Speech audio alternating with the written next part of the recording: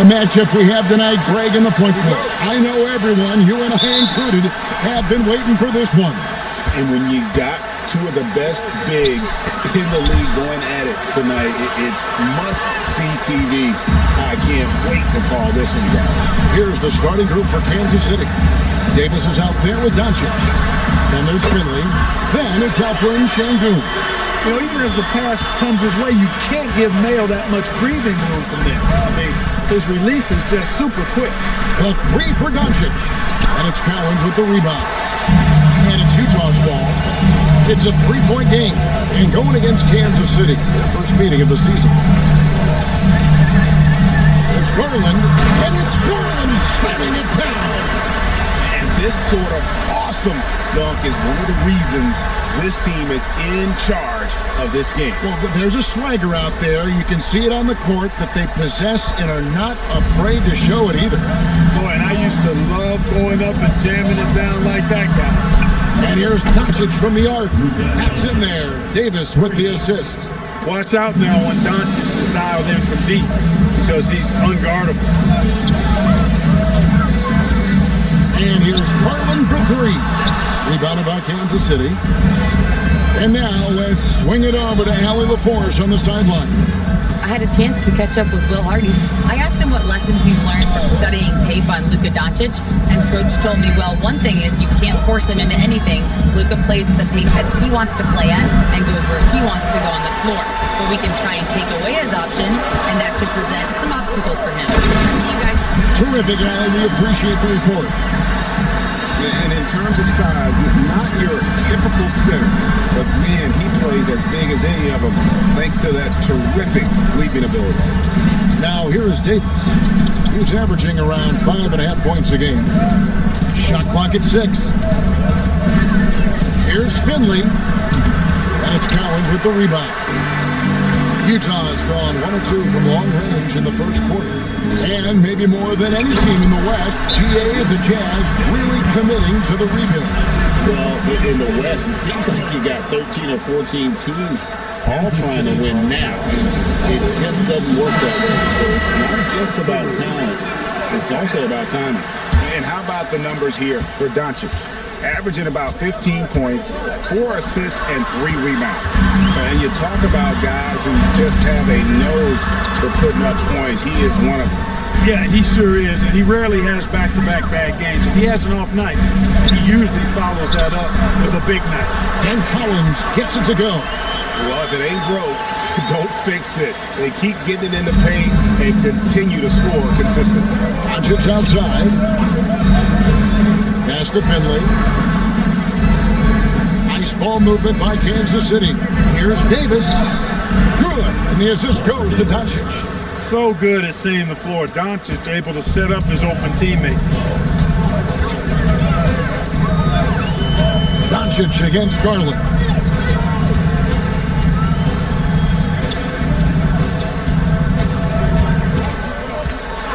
That's a floater go. That shot is no good. And he's 1 for 3 from the floor.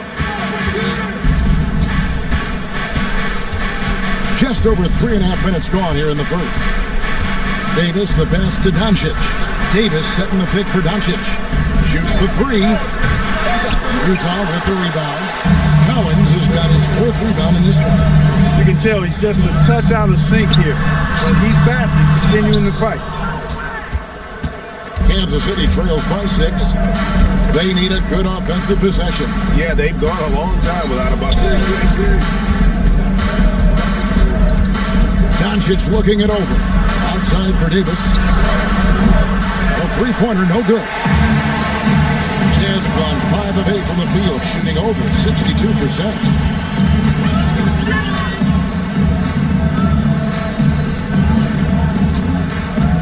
Here's Cowens. By Doncic. Oh, that's straight TNT, baby. Explosive. That was pretty, and he just has that effortless knack for getting inside. Tell you what, you'd hate to be the guy having the responsibility of guarding him. And for the timeout by Terry Stotts here. He's ready to talk things through with them. And Kansas City making a change here. Pass is checked in.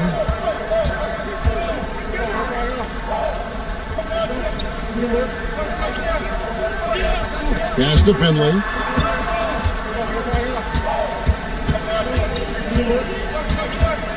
Shoots it. And Kansas City misses again. For the Utah Jazz, they won their last contest, that game against the Heat. And it was one of those games where it was just hard to get anything going. And you could see frustrations emerge. And you know what? Even though it was a frustrating night shooting the ball, they found a way to get it done and pulled it out. And a win's a win, and that ultimately is all that matters. And a moment to look at the scoring approach in terms of where the points are coming from for the Jazz. I like how they've worked the ball inside, getting looks closer in there, and that really helps your offense. One other thing they've done really well, moving the ball around. They've done a nice job not settling for that initial option and making that extra pass.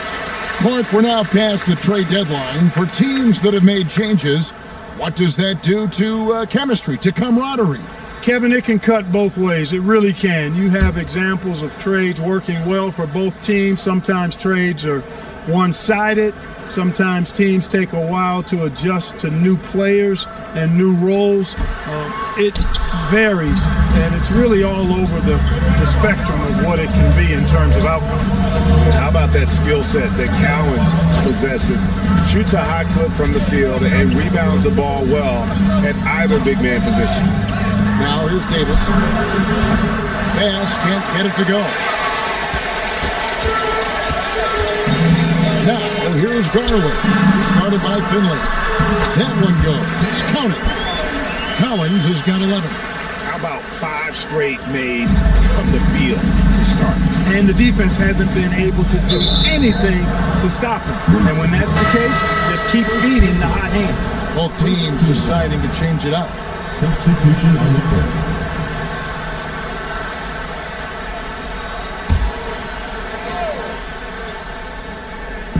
And so Kansas City now, they trail by 11. Pass against Garland. Washington, that's for 2, and Kansas City misses again. Well, with his solid midi game, you expect him to knock that one down. Garland, the pass to Randall. Here's Hagan, and right now he's averaging about 7 points a game. Excellent all-around performance so far, hence the big lead. Yeah, you know, they've had the advantage at both ends. They've got all the momentum early on. And that one, good. At the bare minimum, this is what the team wants from Milicic, to establish that interior presence. Bounce pass from Garland. And off a screen. Jacks up a 3. Hagan can't hit. And I thought that was going to drop. It looked good from here. Now, here's Washington. Hasn't made one yet. Ellison with the rebound. Well, you have to like their work on the boards, Kevin, particularly here to start the game. Yeah, I like the way they're setting the tone. Really playing with a lot of energy here at the start. Here's Hagan. Rebounded by Kansas City. Defeated by the Wizards in their last game, they'll try to put that one behind them. Bad outing offensively. You break that game down, the issues look pretty clear. Yeah, the offense was AWOL. It just wasn't there. No rhythm, no flow, just a tough day. Here's Garland. The Knights making their last shot. Lets the 3 fly. A nice shot by Hagan. Hagan's got 5 now. Defensively, they've been a step slow here to start. Giving up too many open shots. I mean, that's what's happening here. They look to me to be a bit sluggish. Now, here's Bass. Here's Oliverio trying to answer back, but that 3 is off the mark. Down low, here's Randolph. Uses the glass to finish the layup.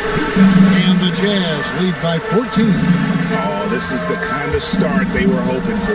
Yeah, shots falling, off to a very good start offensively as a result.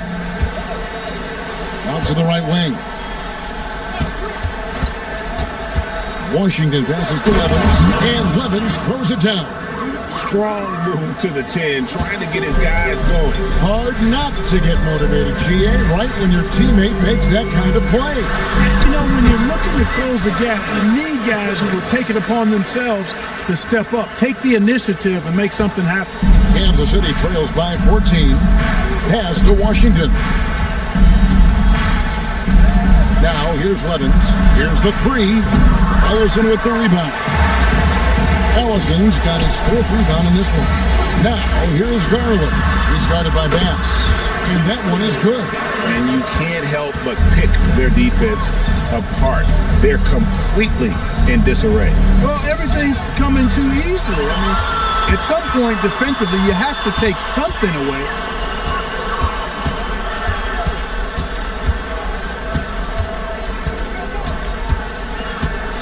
"11 seconds left in the first quarter. Down to 5 on the shot clock. Baseline try. Here's Randolph, and it's Randolph with the jam. Really seizing the momentum of this game, but doing it with a methodical approach. And, you know, that involves pounding it inside, getting as many points as you can right at the rim. That demoralizes the team. And so it's the Utah Jazz with an 18-point lead as the quarter comes to a close. They've been playing some ferocious defense. We come back right after this.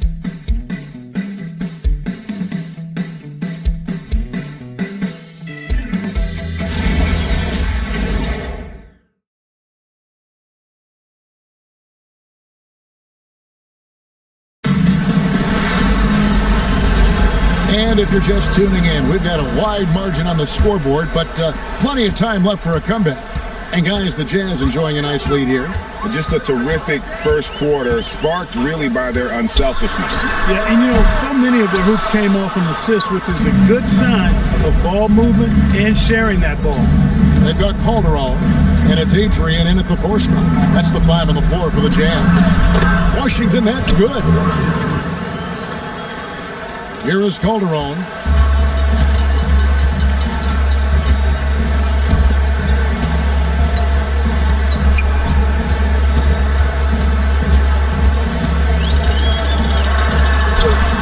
Finley with the rebound. Those are chances almost always you can rely on him to get you 2 points, but the D just enough to keep him out of rhythm. Pass to Washington. Screen by Şengün. Shot clock at 5. Davis, the pass to Şengün.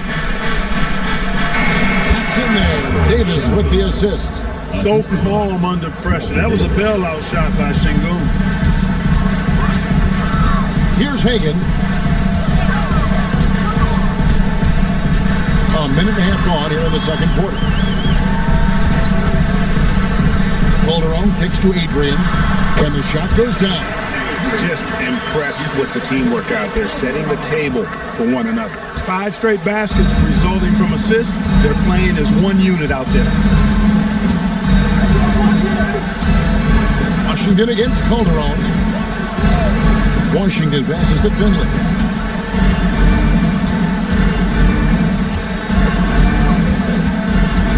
Takes a 3. Rebound, Utah. Collins has got 6 rebounds here tonight. Pass to Calderon.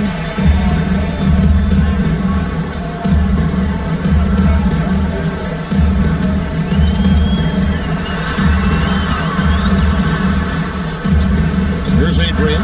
Fires the 3. Şengün with the rebound. Craig, you look at Alperen Şengün. He's one of the best combinations of force and finesse in the NBA. And you wonder how he fell to the 16th pick in the 2021 draft. You saw the numbers he was putting up as a 19-year-old in Turkey. Pretty clear he should have gone higher. Finley can't get it to go. Jazz leading by 16. It's to Calderon. Throws it up high and stolen by Şengün. Finley up top. He's guarded by Calderon. Şengün kicks to Davis. Now Finley. 6 on the shot clock. And Kansas City misses again. Jazz have gotten only one of their first 4 shots in the second quarter to drop.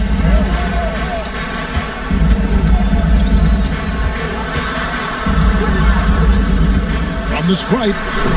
Rebounded by Kansas City. Şengün's got 4 rebounds in this game.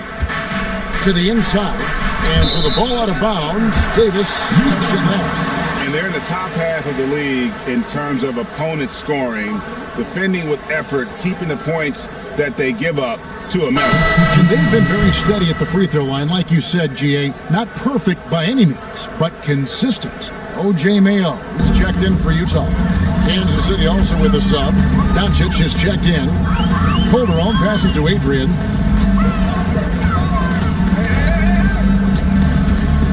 Inside. Pass to Collins. A shot, no good. Kansas City trails by 16. Now we'll hear from Allie LaForce, and she's got a story for us. An update. Allie? Thanks a lot, guys. What Luka Doncic does with the ball in his hands is never predetermined. He said, quote, "I just see what the defense gives me. It's never the same decision. It's a lot of factors. You've got to look at who's guarding you, if the shot's going in or not. There's a lot to think about, and then decide." Guys? He keeps him guessing. Allie, we thank you very much. And it's Davis with the ball for the Knights. Only giving up 2 points this quarter.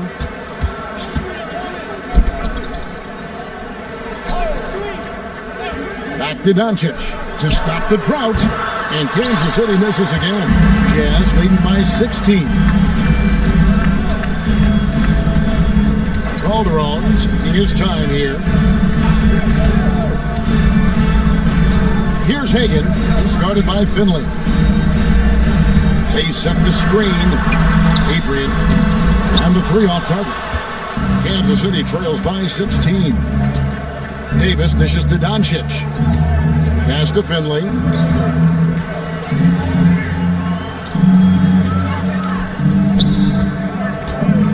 Şengün inside. Guarded by Mayo. Şengün with the bucket. Şengün's got his second basket of the night. Outside Mayo. Here's Collins.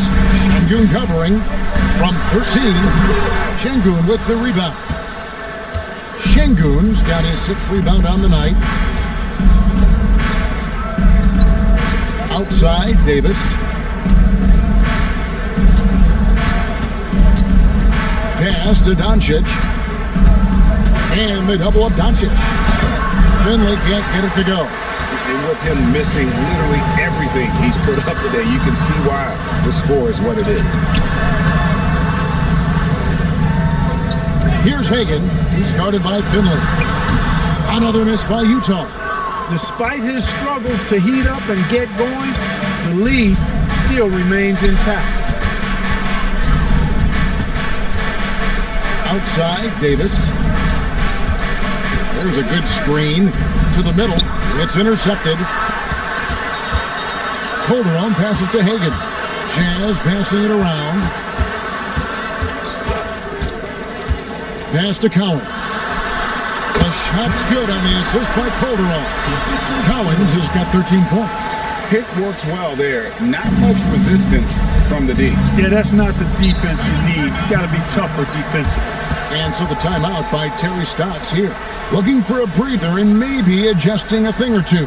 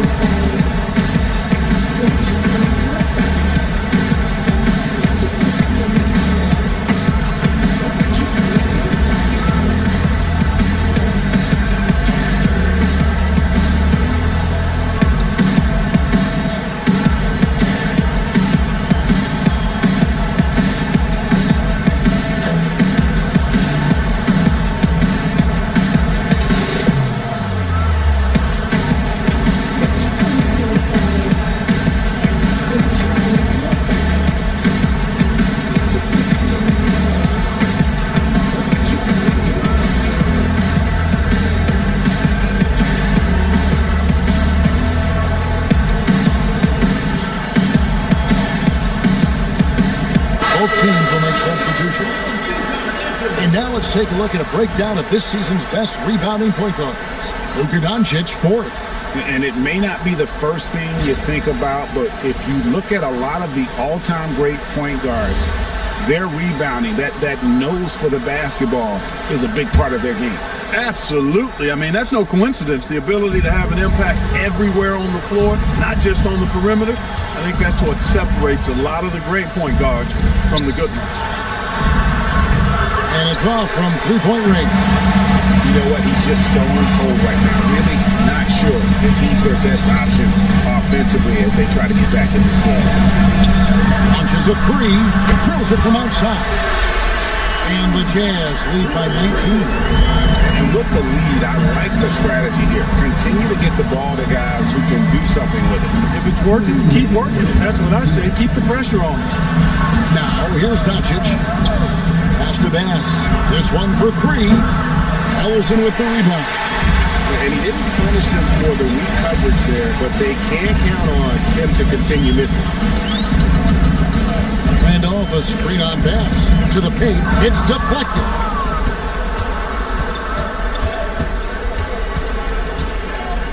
On the wing, Doncic.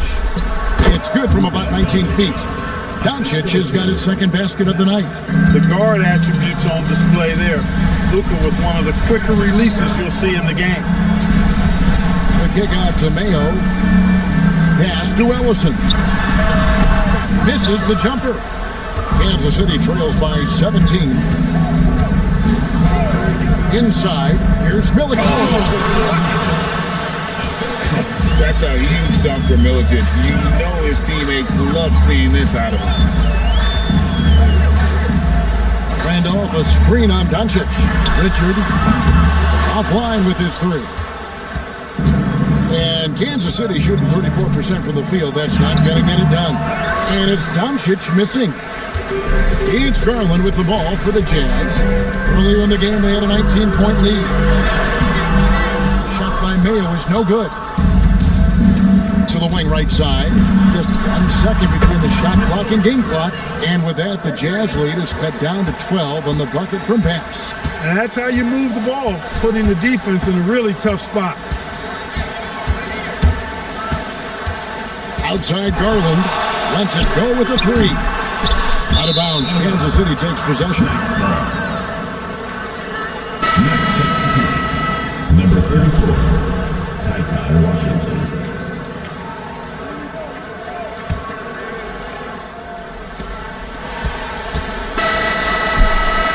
And so it's Utah enjoying a 12-point lead as they talk things over during the break. Defensively, they have gotten after it, contesting every shot going up. Don't go anywhere. We'll be right back.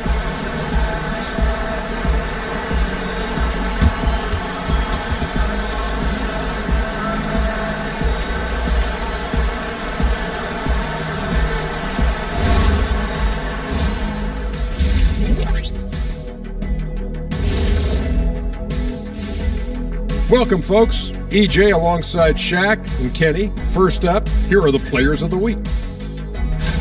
Guys, how about our Eastern Conference winner? Nothing off about this off guard. Don't call him a two. He's been there one. Yeah, he's the man on the squad right now. Defensive scheme him every trip up the floor, and it makes no difference. Now looking at where we stand after 2 quarters, it has been a difficult game for the Kansas City Knights. Well, they obviously love the three-point shot, but tonight it does not love them back. You know what, Kenny? When you love something and it doesn't love you back, time to move on. Hold on, let me write that down. And that's all for us. Now it's time to send it back to Kevin Harlan for the beginning of the third quarter.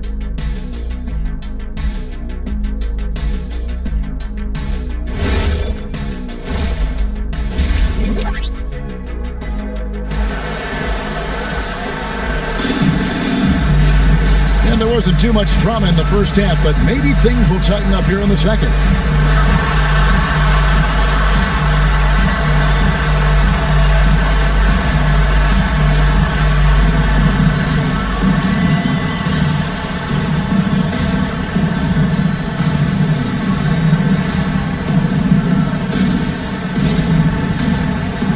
And Clark, something fundamental to good offense, but so often overlooked. the art of setting a terrific screen. Tell you, a screen set well can do a lot for your offense and even for the screener. But it comes down to timing as well as footwork. You got to be able to set that screen legally, and then the ability to get out of the screen quickly is so important, as well as the correct angle. On the court for the Knights, Doncic out there with Davis. Then it's Alper and Şengün. Then there's Finley. Jazz leading by 12. Down low, it's stolen by Davis. Into the lane. Now Doncic pass to Finley. Fades and shoots. Uses the glass that time, and it's good. Finley's got his first points of the game. And Finley loves this shot. I mean, whenever the mid-range opens up, he's making use of that area of the floor. Outside Mayo.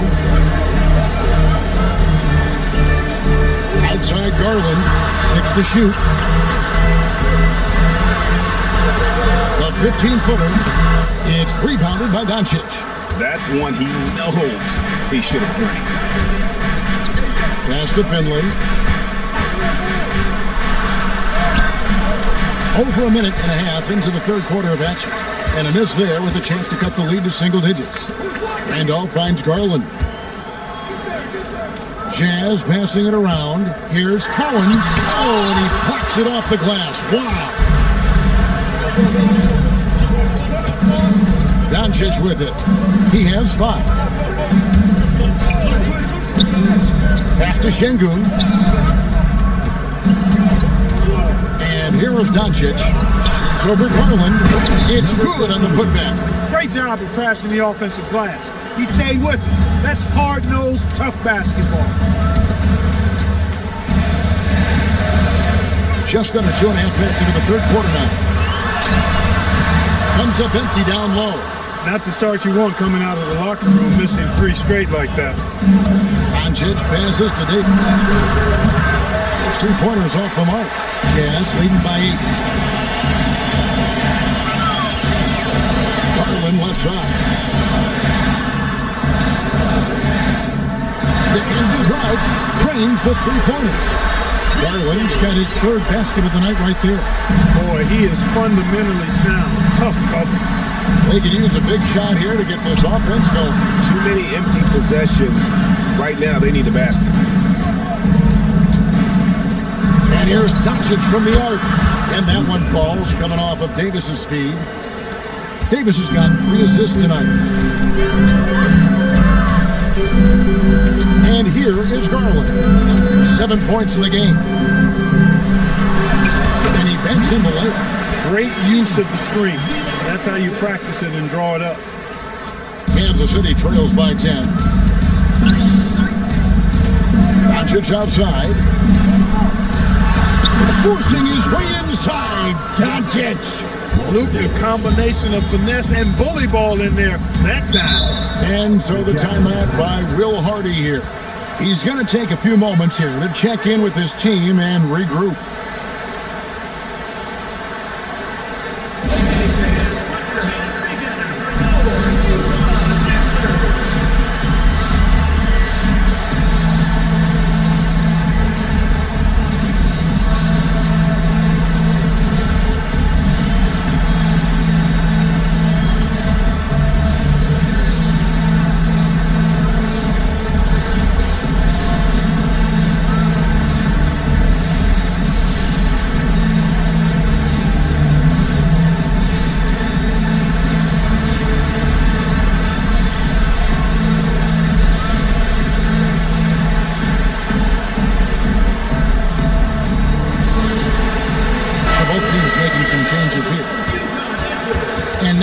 Bring up the 2K leaderboard to see which teams over the last month have been best at scoring points off turnovers. And you always like to see aggressive defense, and then when you can convert mistakes into points offensively, that's a big key.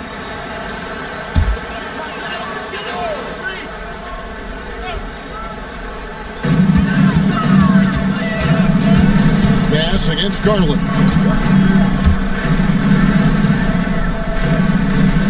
Off a screen. Clock at 6. Back to Garland. Over pass.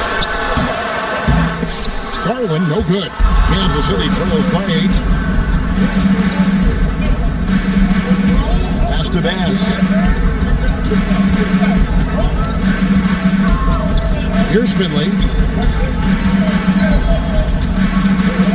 Feeds away. The rebound by the Jazz. Hagen's got his 4th rebound with that last one here tonight. And now, Allie LaForce has something for us from the sideline. Hey, Kevin. The Utah Jazz are going young, but this is a franchise that has a winning history, and that culture is still around. Coach Will Hardy said, the messaging doesn't change. The players have bought into the little things that takes to win. This is a cohesive group that's committed to helping each other. Back to you, Kevin. Building the right way. Thanks a lot, Allie. Back to Bass. Trey. And he counts it down. I like a lot about Michael Finley, but what I like most is his aggressiveness at the offensive end. Pass to Hagen. And off a screen on Davis. Here's Hagen. Hits some rim on the way in, and the bucket's good. Hagen's got 7 points in the game.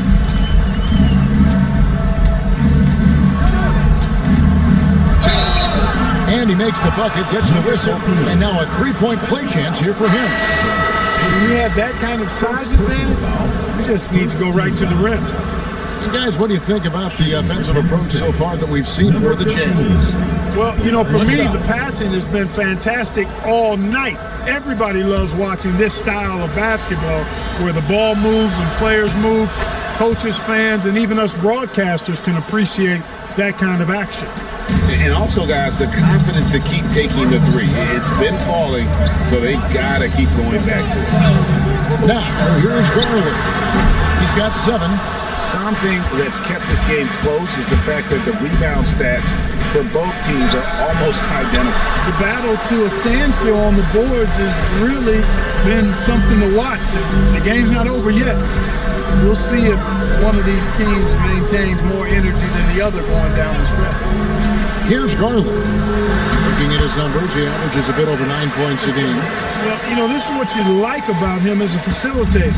He hits his man where he can do something with the rock. Now, here's Bass. Pass to Levens. Here's Washington. And a wide open look for Levens. And Kansas City misses again. Here's Hagen. Allison passes to Hagen. Nice ball movement by Utah.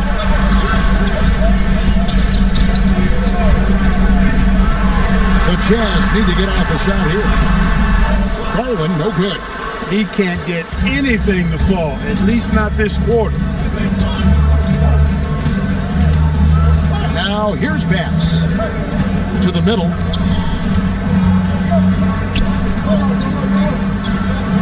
Laid in with a nice touch off the glass. He has 7. They should continue to get the ball inside. The defense struggling to contain them. And when you make 5 in a row in close like that, it also takes pressure off your perimeter guys, too. Kansas City trails by 5. Pass to Levens. 2 minutes remaining in the third. 2 minutes. There's 1:59 left in the third. And it's Washington missing. Utah's gone 1 of 4 on 3-point shots here in the third. Garland, the pass to Hagen. To the inside. And it's out of bounds. The Jazz able to retain possession here. 12th in free throw percentage. And they are top half of the league in terms of defensive field goal percentage. The hopes is that they can continue to improve in that area. And their turnover ranking stands out to me. It's been a strength for them this entire season. Their ability to take care of the basketball and not beat themselves. Boy, you can see the connection these guys have. They ran the play well. The defense had no idea how to deal with it. First trip to the free throw line for him tonight. Winston Garland.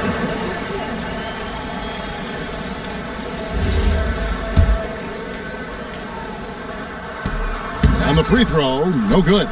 Kansas City trails by 7. They set the pick. Davis, the pass to Milicic. And he makes it look easy, dunking it hard with one hand. Look at the mobility Milicic has. This is why you want him involved in those pick and rolls. Pass to Hagan. Looking to get back on track here. Lost contact on the shot, and now a three-point play chance as he'll head to the line. A terrific play right there. Great strength to finish through the contact. That's exactly how it should be done. Get the bump, concentrate on the shot, and you'll get the bucket too. And Kansas City shooting 47% since getting things started in the third quarter. Lets it go. Rebounded by the Jazz. You're not going to get a better look from mid-range. He's definitely disappointed with himself there. Kicked by Randolph. Here's Hagan, started by Davis. Hagan can hit. And not allowing the shooter even an inch of breathing room on that one. And guys, that's exactly the kind of high-impact defense they want to see out of him. Now here's Davis. Stolen away. 3 seconds separate the shot clock and game clock. Richard, that drops, and it comes off an assist from Garland. Garland's got his assist totals piling up. 11 now for him. Pass to Washington. It's Davis on the wing. That shot, no good. And as we end the third quarter, a double-digit deficit will make it tough to come back. Utah out in front, leading by 10. We'll take a quick break, then get you back to the action.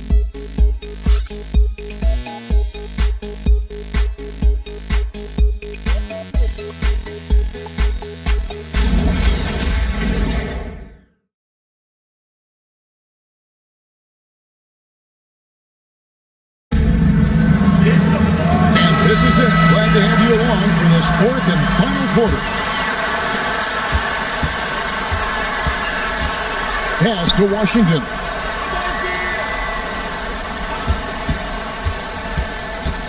"14 feet away. Nice jump shot. Good. Washington's got the fourth quarter going with the first basket of the period here for the Knights. So with Davis sitting on the bench, here's who Terry Stotts is going with. Marko Milicic out there with Alperen Şengün. Then there's Washington. Then there's Finley. And it's Bass in at the point. And the Knights have possession following the bucket by the Jazz. Now Bass. A shot by Washington, and he's wide open. Trains it from beyond the arc. Not too much respect shown to him by the defenders. Pass to Garland.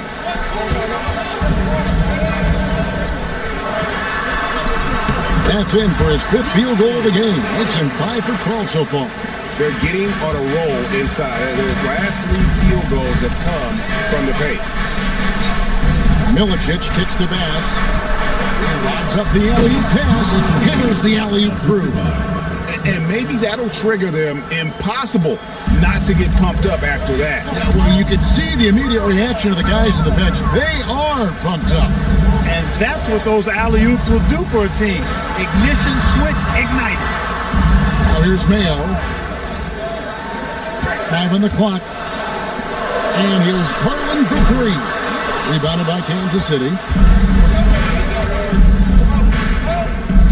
And we're around 2 minutes into the fourth quarter here. Şengün with the screen on Mayo to the paint. Şengün with the bucket. What a move by Şengün in close. Determination for sure. And so Garland will bring it up for the Jazz. Leading by 5. From downtown, bangs home the trifecta. Garland's got 5 points in the quarter. Boy, he's looked unstoppable this half. Maybe he got a little pep talk over the break. And so the timeout by Terry Stotts here. Coach is going to talk some things over with the team. Might be seeing something to adjust.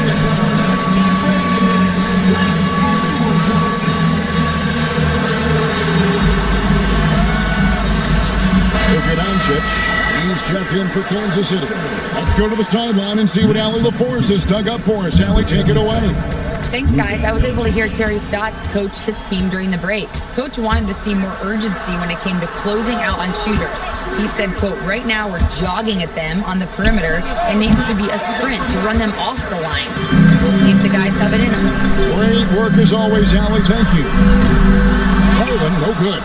Kansas City trails by 8. Fourth quarter keeps moving right along. 3 minutes gone so far.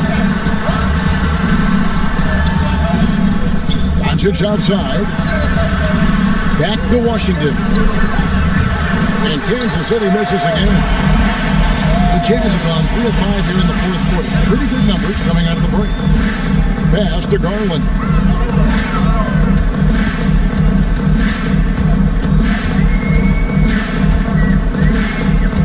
The kick out to Mayo. That's good, and it's Garland with the assist. It's an 11-point Jazz lead. And if you allow Mayo breathing room from downtown, you're going to pay dearly for it. He really knows how to knock down these outside shots. And it's Doncic missing. Well, he wanted to return the favor there for that last 3, but it just wasn't in the card. Pass to Collins. And Utah again with the bucket. They are winning this game largely because of his effort. Guys, they're looking for a way to score here. Yeah, they've had a tough time taking the lid off. Now Finley, and there's the whistle. Illegal screen. He went a decent amount of time before his first turnover there. It's really been a good, safe stretch of basketball from him to this point. The Jazz making a switch here. Randolph is checked in. Here's Garland. Randolph can't hit. Kansas City trails by 13. Washington finds Doncic.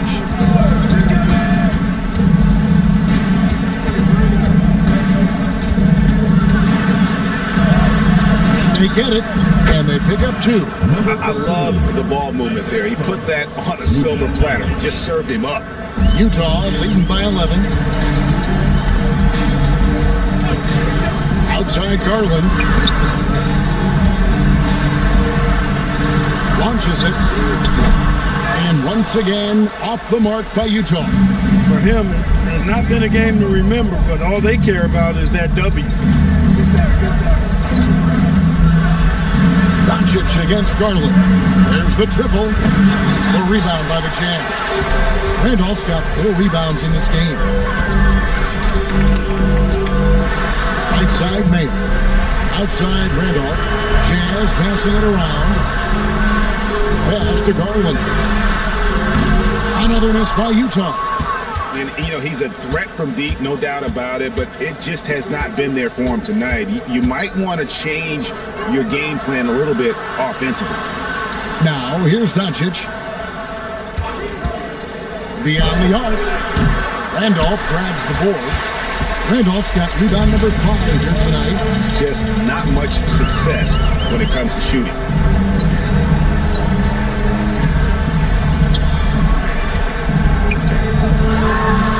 That misses off the backboard. Kansas City trails by 11. Washington with it. Here's Doncic. No good there, and that would have cut it to single digits. Garland surveying the D. Inside.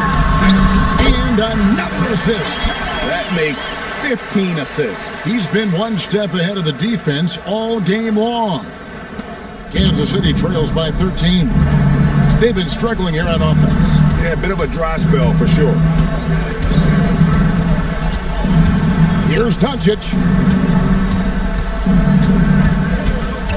6 to shoot. Pulls the trigger. Jumper is off. He is single-handedly dropping the temperature in here with that cold streak. And he's got to find other ways to contribute then, because his shot making is not happening right now. Garland attacking. Here's Collins. Champion covering from 17 feet away. And every miss finds its way to his hands. Well, what an impressive performance. Tell you what, those are crazy numbers, guys. I mean, believe me, I was a good rebounder in my day. It is not easy to corral that many boards in one night. Great instincts from him to get a hand on that pass and tip it out. And, you know, even though they didn't come up with the steal, that's still a nice defensive play. And Kansas City making a change here. Davis is checked in. And here is Garland. Oh, that is a big-time jam. I like watching Randolph go to work. I mean, he's a real problem when he's involved in pick and roll. A minute 42 left in the fourth quarter of this one.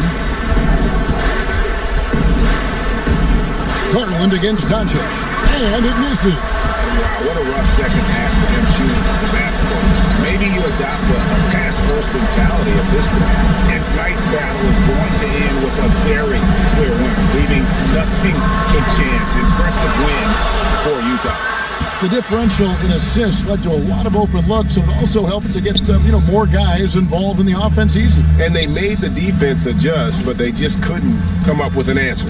And they took charge when it counted, and they'll be notching their 9th win overall. 4 on the clock. He drills the 3. Tell you what, very few players have the playmaking ability of Luka Doncic. This guy is special with his vision and passion. Outside Garland. Nail against Davis. Randolph, a screen on Davis. He misses the putback. About 7 seconds separating the shot and game clocks. Driving the lane. Rising up and ripping down the two-hand jam. It's Garland with the ball for the Utah Jazz. Earlier in the game, they had a 19-point lead.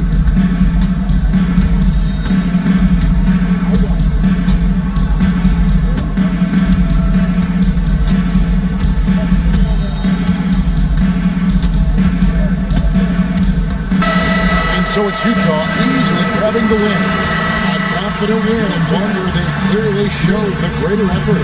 Yeah, I mean, it was a solid performance, particularly here at home. I think they built off that edge of being here and playing with just a little more confidence than their opponent. And that's going to do it tonight, folks, for our broadcast. So for Allie LaForce and my colleagues here at the table, Clark Kellogg and Greg Anthony, this is Kevin Harlan. Thanks for being with us. And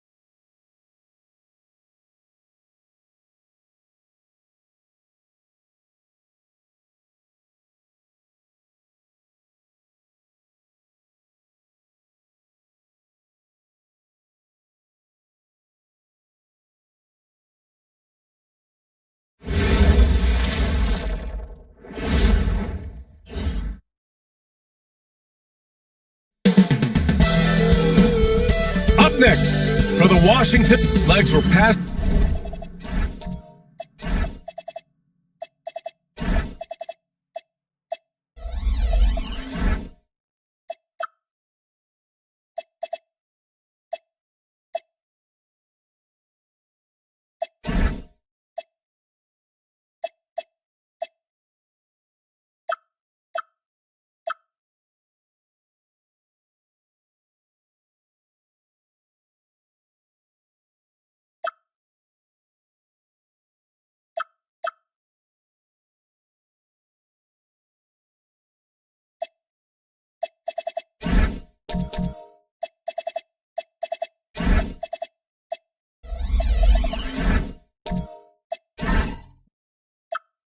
The halfway point of the season. Some teams starting to run out of time as far as their postseason hopes. Well, Brian, the play-in will give teams more hope as the season winds down. But if you're in that bottom third of the league in terms of record at this point, it may be time to turn your attention to the draft. Can be tough on a player, too, to try to finish out a season that way. Well, it really is. And now the opening lineup for Seattle. They've got Johnson, and it's Allen in at the shooting guard position. Ewing, no good. Seattle on offense. It's a three-point game. They come into this one having outplayed the Thunder in their last game. They were so consistent from the three-point range in that one. And that's a nice weapon to have as a visiting team. Well, if you shoot the ball at 40% or better from the three-point line, you are going to win most games no matter where you play. And the basket by West. Well, that's a tough matchup because he's skilled and relentless. Outside Johnson. And again, Seattle with a triple. I love this approach. Getting him involved early, and it's already paying off. And we knew coming into this game, we expected him to be very involved early. And he can't answer back. The three-pointer offline. Seattle has gone 2 of 2 at the perimeter. Takes a three.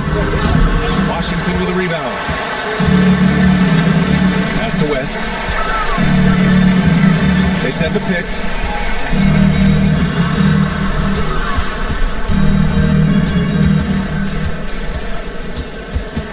Five on the clock. Banked it in off the glass. And setting the tempo with an assertive move. Like, where was the defense on that play? That is a quality look. You can't do it much better than that. The shot by Carroll. No good. He is just so deadly from out there. You expect that to fall. Pass to West. Here's Ewing. Washington moving the ball around. With some arc. Moncrief, no good. And it was a great chance to finish on the break. And he flubs it. Can't believe he missed that. Looked like a loss of focus. Here's Ewing, a reliable offensive contributor, putting up almost 14 a game. And I like the fact they didn't settle there. They worked for a higher percentage shot. Now here's Johnson. Pass to Carroll. From 20 feet. Not going to go that time. And it didn't go that time, but that's a shot he should feel confident in taking. Here's Ewing. And the dunk to finish it off. A beauty. A defensive lapse. Can't give him that kind of position. Well, that is just point-blank range. They're going to convert that almost every time. And Jordi Fernandez wants a timeout. He'll take the opportunity to regroup. Already it's February. Let's see how things look out west. Taking a look at the Supersonics, they've been enjoying a truly spectacular run this season, sitting on top of the mountain in the first place spot. Well, right now for the Supersonics, you have to really give it to them. I mean, they are backing up all the preseason hype. They've been outstanding early. Well, they were in everyone's crosshairs, and they've actually outperformed some of those predictions. That is not easy to do with a target on your back. Here's West. Pass to Dick. Fades and shoots. Doesn't go for him. He expects to make every one of those, and we expect him to make them too. To win the drought. And it's Ewing with a rebound. He's lost his rhythm completely this quarter, but he's determined to stay after it. Here's Wilkins. Still no points. When it goes in, it looks pretty. When it doesn't, question the shot difficulty. Oh, wasted no time on that one. Good passing to set that up. Teamwork on display. The Wizards have gone 4 of 8 and looking in control. Pass to Dick, inside. Here's Ewing. The Wizards with another miss. I love how they've attacked the boards here in the first quarter. Launches it. A nice shot by Moncrief. Well, it wasn't a pretty start for him, but now he's got a bucket to build on. Wizards trail by 3. Outside Dick, pass to West. And there's the whistle. The illegal screen is the call. And a look at the stats for him. And over the last 5 games, his field goal percentage has increased. And you can make a case his confidence as well because of this. Seattle leading by 3. Here's Moncrief. Here's Carroll. Off the mark there with a 3. And the defense got away with one there. I mean, that's a shot that typically makes. You know, as we watch Grady Dick, what stands out about his game, Tim? Well, Brian, it's the way he moves off the ball. He will keep defenses occupied, cutting and coming off screens, and he has the size to get his shot off over even the most hotly contested defender.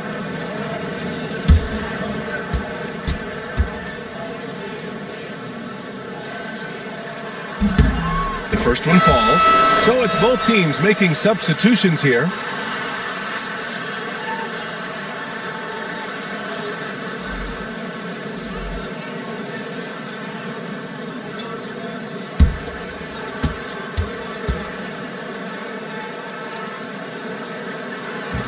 And he makes the first, but misses the second.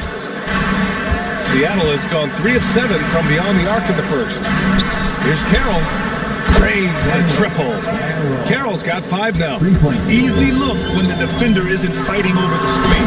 Yeah, and that's the effectiveness of the two-man game right there. The BA, when he gets the rim in his sights, it's tough to stop. So aggressive and a determined finisher. Nice. To get it again, Doherty hits the jump hook. Well, that's just a mistake on defense. No one got a body on him. Pass to Bowen. Here's Richmond. Allen defending. Here's West. An important role in this offense, averaging around 12.5 per game. Shepard, he's checked in for Washington. First personal foul. Third team foul. Substitution on the court.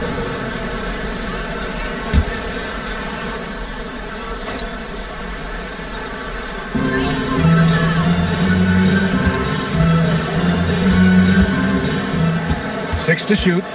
Fires from the line. The Wizards with another miss. And so it's Holmgren with it. He brings it up for the Supersonics. Leading by 5. They're getting their first look of the season at Washington in this one. Thompson, no good. And all the credit goes to the defender. Very hard to contest threes without fouling. Here's Shepard.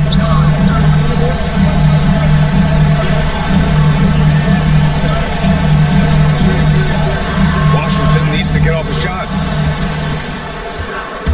And he lobs it up to the rim. Up high and down it goes on the lob. And the lead increases on a crazy offensive sequence. Man, the dunk alone would have been incredible, let alone the fact that it came off a pinpoint pass. Here's Richmond. Here's Wilkins, taking a look at his production, averaging just over 8 points a game, just 4 to shoot. Here's Shepard for 3. Seattle pulls it in. Seattle on offense. They're on a 12-3 run. And the big finish by Holmgren. Oh, so much size. Holmgren barely has to jump. The Wizards trail by 9. Pass to Richmond. To the inside. Here's Wilkins. Seattle pulls it in. Doherty's got 4 rebounds now. Holmgren, the pass to Thompson. Back to Holmgren. 4-3. Connects from downtown. And now a 12-point Seattle lead. This defense just can't stay connected to shooters. So timeout called here. The first for Washington. And the other team is running all over them right now. Yeah, no choice there but to burn a timeout. You got to talk it over, regroup, and hope your opponent cools off a little bit. A minute 39 left in the first quarter here. Pass to Wilkins. Shoots over Holmgren. And it's Holmgren with a rebound. Really tough quarter for him shooting the basketball. It's Thompson, high post. He's scoreless after missing his first attempt, now 1 for 2. Building a big advantage early with a terrific all-around performance. Well, it's just an outstanding effort thus far. They've done a great job at both ends. Here's Richmond.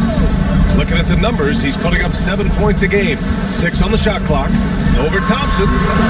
And that one comes up a bit short. Seattle leading by 14. Smith with it, averaging around 5 points a game. Puts up a deep 3. It's rebounded by Lambier. Practically a block. Good, strong challenge. He didn't quite get a hand on it, but he did enough to affect the miss. Heady play to stop that easy layup right there. I mean, make him earn it at the line. It's his first trip to the line. The Wizards making a switch here. That one falls, so he hits both of them. Yeah, he's as good as it gets at the line. Pretty much automatic. About 3 seconds between the shot clock and the game clock. Here's Smith. Top of the key jumper, no good. They've been just a little bit better on the glass so far, showing their tremendous work ethic. Here's Richmond. Up and over Smith. Oh, what an incredible end to the corner. Wow, incredible indeed. Waits until the very last second to let it fly. Woo. Oh, with the clock running down, man, that was close.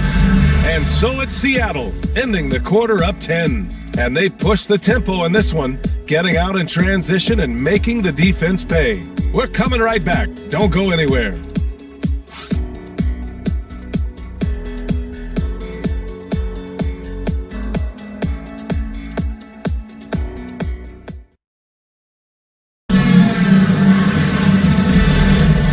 Great to have you with us. Second quarter of basketball. This game has not exactly been neck and neck, but plenty of time left in this one. Let's get a quick check of the scoring breakdown here for Seattle. Yeah, their early focus on outside scoring has paid off. They're finding plenty of points from three-point land.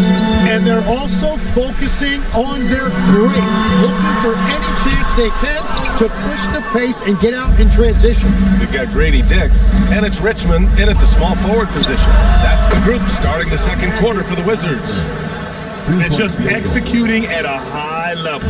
I mean, taking what the defense allows and putting in the work. Well, they're making something very difficult look simple right now. Here's Richmond.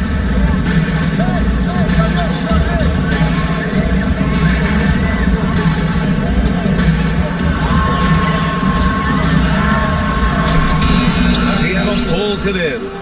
Well, that was a great challenge at the rim and a difficult adjustment to make. Here's Carroll. And again, Seattle with a triple.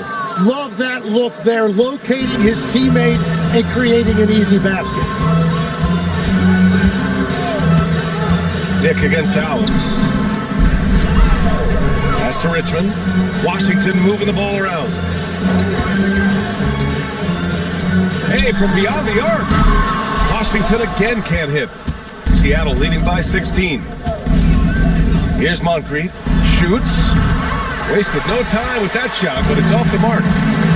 They've been having major problems offensively. Definitely in a bit of a dry spell. And another miss by Washington. Seattle has gone 2 for 2 from the arc here in the second. Outside Johnson. And again, Seattle with a triple. Just incredible. I mean, he's really making it rain out there, knocking them down one after another. This defense is trying to stay connected to him, but he is on a mission. Now a timeout called by Washington.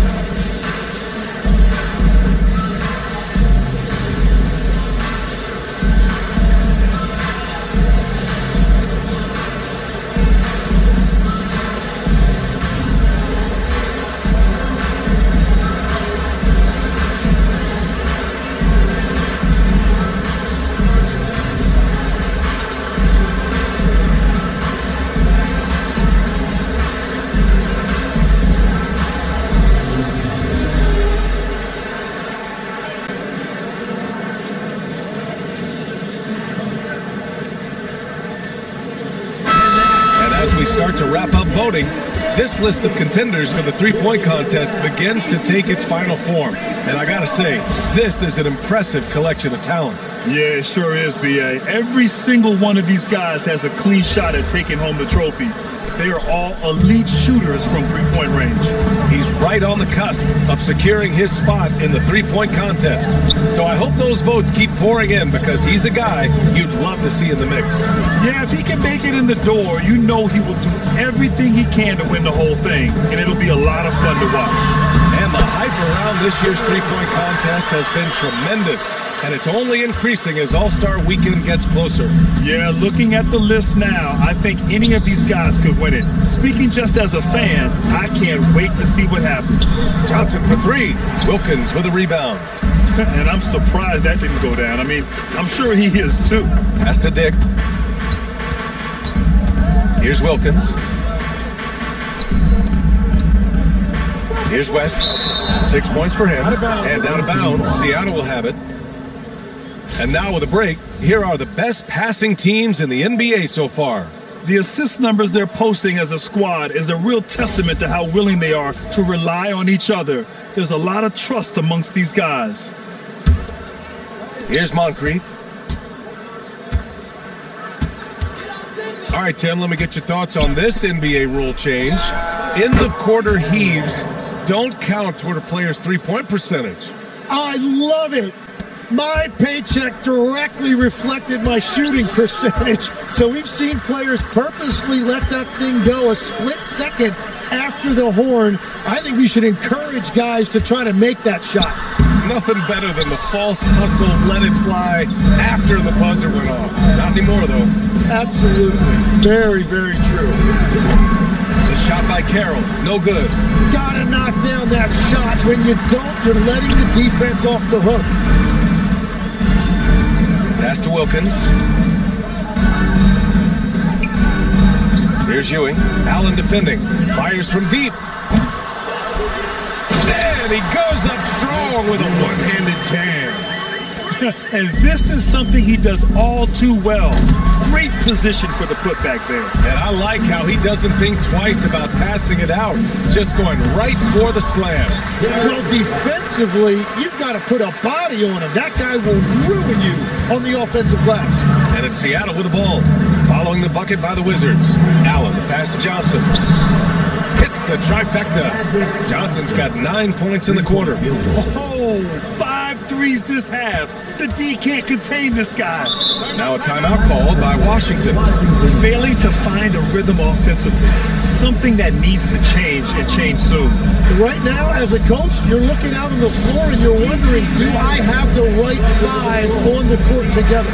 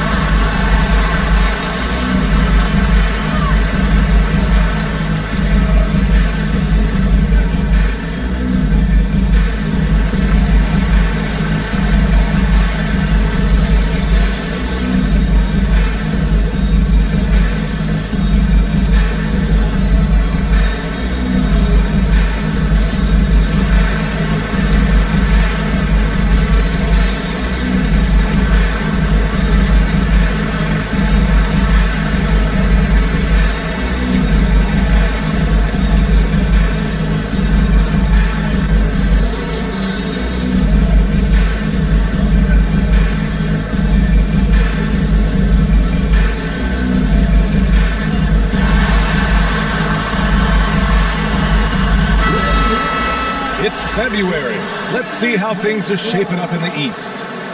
You take a look at the Wizards. It hasn't been a banner year thus far, but they're clinging to that 8th spot in the conference.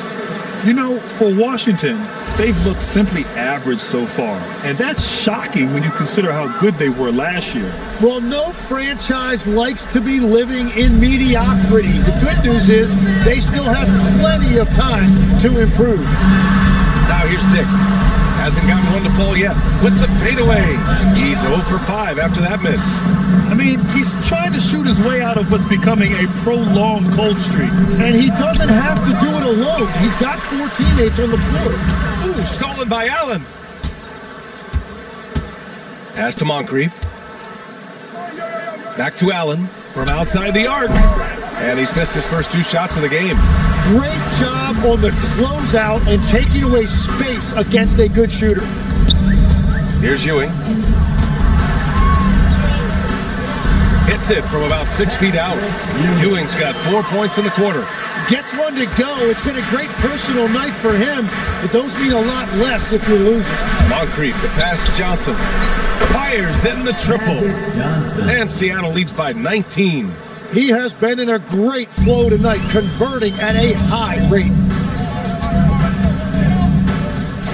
Pass to West. To the middle. Here's Wilkins. Ewing, great positioning on the putback. Here's Moncrief. Here's Carroll, beyond the arc. And again, Seattle with a triple. Man, they're having a hard time defending the triple. That's 3 in a row. Washington's gone 0 for 2 from outside in the second quarter. Pass to West from the wing. And out of bounds, Seattle will have it. Here's what Seattle has lined up on their schedule. On Friday, then on Saturday, they'll be playing the Pelicans in New Orleans. And for that matchup with the Pistons, they obviously have the upper hand coming into that one, but don't expect a blowout. It could turn into a real battle.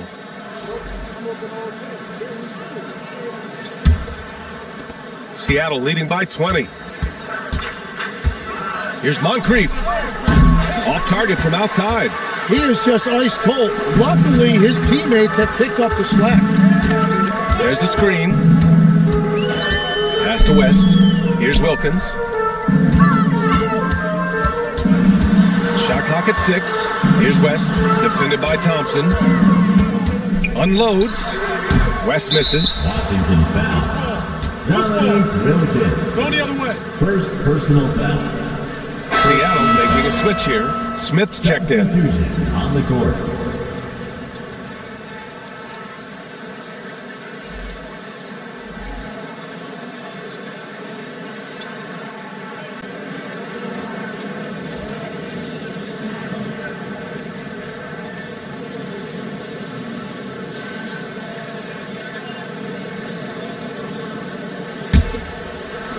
For Seattle, they've gotten 7 of 15 shots here in the second quarter.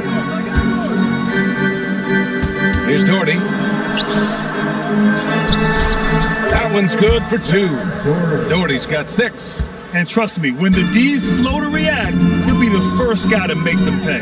Well, the way this game is going, I'm actually not surprised it was that easy for him. Pass to Lambier. Count it. 1 for 1 to start the game. Good heads-up basketball. Sees an opening and capitalizes. Thompson outside. Back to Smith. 3-pointer off the mark. And even after airtight defense like that, you still just expect him to hit those kind of shots.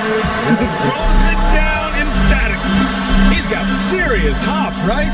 You add that to his ability to penetrate, that's 2 easy points. Here's Wilkins. 5 points in the game. Goes up on the wing, and it's Shepard missing. Seattle leading by 18. Smith outside. Let's go with a 3. It's rebounded by Washington. In that game, they were the enforcers, and they were also efficient. That's the kind of balance coaches look for. It really showed you how together they were as a team, playing for one another. Thompson scanning the floor. Here's Doherty. It's rebounded by Washington. Lambier's got 4 rebounds now. Down low. Right wing. It's stolen. Here we go. Up the floor. And count the basket. He was fouled, and he's going to the line for 1 more. Tim, watching Chet Holmgren, he brings a lot to the table. Well, absolutely, Brian. He's got a wingspan of 7.5 feet, but still has touch from deep. It's really something to marvel at. Chet is redefining what a stretch big can be in the NBA. Here's West. Give him 8 points now. Shot clock at 5. And count it. Now 5 for 7. And credit his teammates for feeding him all quarter.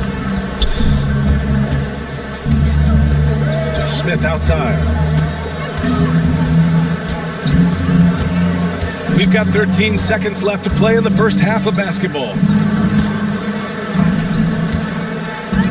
Here's Doherty. No good with a layup. And so a pretty lopsided game through the first half. Seattle out in front, leading by 17.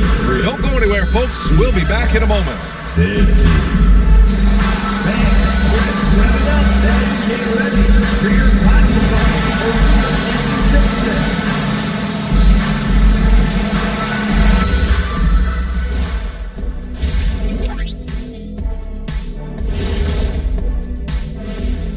Greetings, Shaq, Kenny, and EJ here as we tip off the show with a look at our midseason Eastern Conference standings.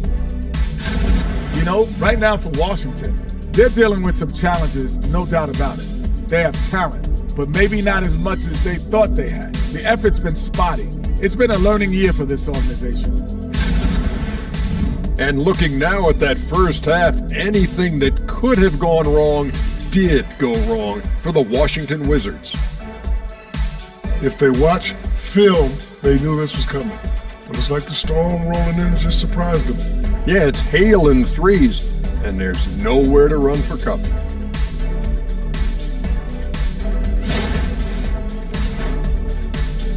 Appreciate you joining us. It's been our distinct pleasure, and I mean that. Let's now take you back over to the third quarter with Brian Anderson.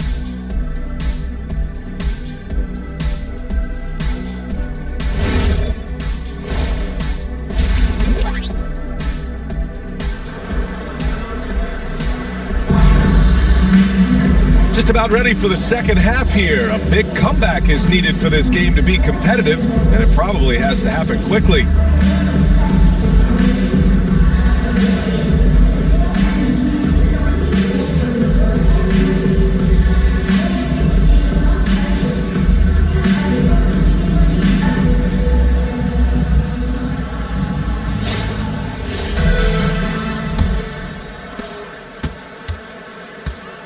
Kicking off the second half, here's Jordy Fernandez's 5. They've got Johnson, and it's Allen in at the 2. To the right side. Here's Ewing, covered by Johnson. Count him. Ewing's got 12. He's done a great job filling up the box score, but so far it just hasn't been enough. He needs help. From deep, Johnson hits a three-pointer. And Seattle leads by 18. This is what he gives you night in and night out. Stellar production at the offensive end. Here's West.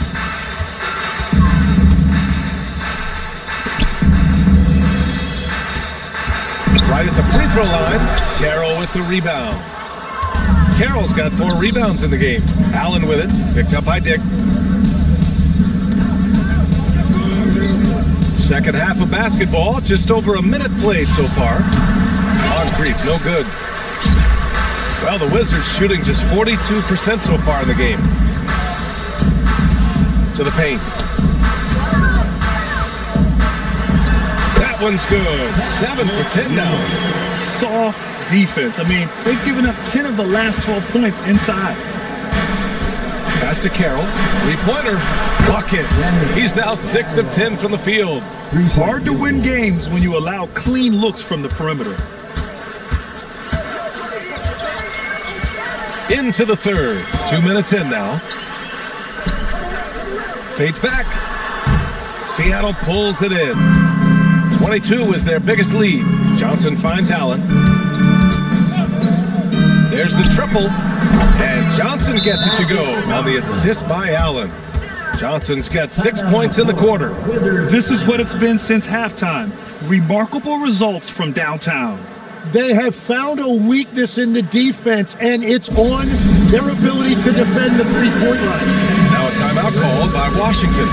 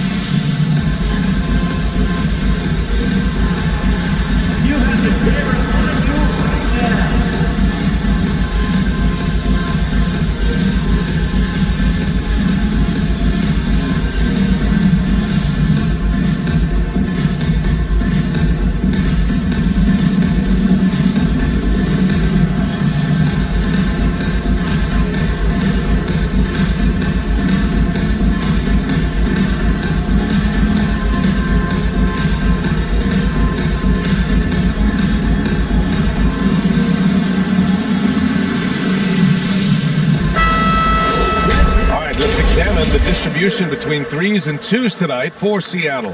And the three ball has been a huge part of their game plan. A great way to spread out a defense.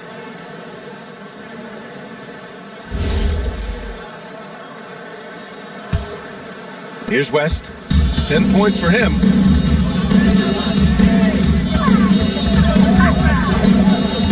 Pass to Ewing. Shoots over Johnson. Ewing, no good. Seattle leading by 22. Outside Johnson. And again, Seattle with a triple. When you let a team knock down that many threes, you know you're likely to be on the wrong side of a run. And let's send it over to Allie LaForce. Hey guys, with the new 11-year, $77 billion TV deal kicking in this season and tons of compelling teams, the NBA is in a great place. Commissioner Adam Silver said the NBA is in as strong as a position as it ever has been. Not just in my time as commissioner, he said, but in my over 3 decades at the league. Guys, back to you. That's saying something. All right, thank you, Allie. Here's West, following the bucket by Seattle. Wilkins, pass to Dick. Down to 5 on the shot clock. And there's the screen. Here's West. And again, unable to change momentum here. To the left side wing, Moncrief. And again, Seattle with a triple. And what's working here?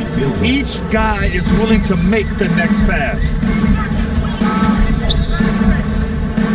Allen against Dick. Here's Wilkins. 5 points in the game. Pass to West. Carroll with the rebound. Carroll's got 5 rebounds tonight. Here's Moncrief. Carroll. He's got 18. They recover it. Out left to the wing. Fires the three. Can't get it to go. Shooting 7 for 13 from the field now. Boy, they'd love if anyone could get a bucket. Yeah, their offense has been grinding to a halt. Pass to Dick. Here's West. 10 points for him. He tries the three. And another miss by Washington. Still looking for his first make, and they could really use the help right now. And it's thrown down hard with both hands. What a pass right there. Coaches love seeing guys making it easy for their teammates. Pass to Ewing. Over Johnson. Another miss. They desperately need a bucket. Carroll, pass to Moncrief. Here's Carroll. Allen outside. Lets it go from deep. And it's Ewing with a rebound. Ewing's got his 6th rebound on the night. And Tim, 1 year, you shot over 50% from the field and from three-point range. Not to mention over 80% from the free throw line. You think we'll ever see that again? Well, Brian, I think the 50% from the three could be more difficult because the volume is now so high. I'm not sure they're as selective in their shot attempts, which means your percentages naturally come down a bit. So 3 for 6 is not going to be an option for a great shooter? Don't think so. 3 for 6 is usually the first quarters for a lot of these guys. And it's Washington with the ball. Following the bucket by Seattle. Out to the right wing. Here's West. And another miss by Washington. Their struggles this quarter are self-evident, and the team just continues to suffer for it. They just can't stop this run. And honestly, the more empty trips they have, the more they feel the pressure. And in recent years, Legs, we're seeing a lot of young teams having success. Also, depth playing big dividends. What's changed? Well, I think with today's up-tempo style, more players have to cover more ground. It just makes sense that younger, deeper teams are better equipped to handle all that wear and tear. Young players seem to be more welcome, too, in the NBA culture. No doubt. They're going to get an opportunity sooner. Here's Shepard. No points so far. And the basket by Bowen. That's a breakdown defensively. He is far too good of a shooter to leave that wide open. Pass to Johnson. Connects again from distance. Buries his 10th triple of the game. Unbelievable, B.A. Unbelievable. Here's Shepard.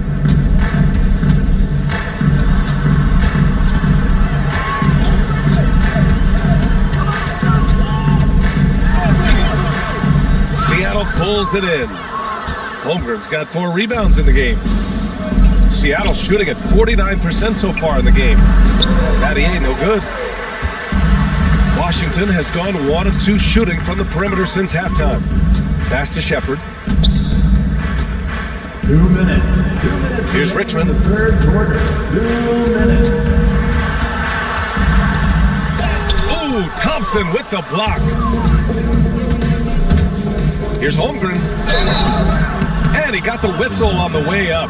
So he'll be headed to the line for a pair. First personal foul. Yeah, getting aggressive there in the paint. Holmgren doesn't hold back and draws the foul. And a chance for just a second to check out the scoring breakdown for Seattle. Their offensive game plan has been simple. Look to shoot it often from outside the arc.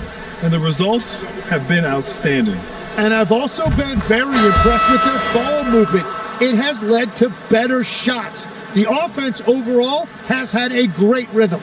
Yeah, as you know, as Holmgren adds weight and strength year after year, he just becomes a bigger problem for opponents.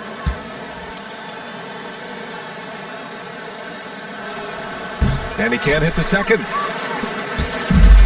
The Wizards shooting right at 35%. Not getting what they want out there.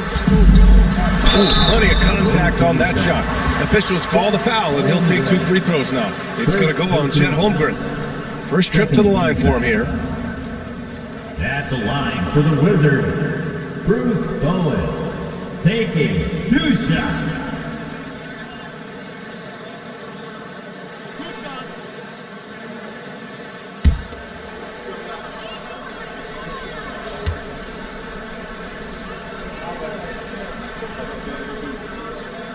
That one's off.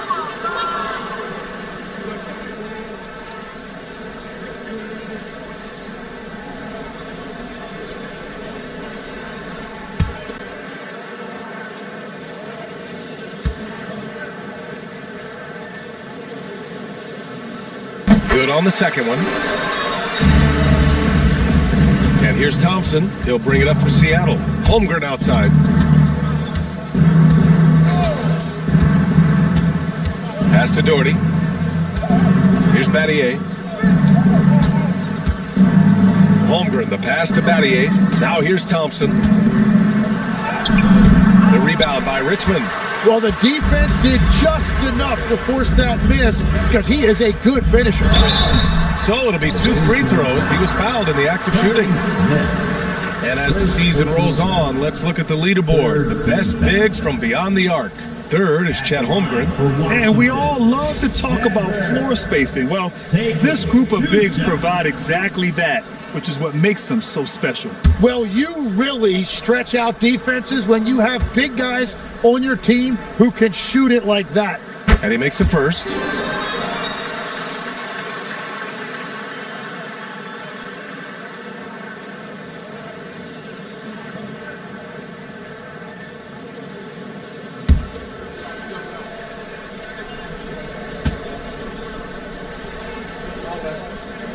And that's good as he hits both shots. Well, the Supersonics are shooting an excellent rate of 56% in the third quarter. And they call an illegal screen here. Just their second turnover of the game. Impressive how mistake-free they've been. The screener was leaning a bit right there. His feet may not have been planted. Pretty obvious call by the officials. Also, the ball handler needs to wait until the screener's feet are set. Stolen by Thompson. And here comes the break. The finish! It's good. And he drew contact on the shot, so he will go to the line. A 3-point play opportunity. Second team foul. Elbow. 2. Seattle shooting their 4th shot at the foul line here.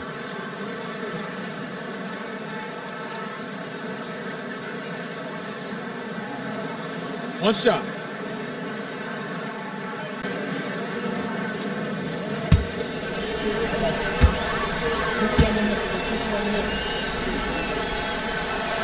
That free throw good from Holmgren.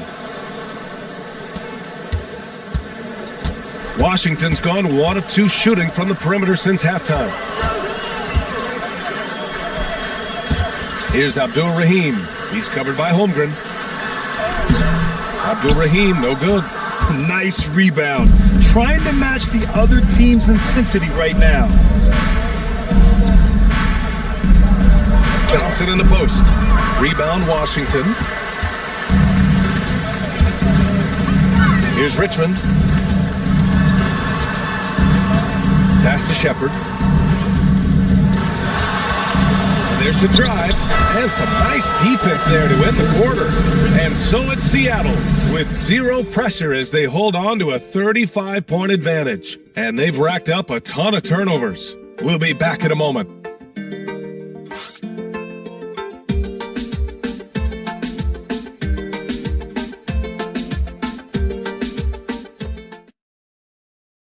And a moment now as we take a look at our State Farm assist of the game. This is the definition of team chemistry. I love to see this kind of communication and connection between teammates leading to the perfect pass. Well, coaches love unselfishness, and this is exactly what they're referring to. And with the 4th quarter upon us, time is running out for this game to become competitive. They've got Shepard, and it's Wolf in at the 5 spot. That's the group for Washington right now. Every player goes through this. When your shots aren't going down, it can ding your confidence. Here's Richmond. Clock at 6. Pass to Bowen. Here's Wolf. And it's Holmgren with a rebound. Holmgren's got his 7th rebound of the game with that last one. They get it back. Doherty. And it's flushed down. A nice jam. Padding the stat sheet, getting the board and the hoop all on one play. Yep, he's earning his coach's appreciation. Here's Shepard. Pass to Richmond. One question facing the league here, Tim. How do you make the All-Star game more competitive? Well, BA, the tournament structure seemed to help a bit, but until just a competitive mentality around the game changes, I think the only thing you can do is maybe up the ante as far as prize money. I do think that did seem to matter for the NBA Cup. Shot. Having done a few of those games, care factor's low. They could improve on that. I completely agree. It seemed to matter a lot more back when I played. That's good from Smith. When you look at all the turnovers, boy, what a way to drive your coach crazy. Yeah, your game plan means nothing if your players can't execute. Got a hand on it. To the middle. Pass to Doherty. Seattle move the ball around. And here's Reed. Here's Battier from deep. Seattle needs to get off a shot here. The 3 from Thompson. And the ball out of play. The Wizards will have it.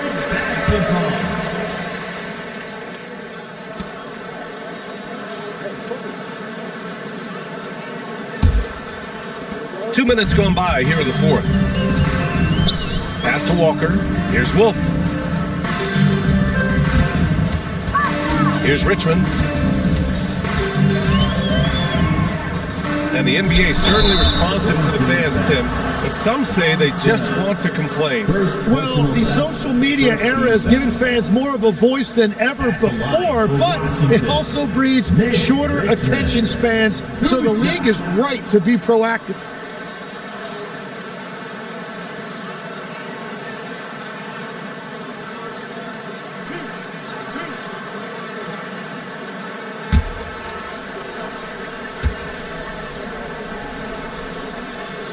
And he can't get the first one. And Washington making a change here. Allen's checked in.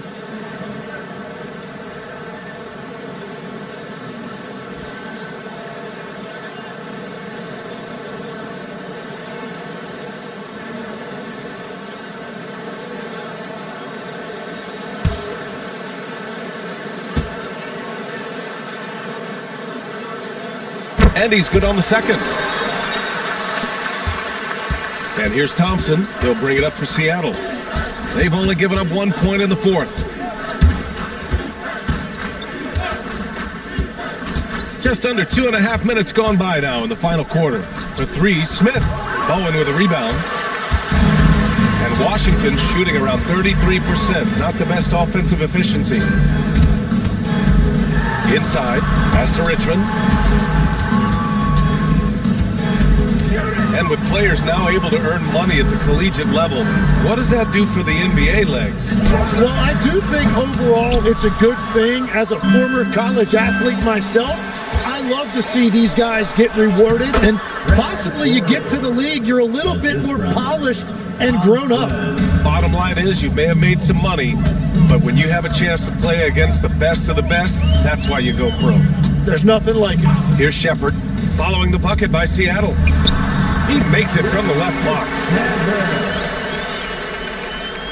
Well, if you're just tuning in, welcome. We've played about 3.5 minutes into the 4th quarter here. Here's Doherty.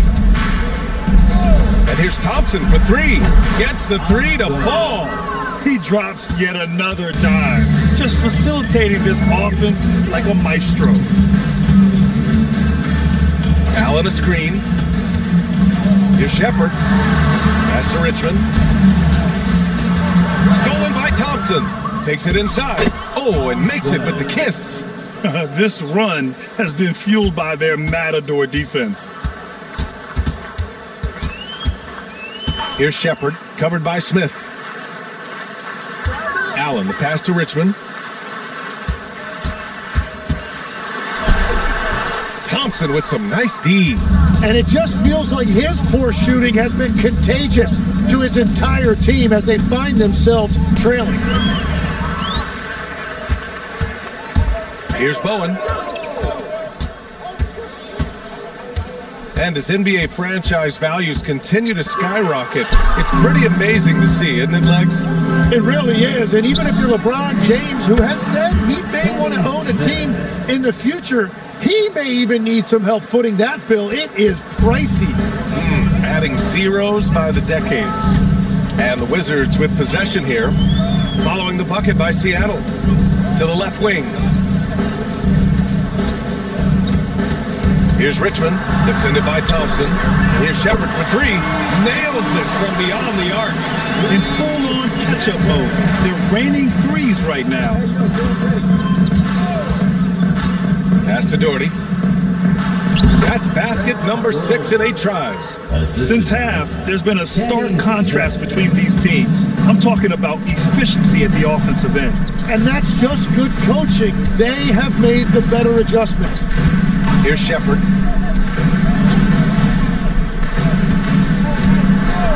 Here's Richmond, 5 to shoot. Shoots over Thompson. The shot by Richmond, no good. And at this point, the defense is daring him to shoot. Smith finds Reed. And Seattle tacks on 2 more. They've now had assists on each of their last 3 buckets. Pass to Bowen. Here's Shepard. Okay, Legs, I'm making you commissioner of the league for a day. You get 1 rule change. What is it? I think we have to look at a time limit on some of these replays. I know we want to get them right, but for me, if you're taking that long, it can disrupt the rhythm of the game. Totally agree. Both teams will make substitutions. Seattle on offense. They're on an 18-6 run. Pass to Smith. This one for 3. It's rebounded by Washington. Lambier's got rebound number 7 tonight. Here's Bowen. Here's Richmond. Shoots over Thompson. The shot by Richmond, no good. And they're +5 on the boards after that rebound. Pass to Johnson. For 3, Smith. Rebound, Washington.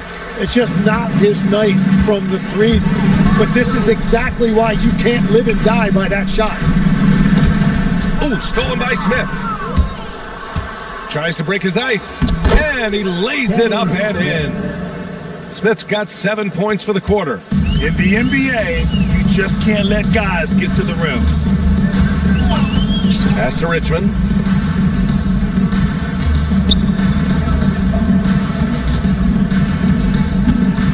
Well, Legs, being a GM in the NBA is a tough gig. What's the most important part of the job, in your opinion? You know, BA, evaluating talent is still the main responsibility of the job. That includes drafting, free agency, even selecting a coach. But then it's about building relationships, establishing communication, and culture. Ooh, sounds like a lot of qualifications that you have. Well, I'm pretty comfortable right here, if that's okay. Here's Ewing, following the bucket by Seattle, and he gets it to go. And his fantastic performance from the last game has carried over to tonight. When someone is rolling like this, just keep feeding him. That's just great coaching. Here's Battier. Seattle move the ball around. Doherty, the pass to Thompson. 4 on the clock. Pure from 3-point range. Well, the scoreboard tells you everything you need to know about this one. A great showing here for the Supersonics. They were the more accurate club, and in the end, that made the difference, Grant. Yeah, BA, you have to love their strategy. And even more, you love the execution. Looking at this year so far, this will make 22 wins for them. And it's Seattle with the ball, following the score by Washington. Outside Johnson. Thompson outside. Pass to Smith. And the three off target. And I don't think that's the shot they wanted him to take right now. He's not exactly on fire. And he gets the bucket. Got the ball right inside. Such a well-timed pass. Smith passes to Doherty. Now here's Johnson. The three is up. And again for three. He's been on the money from deep. Definitely. Looking to shoot as much as possible. Here's Richmond. Pass to Shepard. Lets the three fly. No good that time. So we see Seattle get the win here. To walk into enemy territory and deliver a performance like that says a lot about this squad. They really came in looking confident and didn't let anything shake them. This is what a dominant team looks like. And that'll wrap it up, folks. For Grant Hill, Tim Legler, and Ali LaForce, this is Brian Anderson, thanking you for watching this 2K Sports presentation. And before we go, we'll leave you with our player of the game.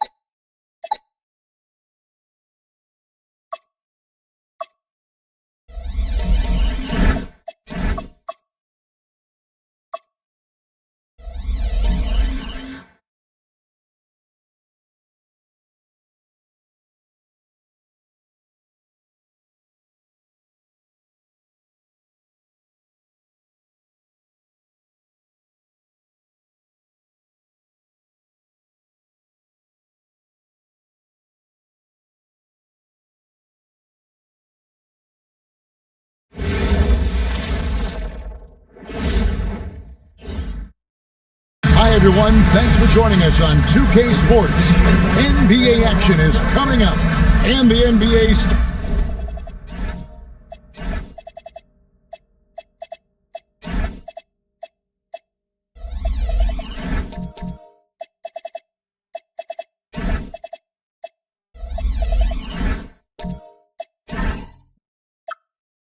Starting break, you enter the third act of the regular season. A lot of teams looking for that extra gear right now. Yeah, some fans might think that everything is decided at this point of the season, but there's a lot of games left and nothing is written in stone. And a look at the starters for the Hornets. They've got Bird, Joel Embiid out there with Garnett, and it's Rose. Garnett outside. 5 to shoot. Charlotte needs to get a shot. Fires the 3. Rebound by Yao. Here's Davis. Yao with a screen on Rose. Davis, the pass to Yao, and the layup's good off the glass. And just what we want to see from Yao, setting solid screens and helping out. Embiid kicks to Rose. Nice pass in here by Charlotte. Basket good.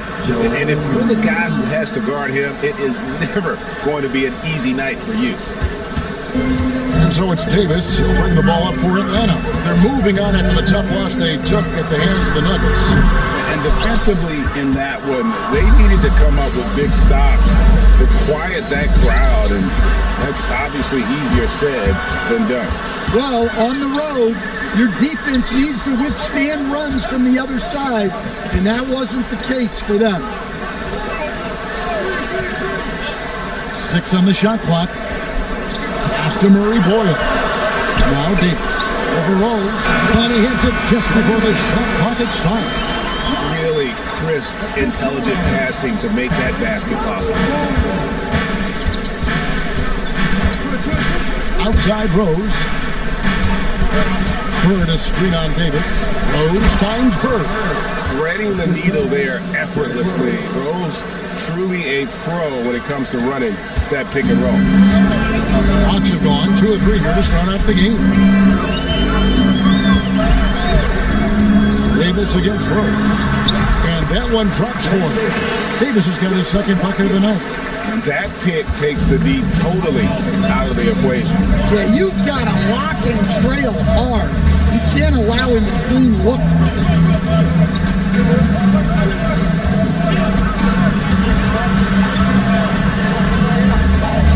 And it's blocked.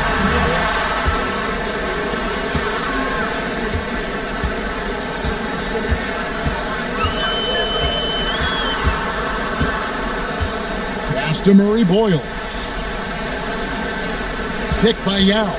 Lets it go from deep. And the rebound goes to the Hornets. In this matchup with the Hawks, it's their first meeting of the season. And they won the season series against this club last year, but then again, so did a lot of other teams.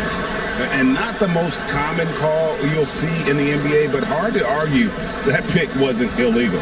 Yeah, and that's maybe something that should be called more.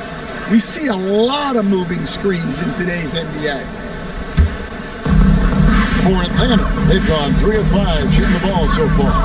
So, GA Coach Charles Lee of the Hornets, spending a decade as an NBA assistant coach. He has really paid his dues. He spent 4 years with the Hawks, 5 in Milwaukee, part of that title team, 1 in Boston as well, another title. So he's been a part of winning, now trying to translate that to Charlotte. There's a screen. Down low. It's good. He makes his first shot of the game. Hornets trail by 4. Now Rose. Still scoreless.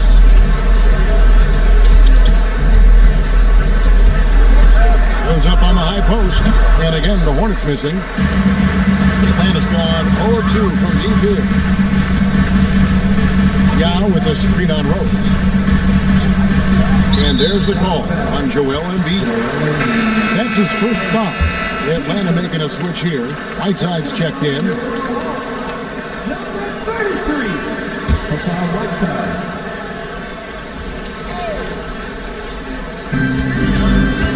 Pass to Van Arsdale. And the foul called on Larry Bird. That is his first foul of the game.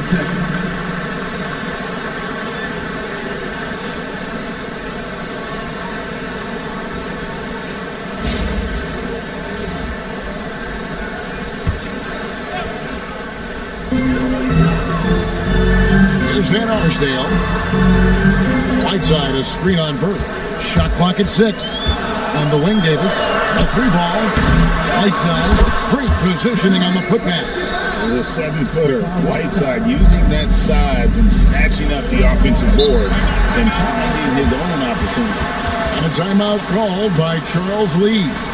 He's going to make some adjustments to the game plan.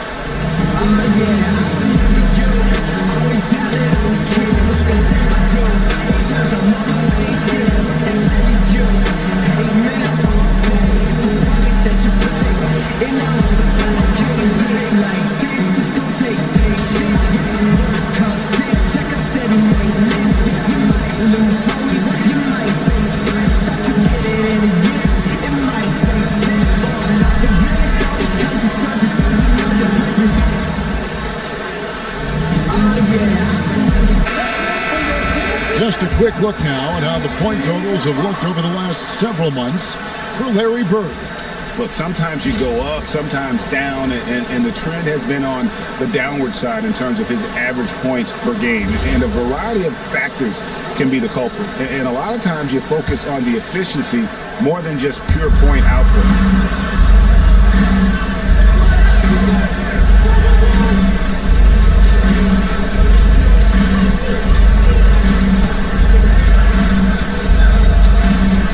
Over in the corner, Rose. Over Davis. And again, the Hornets missing. The Hawks leading by 6. There's the pick to the middle. His shot is good, making him a perfect 2 for 2 from the floor. And their offense already in a flow. Some stellar shooting to jump out to this league. Outside Rose. Another miss, and they desperately need a bucket. This hasn't been his quarter so far. He's really struggling to get going. On the wing, Davis. He's covered by Rose. And there's the call on Joel Embiid. That's foul number 2 for him. So it's both teams making substitutions here.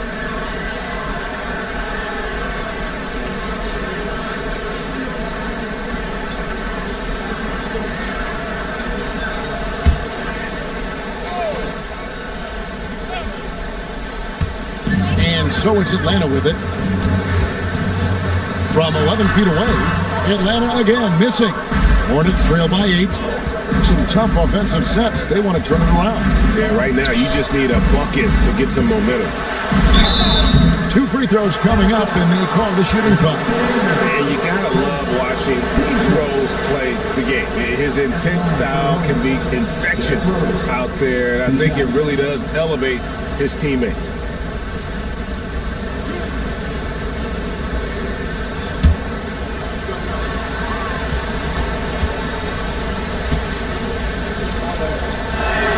First one falls for him. And the Hornets making a change here. Pickett's checked in.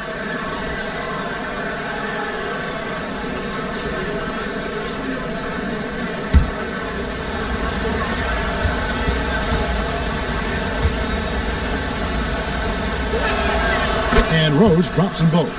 You really don't even have to watch him at the line. Just listen for the net. Pass to Koulibaly. Back to Murray. Right side sets the pick for Murray. And they call the foul, so a chance at the line for one more coming up. How about the concentration? He gets hit, but stays with the play and gets the finish. The Hawks shooting their first free throw of the night. Find the lanes. Find the lanes. One shot. One shot.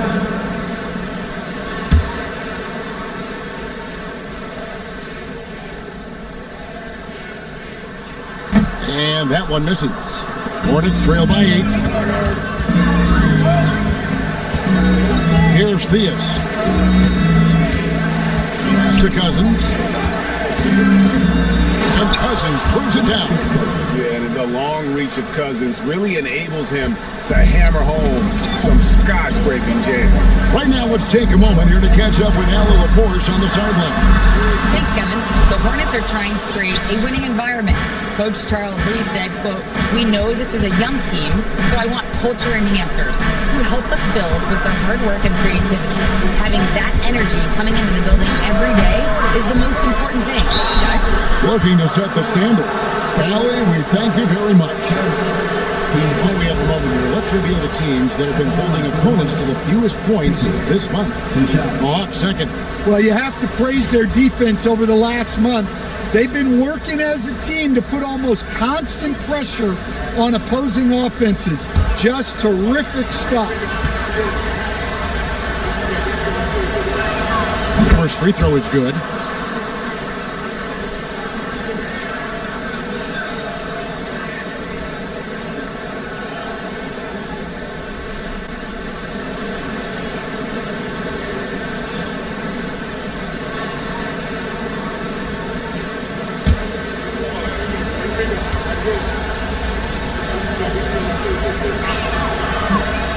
On that one, so he goes 1 for 2 at the line.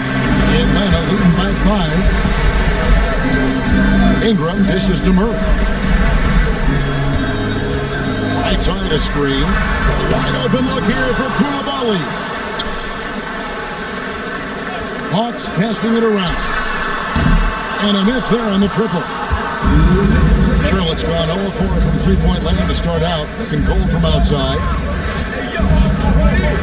Rose goes in. Over Koulibaly. And the shot falls short this time. Well, this period, he's been his own worst enemy, and now he's pressing.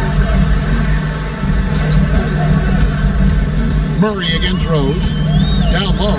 Right side. And the rejection by Cousins. Pass to Rose. 1:19 left to play in the first. And the explosiveness of Rose, quick on the drive. That's why you see him getting fouled. The Hornets have shot 75% of the line tonight, going 3 for 4. Yeah, and over the course of the season, they're a respectable 78%. That comes in handy in close games.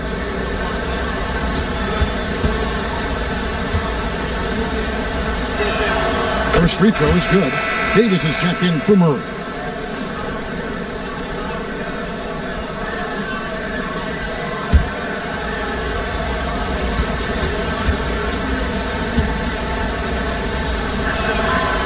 Both free throws good for Rose. So for the Hornets, their last game, a win against the Grizzlies in Memphis. Mental toughness on the road. The arena was rocking, but they just got down to business and never let up. Nothing is better than winning on the road in this league. It's so difficult. You savor every one of those. It's Miller on the wing. Started by Davis. Miller kicks to Rose. 6 on the shot clock. Cousins with a screen on Griffin. Cousins, the pass to Theus. And they're unable to get the time basket there. 5 seconds separating the shot and game clocks. Out of bounds. Charlotte takes possession. And a misconnection there. Fans guarding their beverages. That's a pass he'd like back for sure.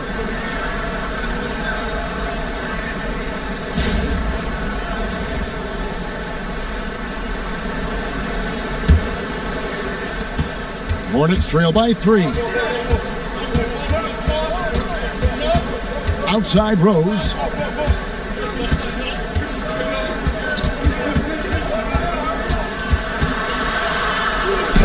And the shot is good.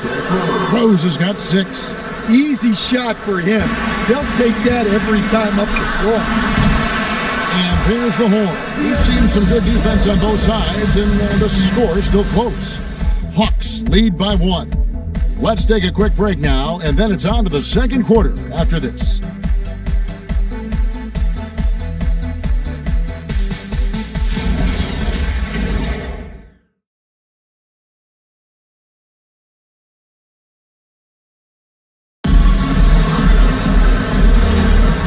Getting going again here in the second quarter. Fairly close game so far.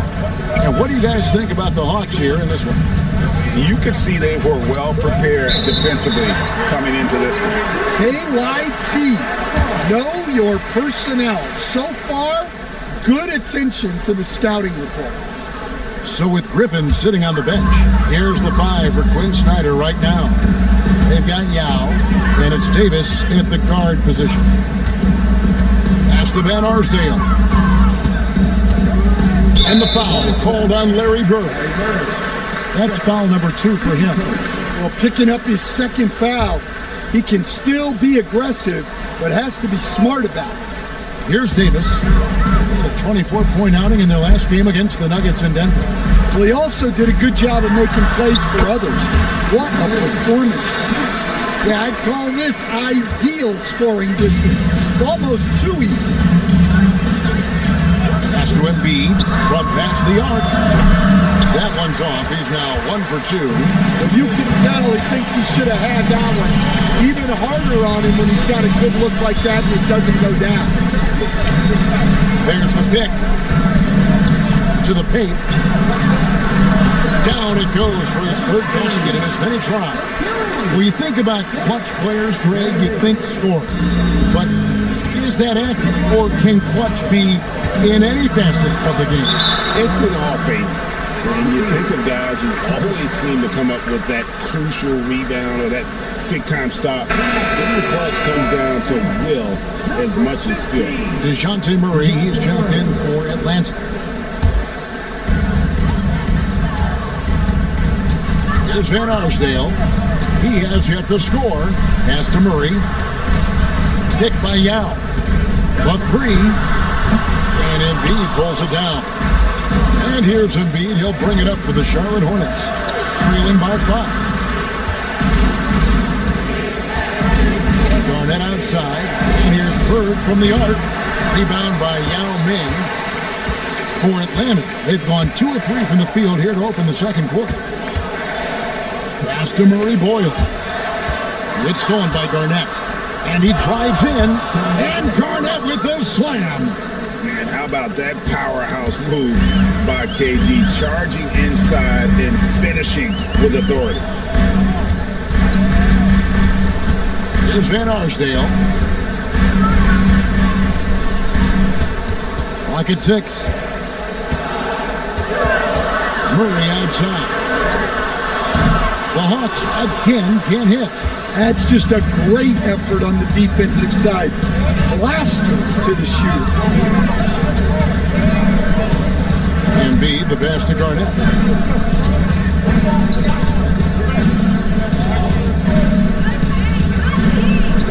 And here's Bird for 3. Rebound by Murray.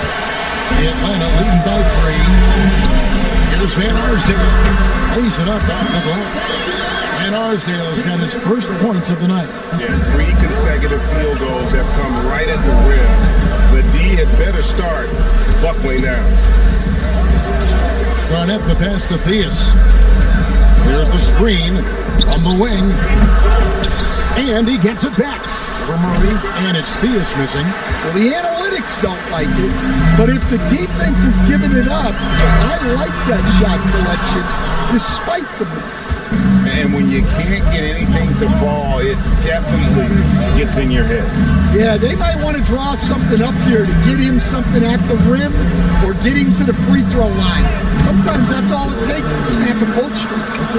Looming large on the interior. Embiid hard to deny. And Quinn Snyder wants a timeout.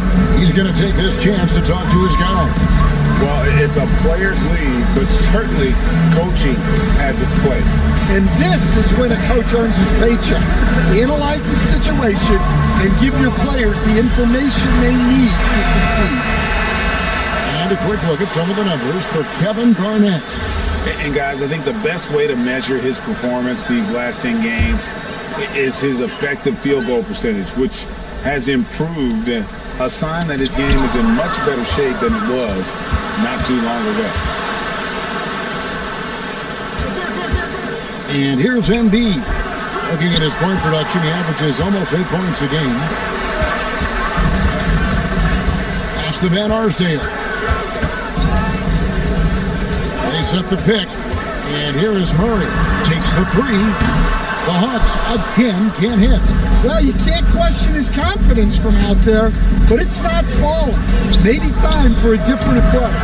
Kept alive. Oh, Embiid, too tough inside. Again and again, they're dissecting the defense and creating those high percentage looks from inside. To the inside. Stolen by Bird. Lets it fly, and they cash in right away with the quick shot. And the Hornets lead by 1. And an important part of every team's game, we'll look at the hustle stats for sure. Well, the coaching staff has to be happy with how active they've been defensively, forcing turnovers and making the offense uncomfortable. And guys, they've also done a great job generating offense from their defense, forcing turnovers and making the defense pay for those mistakes. And a timeout called by Charles Lee. This now will give him a chance to discuss some potential changes.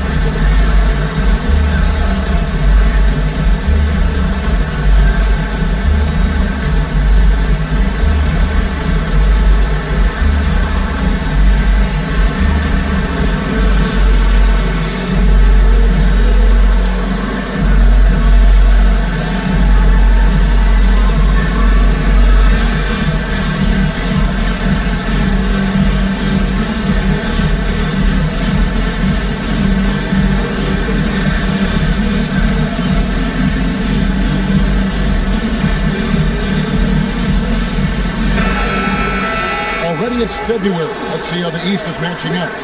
Taking a look at Charlotte, they're good enough for 8th place in the conference right now, looking to hold on to that. And, of course, Atlanta, a game and a half out.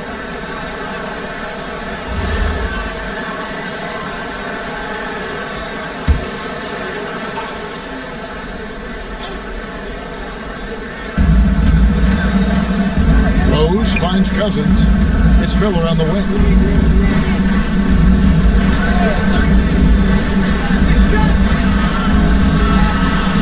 Just 5 on the clock. The 11-footer. And the rebound goes to Griffin. Yeah, that's a missed opportunity. Great look. Just couldn't finish. Inside. And stolen by Cousins. Pass to Rose. Koulibaly with the steal. Now here's Griffin. He's guarded by Cousins. Miller against Davis. And Davis throws it down. That's a stomach punch, guys. Turn it over and give him a free run to the bucket. Oh, you're so right. No question who has the momentum now. A sequence like that really does sting. I'll tell you that much. And Rose wide open. He shoots. Good. And it's Cousins picking up the assist. Rose has got the game tied up here for the Hornets. And it's Davis with the ball for the Hawks. To the inside. And a beautiful feed leads to a monster jam. Go into the rack with energy and the D afraid to cut him off. Yeah, gotta chalk that one up to some shaky defending. And with the score as close as it is, these are the opportunities you truly can't allow. 6 to shoot. The 9-foot shot. And he gets the whistle. 2 free throws coming up. And here's the upcoming schedule for Charlotte. On Friday, they'll take on kckVSjazz and the Oklahoma City Thunder. And then on Tuesday, they'll face off against Scotty Barnes and the Orlando Magic. And looking at the schedule, it isn't ideal in terms of the upcoming games with the amount of quality teams they're going to be playing, but it's also a good chance for you to get some confidence and really see just how good you are. Hawks making a switch here.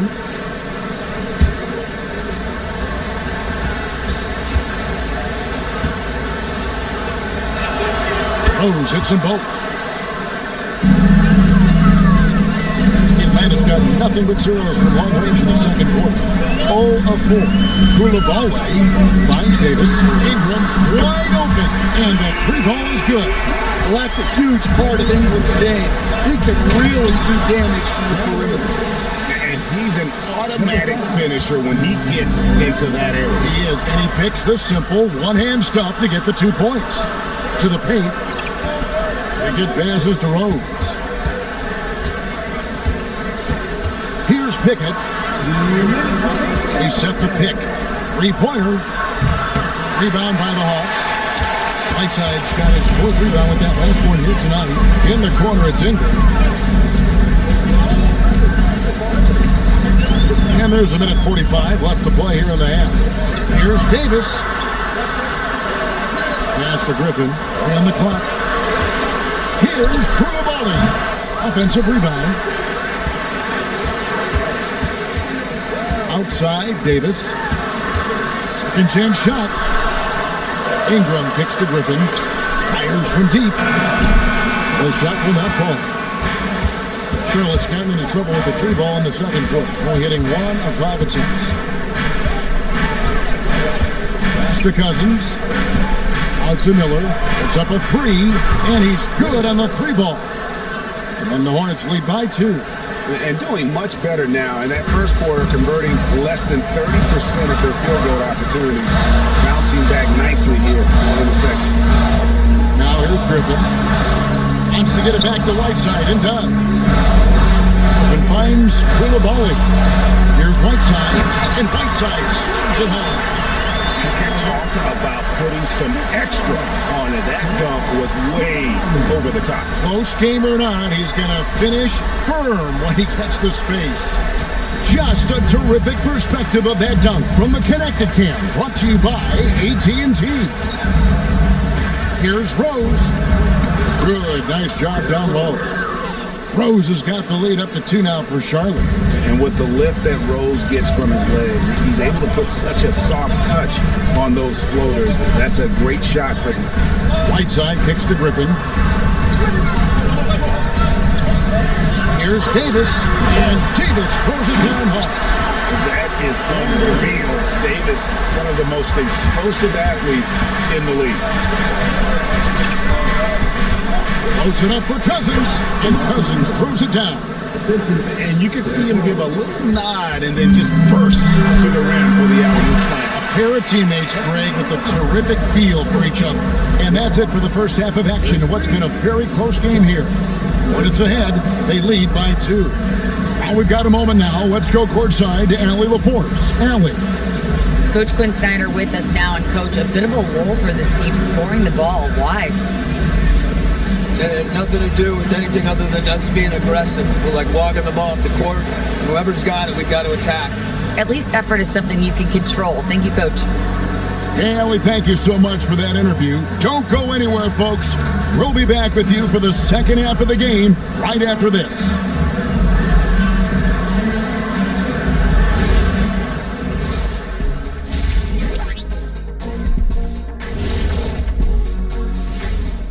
Welcome, folks. It's halftime, and the Charlotte Hornets are in the midst of a very close game. Playing well on the road can be very difficult. They're doing a good job despite the challenges. Away from home, they aren't letting the crowd get into their heads. In fact, they've looked comfortable at times. Let's turn our attention to the three-point shootout and highlight some of the top candidates. So many potential winners here. I'm looking into my crystal ball, but it's cloudy. I just can't figure it out, guys. We know who the favorite will be, Shaq. Stop it. We know the 4 or 5 guys who will challenge him. After that, it's anyone's guess. That'll do it for our show tonight. Thanks for joining us, and we'll send you back to Kevin Harlan for more hoops action.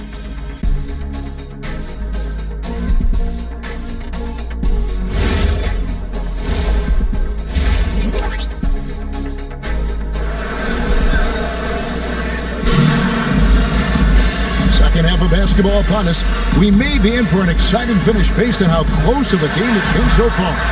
Fantastic game from Derrick Rose in this one. Yeah, I don't think he'll top the assist charts this year, but early on he's done a great job of keeping the ball hopping around. Yeah, and I'm a little surprised, but he's been focused on passing the ball. You gotta give him credit. And so it's Rose who brings the ball up for the Charlotte Hornets. The lead is 2 on the court for the Hornets. Garnett is out there with Embiid, and it's Rose, and it's Bird. Bird playing big in there. Wow! They are just killing him on the interior. Outside, Davis. Down low. Oh, and that one, no question, powered it down. That's just a great pass. Excellent vision to see the open spot in the defense and lead it to the score. Bounce pass from Rose.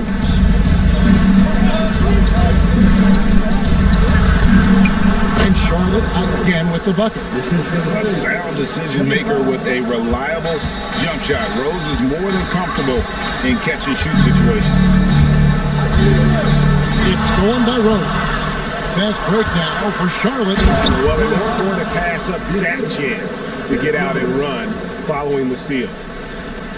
The Hawks trail by 6. Yao with a screen on Rose. Knocked away. Stolen by Rose. And Baron Davis picks up the foul. That'll be his second foul of the game.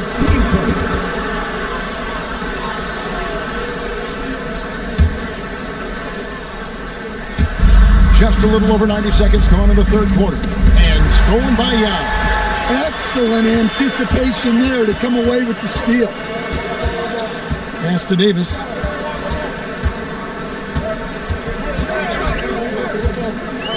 Here's Van Arsdale. 6 on the shot clock. Yes, once again, remains perfect. 6 attempts and 6 hits. And you gotta love the big bucket in the paint in this sort of a grinded out game.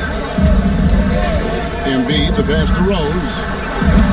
No good from outside. Well, that one didn't fall, but otherwise they've been excellent shooting the ball to start this half. Not quite 2.5 minutes played here in the second half.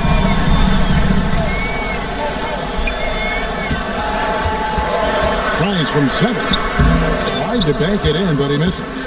Charlotte leading by 4. Embiid, the pass to Rose. That's good, and that's Embiid with the assist. 3 points. Rose has got 18 points. You know, they've hit the ground running to begin this second half. 4 for 5 so far. And Quinn Snyder wants a timeout. Coach needs a moment to talk things over.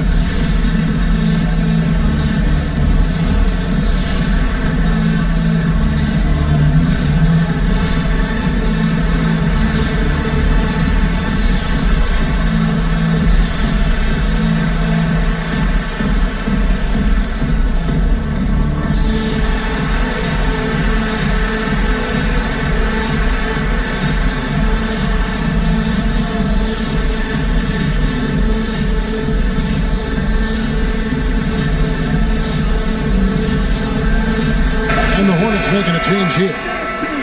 This pause in the action gives us a chance to see the teams that have scored the most points off turnovers this month. The Hornets fourth. They're taking advantage of every mistake that their opponents are making. I mean, they're really converting points off those turnovers. Banked in off the glass. He's got 14. And that's what the pump fake's there for. Get your man off his feet and drive right around him. From deep three-point land. Hornets keep it alive.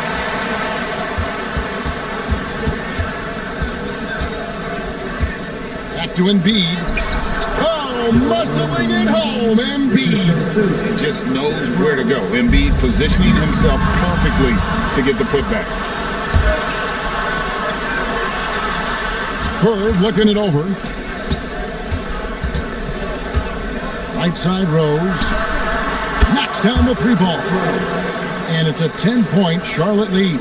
Really in a good position thanks to the accuracy from beyond. Davis against Rose. Shot from 16. Count it. Davis has got 10 points. Yeah, this is when they need to lean on him more. Get him the ball and let him build some momentum. Rose passes to Theus. Back to Rose. Wide open look. And Charlotte again with the bucket. Yeah, this quarter's all about him. He's just dominating at the offensive end. Pass to Murray Boyle. To the middle. Power down after the assist. Let him into the lane. Man, that's a little lack of fight at the defensive end. Absolutely. At least on that slam, you're right. That's one way to let a team back in the game. Yeah, but also credit the offense there. That's making a play when you really need it, and they need more of it. Drives to the hoop, and he jams it with authority. And I gotta say, sort of surprising he goes for a slam that difficult when they're trailing. But still, a magnificent move to the rim. And another look at that last play with the AT&T connected cam. Rose passes to Garnett. Here's Theus. Scoreless thus far. Here's Rose.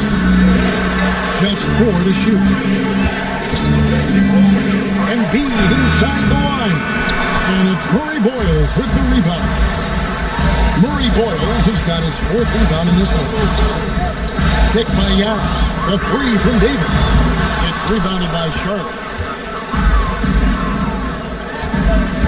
The kick out to Rose. Pass to Garnett. Charlotte moving the ball around. Larry Bird with the slam. Well, he can play the 4 because he gets off the ground so well. Now here's Davis. 10 points for him.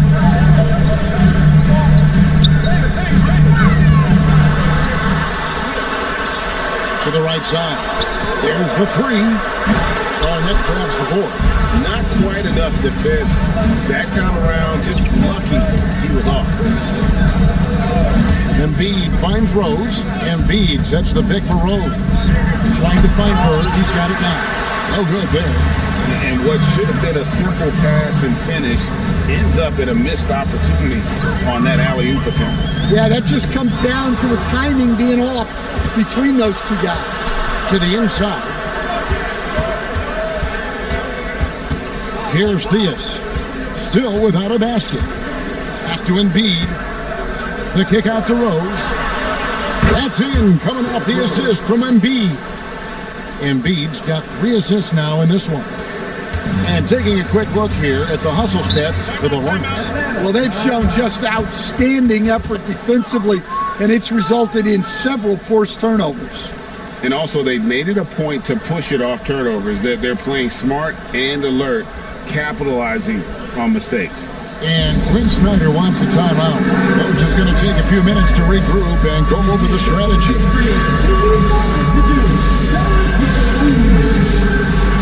Atlanta making a switch here. Ingram's checked in. Substitution on the board.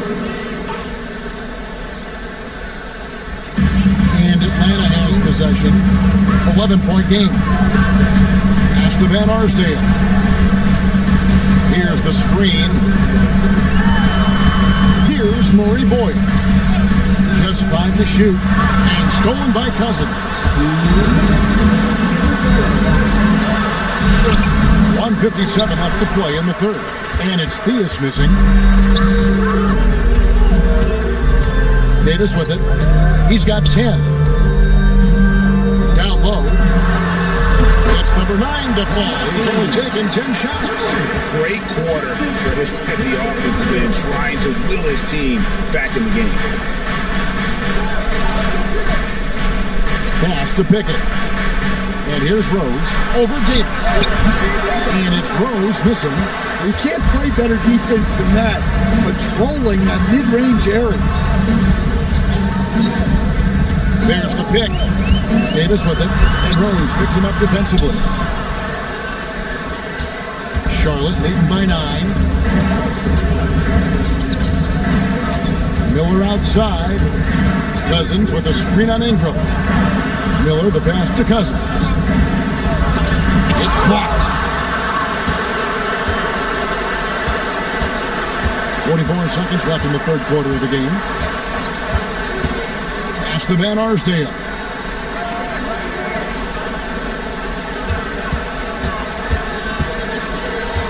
Outside, Davis. Over Theus. That's a 6th field goal today. That makes him now 6 for 11. And that assist got him a little nod from his teammate after that one. Rose scanning the floor.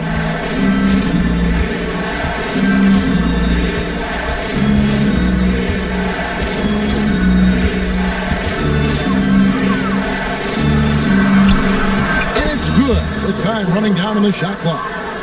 Rose has got 28. Well, he's been a lot of their offense, and the numbers certainly show it. And we've reached the end of the third. Hornets lead by 9. And time for the short break, and stay right where you are. The fourth quarter is coming up next.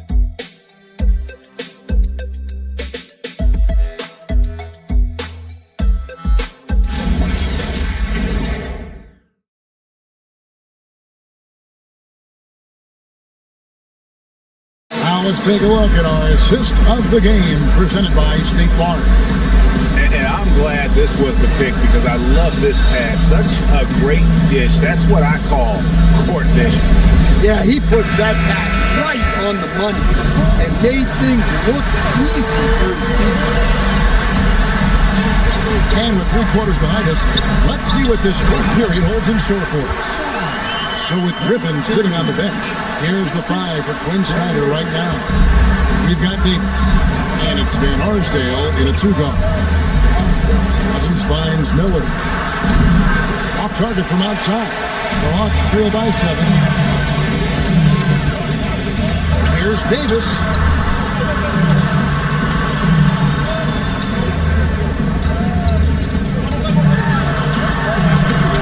It's not going to go for him. Some solid defense from Rose. Inside, here's Pickett. Got him with the pump fake, but couldn't finish. Outside, Davis. For 3. Rebounded by Pickett. Pickett's got his 4th rebound with that last one here tonight. Cousins, the lead pass was put in just the right spot. Only one thing on his mind when Cousins has the ball. In that position, he's going to finish. Davis against Rose. 3-pointer. It's rebounded by Charlotte. Cousins has got his 4th rebound in this one. Here's Miller. And it's Murray Boyles with the rebound. Murray Boyles has got 7 rebounds in the game. Castellano lays it up and banks it in. 6 points, 3 out. And they had assists down their last 3 baskets. Cousins with a screen on Davis. And it's Rose missing. The Hawks trail by 7. Outside, Davis. Hawks passing it around. Here's Yao. The Hornets pull it in. Outside Rose. A floater. Bucket is good. Rose has got 17 now, just in the second half. Well, he's been nothing short of fantastic this game, and he has his team in a great spot as this thing winds down. Here's Murray Boyd. And a fast break now for the Hornets. Pulls up. His shot, no good. And it's Davis with the ball for the Hawks. Here in the fourth, they've allowed just 4 points. And stolen by Miller. To the paint, stolen. Now here is Davis. Got a lot of room. Pass to Van Arsdale. Like at 6. Here's Yao. Miller grabs the miss. That's a defender doing just enough to cause a miss on the layup. Now here's Rose. Tight defense on him. Charlotte no good that time either. The Hawks trail by 9.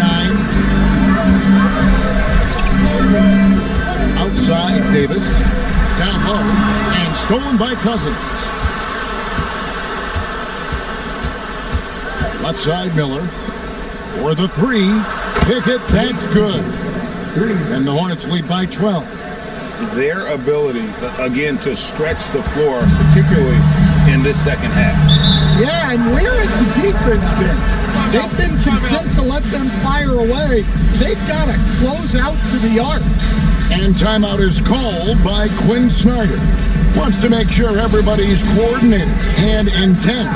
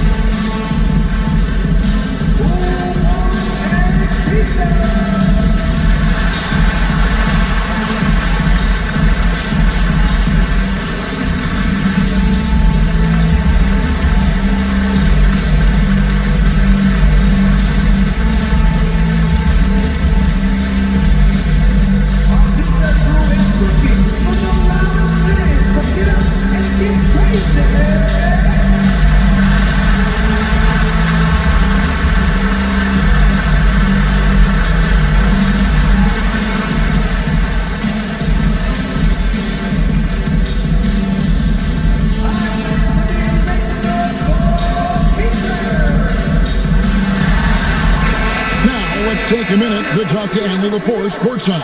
Allie. Well, Quinn Snyder had some words for his team over the break.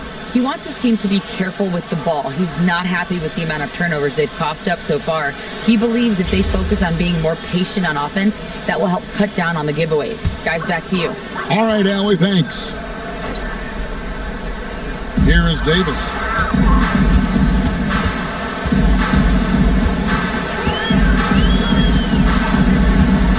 To Van Arsdale. Shot clock at 5. To end the cold streak. And a lot of contact on that one, so he'll shoot 2 here. That's on Kevin Garnett. At the line for 2, number 3.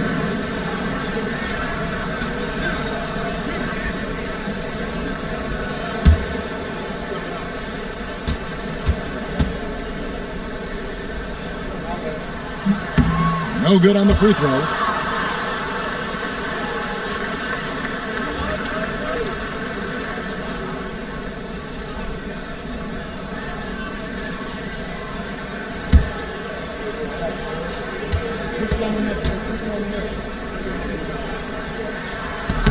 Good on the second free throw. Hornets leading by 11. Steps back, out to Bird. Garnett with the screen for Bird. Inside, and it's blocked. Pass to Davis.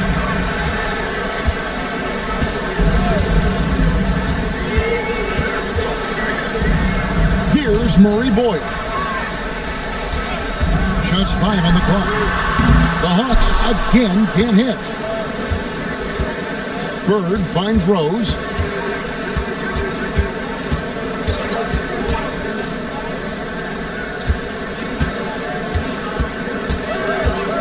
He takes it in.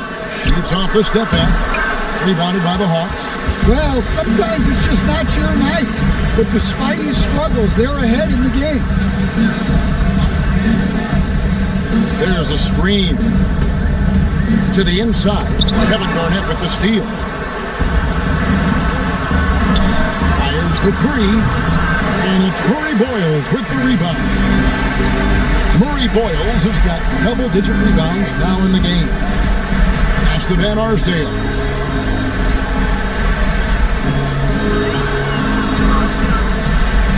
Garnett with the steal. Here's Rose. He's guarded by Davis. Oh, took the contact and tried to throw it down over the top, but instead he'll shoot free throws. And we know how good Embiid is at drawing fouls, especially in the painted area. He welcomes the contact. Shooting 2.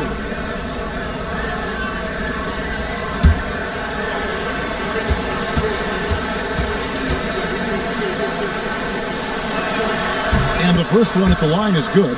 Better than most centers from the line. Embiid exceptional with his hands.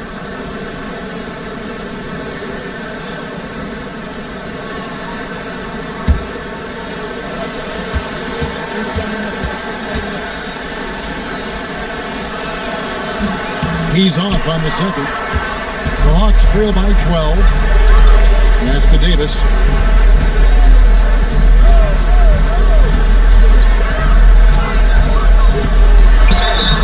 And the call on the shot that sends him to the line. It's on Larry Bird. And you can see the respect that the defense has for Davis's jumper. They just got a little too aggressive on that contest.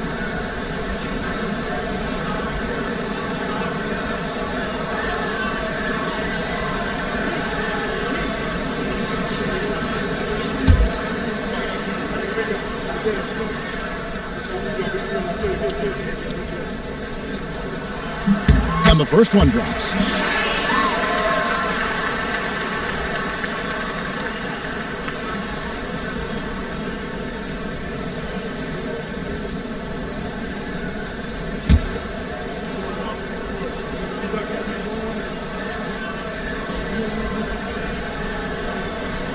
He hits both from the stripe. Hornets leading by 10. Outside Rose. Embiid with a screen on Davis to the left wing. Shot clock at 6. Shoots it up. And he misses the J. Well, clearly it hasn't been his best game offensively, but collectively, they've still found a way to get the lead.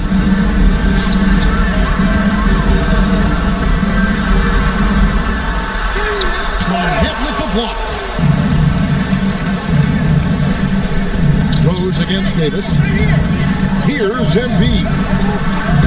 Nice use of the glass on the finish. And Matador defense, that's one of the easiest shots he is ever going to see. An unorganized defense like that is not going to help them close this deficit. And timeout is called by Quinn Snyder. There was no hesitating. He wants to talk to the team right now.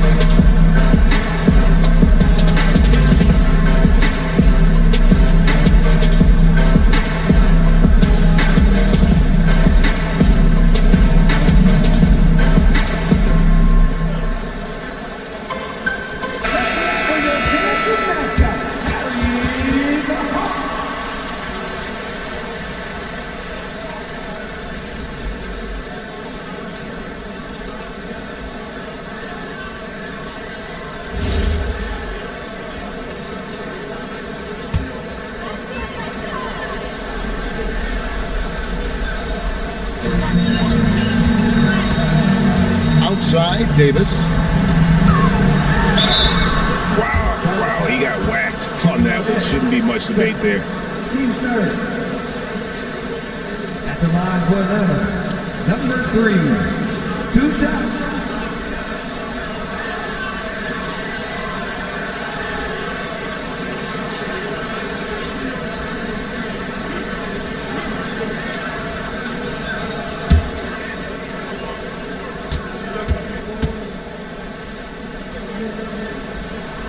And he knocks down the first one.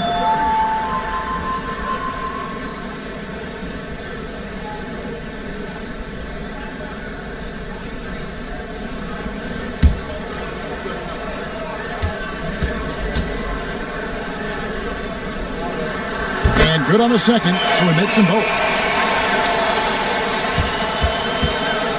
Now Rose. Outside Bird. Outside Garnett. 6 to shoot. The 3 doesn't go. The Hawks trail by 10. Davis fires. Missed on the 3. Wow, what a rough second half for him shooting the basketball. Maybe you adopt a pass-first mentality at this point. Outside Bird. Puts up the 3. Can't get it to go. Time running out for the Hawks. Now Davis. Oh, great touch off the pass. Well, they have to be thrilled with how reliable he's been tonight. And here's Embiid. He'll bring it up for the Hornets. Bird, a screen on Davis. Now Bird. For 3. The 3 goes down. And it looks like just playing the last bit of this one out in what should be a nice win here for the Hornets. I think the attitude was very impressive. Definitely a competitive game, and they fought through it each step of the way. Absolutely. They put on a tremendous performance in terms of the effort and intensity. This was a well-deserved win. And so that moves their record to 11 wins on the year. And we watched one guy all night long, guys, and looking at the stats just confirms what a dominant game he had. What a night tonight it was for Derrick Rose. He was doing everything right, and the points came in bunches. Definitely had the hot hand. Latzer's a 3. Embiid with the rebound. And so it's Charlotte with it. They're leading by 8.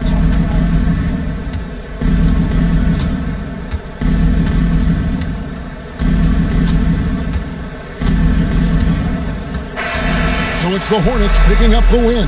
This was a very strong showing for him, Greg. Not necessarily a runaway win, but one they'll feel very good about. And let's face it, anytime you can go on the road and win in the fashion they did, you have to feel good about it.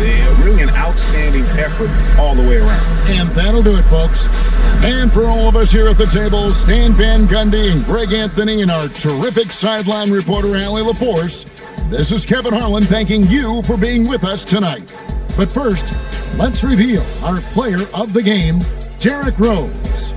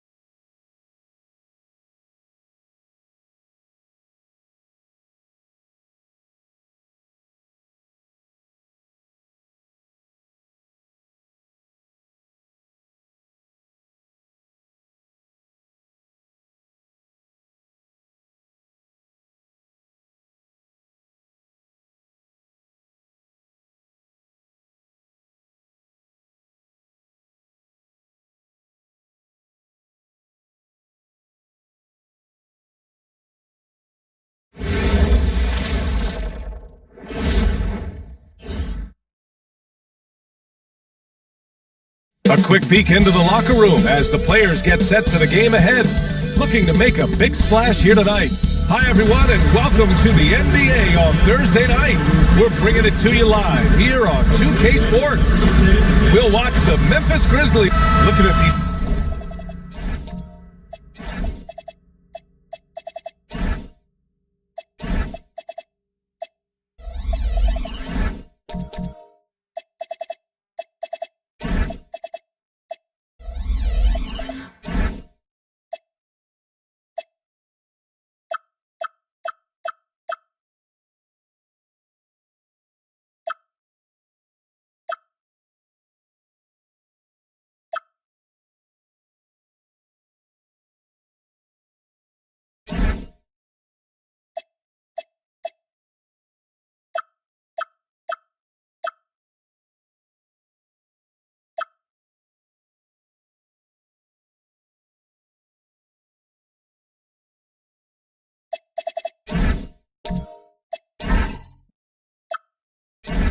Teams tonight, Richard, they are half-court teams, tend to grind out possessions.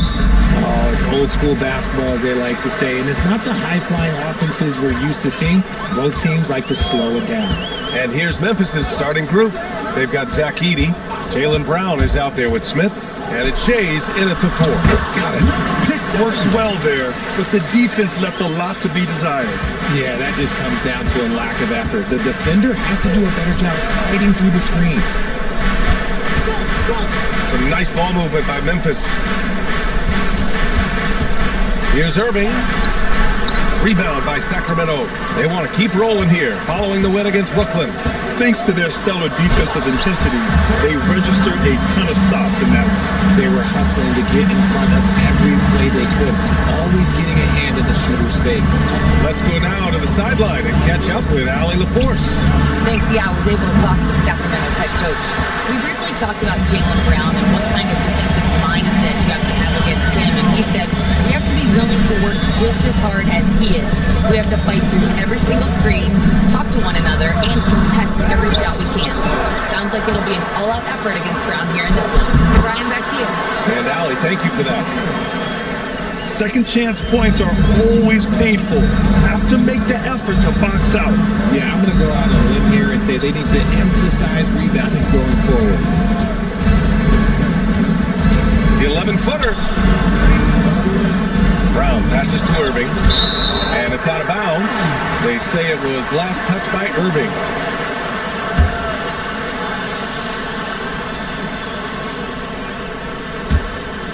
Here's Boosie.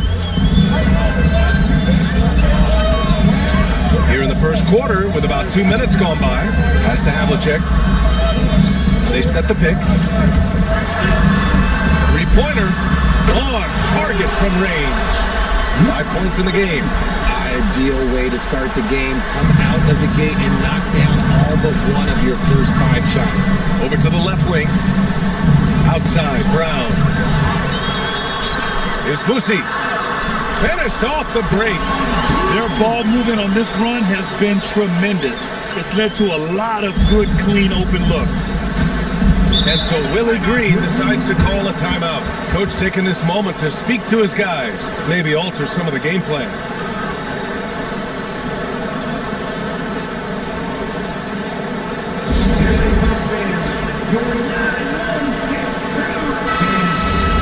Now we get a chance to check some stats for him. He's been playing a larger role in their offense over the past 5 games. And we see that in his usage rate, which has gone up during that stretch. We'll see if they continue to lean on him here tonight. Pass to Shays. Here's Irving. Just 5 to shoot. To stop the run. Here's Edey. And a good offensive board, and he gets the bucket. Well, it took them 5 tries, but they showed they can make a basket, I guess. Here's Petrovic. He's guarded by Irving. Petrovic shot is off. Grizzlies trail by 9. To the inside. Here's Shays. Always a nice way to start. Makes his first one. Just taking it right to the rim, and no one was there to greet him. Easy possessions like that literally are just a gift. You just dream of them. You will gladly take those.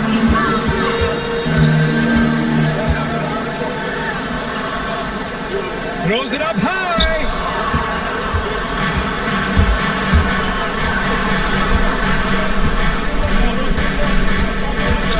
Edie with a screen on Ibaka.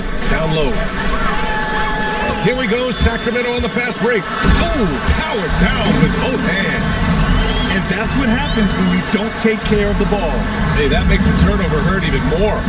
We know mistakes lead to breaks. That's just textbook right there. Smith outside. To the inside. Here's Edie. And he's going to the line for two. The official saw contact while he was going up. Man, he made sure to get his money's worth on that foul. All right, guys, let's get your take on the scoring breakdown for Sacramento.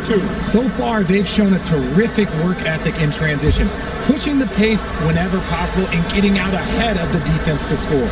And also their pressure defense is paying dividends tonight, turning them over and getting out in the open floor and running.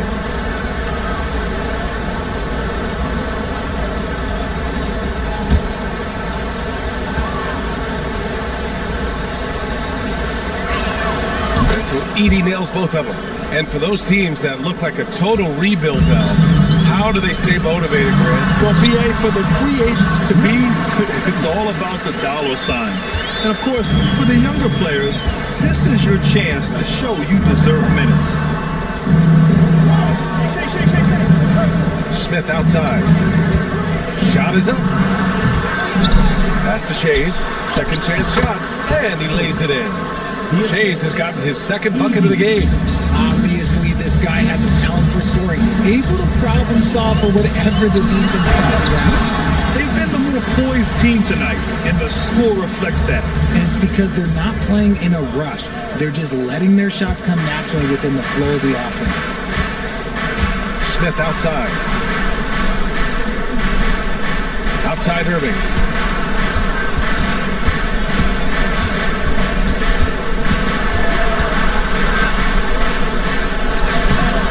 Petrovic with a rebound. Some people could say he's struggling on offense this period. I like to think of more of drowning. Just can't seem to find his confidence. Pass to Ibaka. Sacramento passing it around. 6 to shoot. Here's Busey. He drops it from range. Busey's got 5 now. Oh, I like their energy coming in. Terrific execution so far. Couldn't come up with a much better start than this. They just have to keep it going. A line change here for Memphis. Pass to Williamson.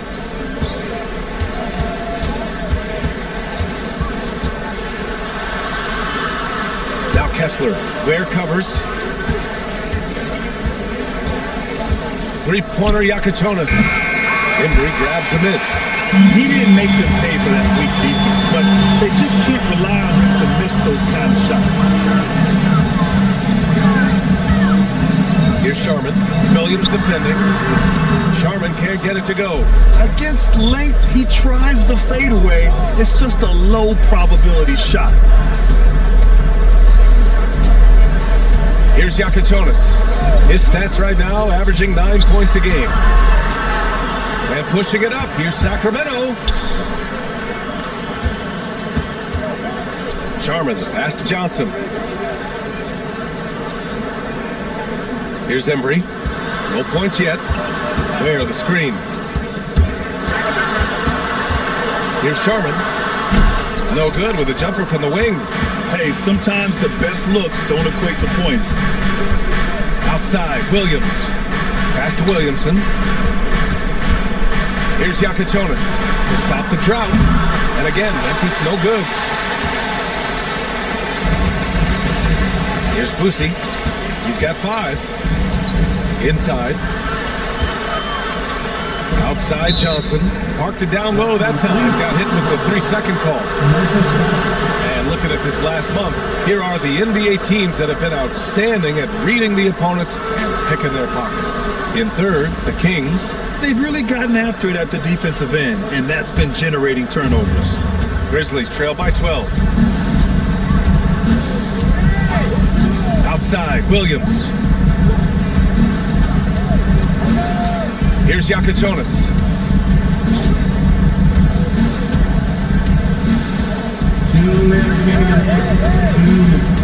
Lets it fly. And again, it's Memphis missing. Sacramento leading by 12. Has to Ware. And he dunks it. What a pass to set him up. So far, they're owning both ends of the floor. We'll see if they can keep this going. They came out and bum rushed them. Huge difference in activity level from both teams tonight. Williamson looking around.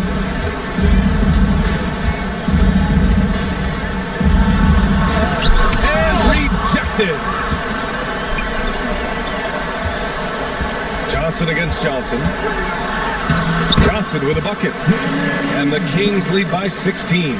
You can't help but look toward their defense. They're totally lost. Pass to Kessler.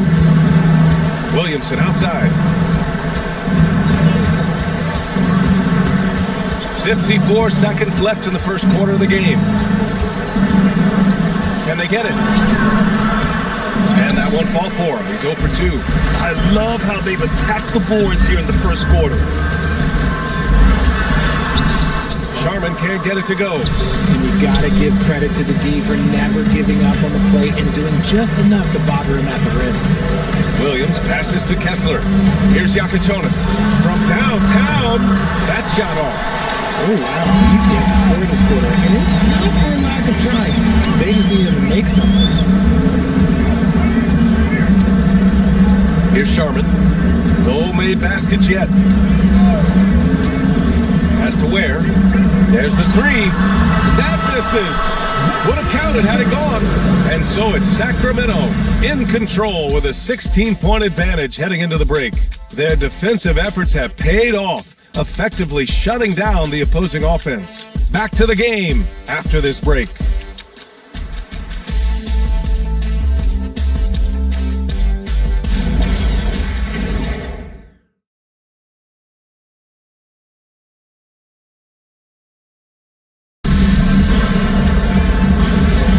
And so far through one quarter, it's been a lopsided game. We'll see if that changes here in the second.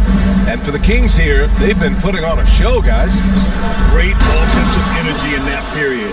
They're clearly on a mission. Can they keep up the pace? Who knows, but they're already in a great position to win this one. They've got Serge Ibaka, and it's Petrovic in at the 3 spot. That's the 5 to begin the second quarter for the Kings. He's been playing great, unselfish basketball, really putting the rock in the hands of the right shooters. His court vision has been on display in this one. He's doing a tremendous job just orchestrating the offense beautifully. Kept alive. Pass to Yakachonis. The three-pointer off the mark. Oh, man, he can't get anything to fall. You can feel his frustration. Yeah, right now, he's just in his own head. Not much you can do to try and push through it.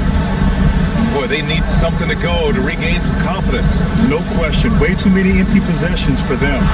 It's blocked! And they're able to recover. The shot by Yakachonis no good. This is a game he'd like to forget. And the worst part is bringing down the whole squad.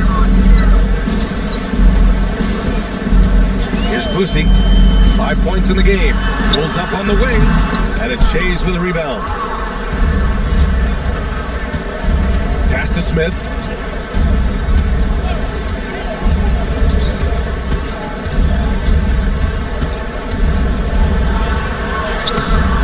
Another missed shot. He's 1 of 5. Looking shaky out there. Okay, let's just say it. This has been an ugly quarter for him. Not quite a break a mirror ugly, but it's getting there. Fires the 3. Drops in the 3. 12 points for him. I guess that defense thought they could live with that, and he punished them for thinking so. And so Willie Green decides to call a timeout. He's going to talk it over with his guys. And one thing about this game, Grant, on any given night, you can see an upset. Yeah, I mean, BA, it just shows how hard it is to be consistent night in and night out. Every team in the league has quality players. So if you're off your game even just a little, that could be enough to lose it for you.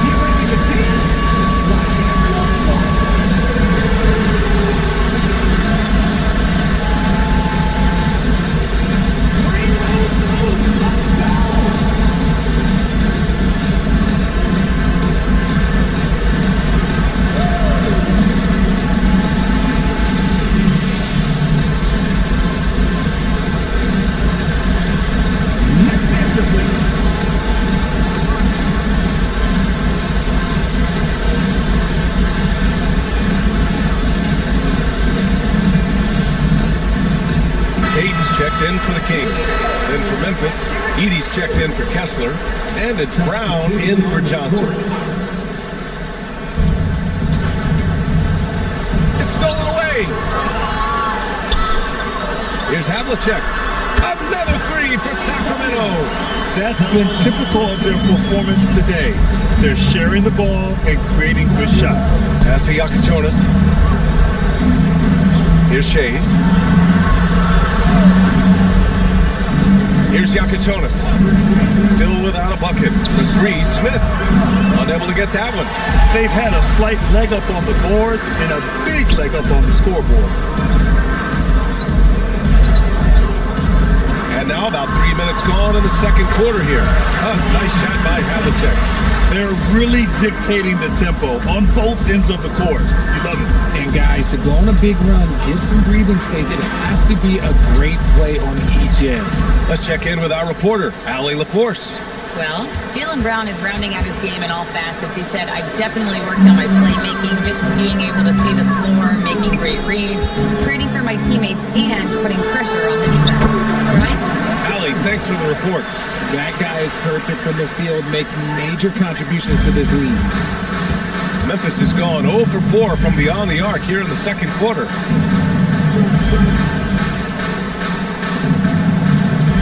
Pass to Brown to stop the drought. Petrovic with a rebound. Yeah, they just can't seem to end the drought no matter where they shoot it from. This is snowballing for them. They've got to get a good look next time down. They're punishing those late defensive rotations, getting good looks inside throughout the half. Here's Yakichonis. Outside, Brown. That three's off the mark. Here's Petrovic, covered by Smith. Pass to Ibaka. Sacramento passing it around. The fader. The rebound by Edey. Edey's got 4 rebounds now. They're searching for a way to score. Yeah, buckets have been very tough to come by. Now here's Smith. Defense right on him. Just 5 on the clock. And there's a whistle. He'll head to the line to shoot 2. Everyone in the building saw the obvious contact. Memphis shooting their 3rd and 4th free throw shots of the night. The Grizzlies. Smith, 2 shots. Shooting 2.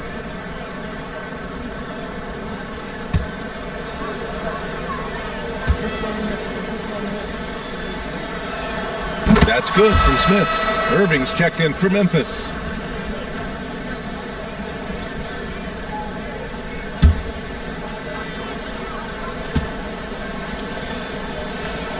Smith hits them both. And it's Sacramento's ball. They've gone on a 16-2 run, not allowing much. And the basket is good. He's got 16. Man, he's on fire. Playing patient basketball, not forcing shots. Pass to Irving.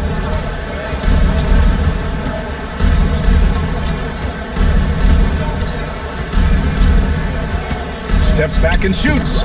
Here's Edey. Back to Smith. Irving for 3. And again, it's Memphis missing. I'll tell you what, they've rebounded the ball tremendously well.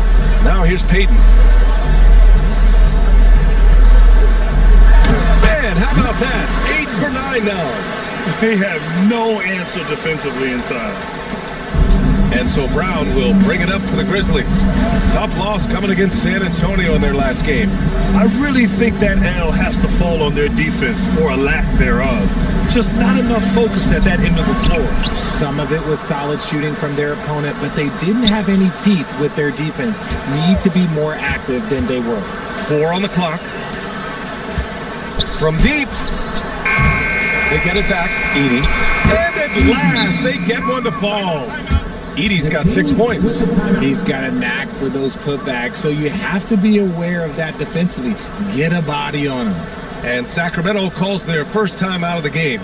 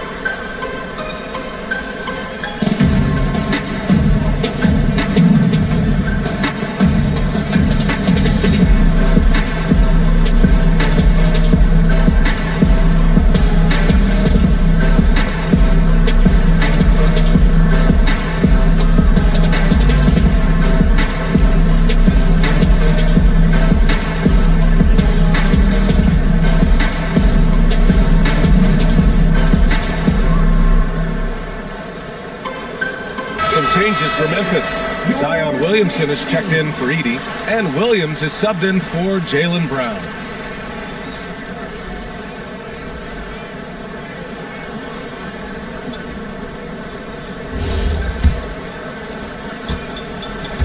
And it's Sacramento's ball. They're on a 20-4 run. Here's Havlicek. Williams defending. And stolen by Williamson. And the Grizzlies pushing it up now. Here's Irving. That's good. And it's Williamson with the assist. Irving's gotten his first bucket of the night. You can tell Zion values sharing the ball. He knows he can't win it alone out there. Well, Grant, how do you slow down Zion Williamson? Oh, glad I didn't have to, B.A. Obviously, you've got to play him for the drive and keep him in front of you. And when he gets anywhere near the paint, you have to bring the help. Just 3 to shoot. Sharman. Memphis with a rebound. This, of course, their first opportunity to play Sacramento this season. Pass to Williamson. Ooh, anticipated the pass. It's a turnover. Here's Sharman. Oh, and there's the whistle on the shot. So 2 free throws for him coming up. First personal foul. The officials were right on top of that one. Sacramento shooting their initial free throws of the game here.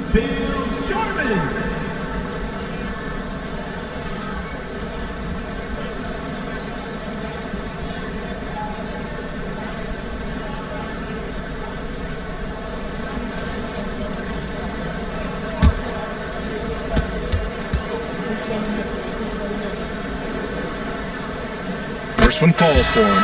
Kessler, he's checked in for Memphis. Johnson comes in for Smith.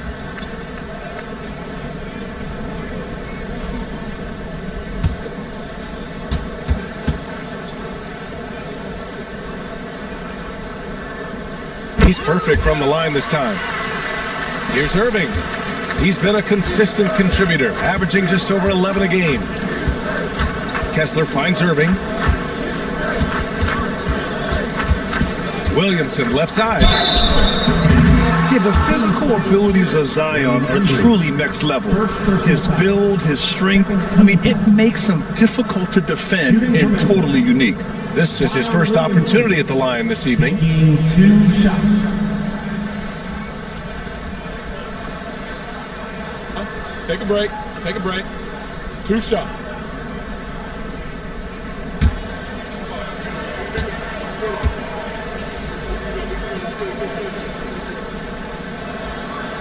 That free throw misses.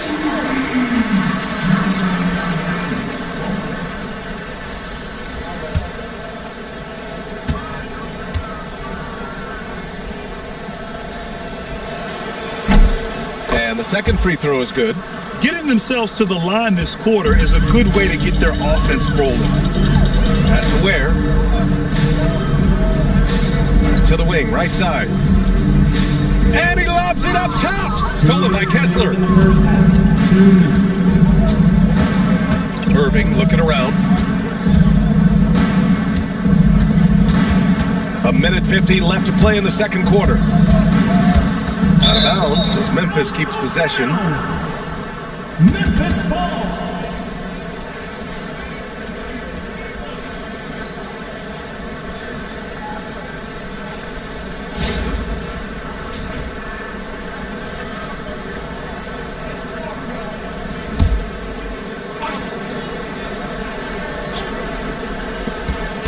Shot clock at 6. And what's surprising, during the second quarter, he hasn't really looked like himself. Hey, the struggle is real. He hasn't found much success with his offense today. Williams passes to Williamson. 1:20 left in the first half of this one.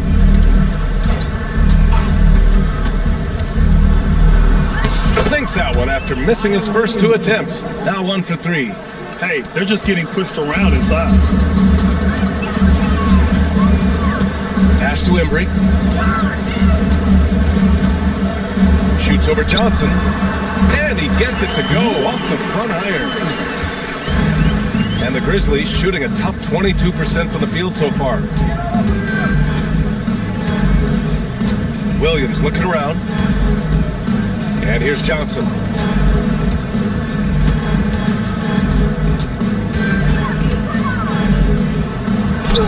Rebound by Sacramento. Ware's got his 4th rebound in this one. Sacramento has got 4 of 7 threes to go so far in this game. First personal foul. Second team foul. First trip to the free throw line for him in this one. At the line for your Kings, Wayne Embry. 2 shots.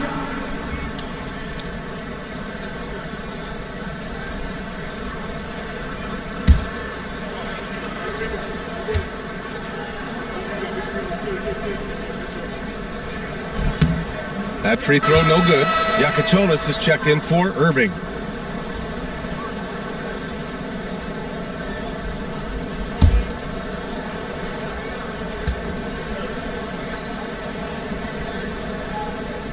And he sinks the second. I love it. In attack mode, drawing foul calls this quarter and getting to the free throw line.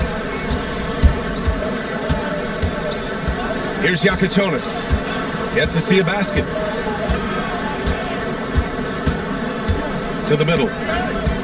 Pass to Kessler. Here's Yakachonis. That's tipped. And so it's the Sacramento Kings cruising into the next quarter with a 30-point advantage. Their efficiency has been off the charts. They're running their sets well with patience and purpose. And don't go far. We'll be right back.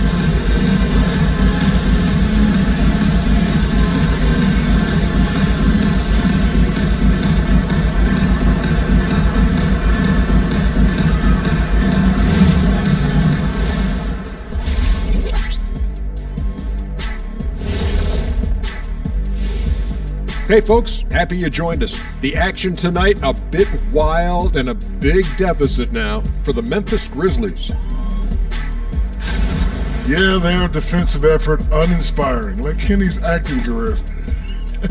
Oh, okay. I'm not even going to go through the films that you in. Stay in your lane, brother. Stay in your lane.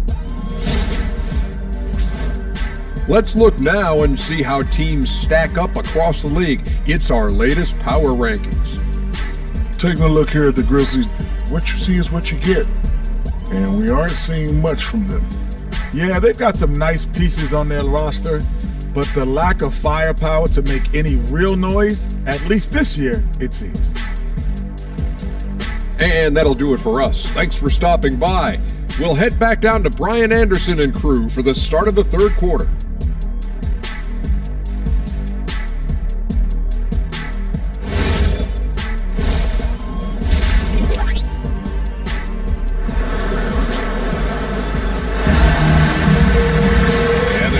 Too much drama in the first half, but maybe things will tighten up here in the second.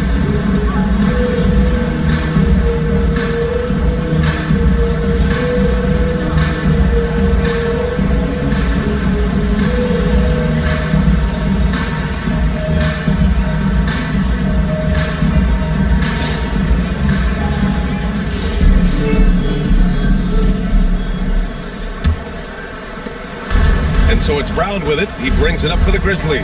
On the court for the Grizzlies. Jaylen Brown is out there with Smith. Then there's Zach Edey. And it's Irving in at the small forward position.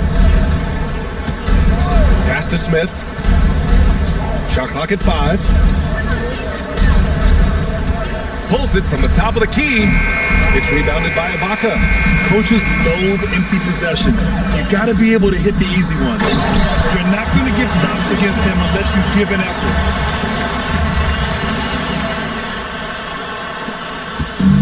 And here are the Grizzlies now. Now here's Smith. High post Edey. And the shot counts. He's fouled, and it's a chance for a three-point play. Memphis shooting their 7th free throw attempt here.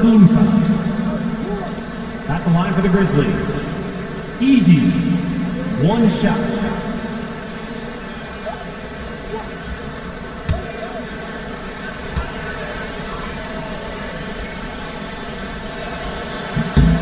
And that one falls for Edey. Sacramento has got 4 of 7 threes to go so far in this game.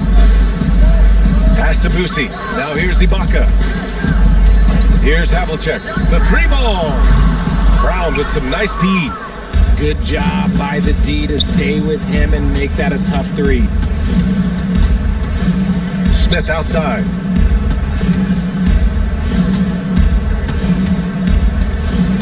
Six on the shot clock. Pass to Shays. Over Ibaka. It's rebounded by Ibaka. Ibaka's got 4 rebounds now. Out to the right wing. Over to the wing.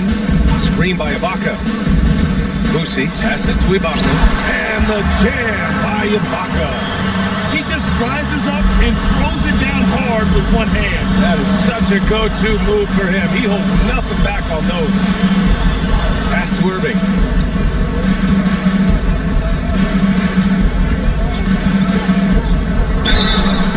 And so he draws the foul, headed to the line to shoot a pair. He's got his first free throws of the night right here. Shooting for Memphis, Julius Irving. 2 shots.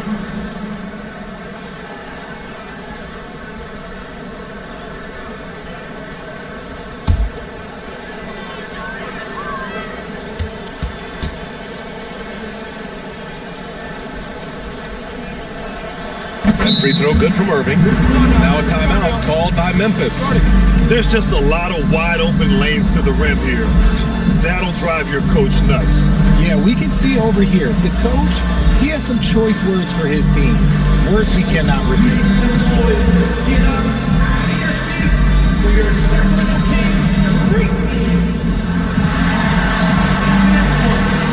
Coming onto the hardwood is your Sacramento Kings great team.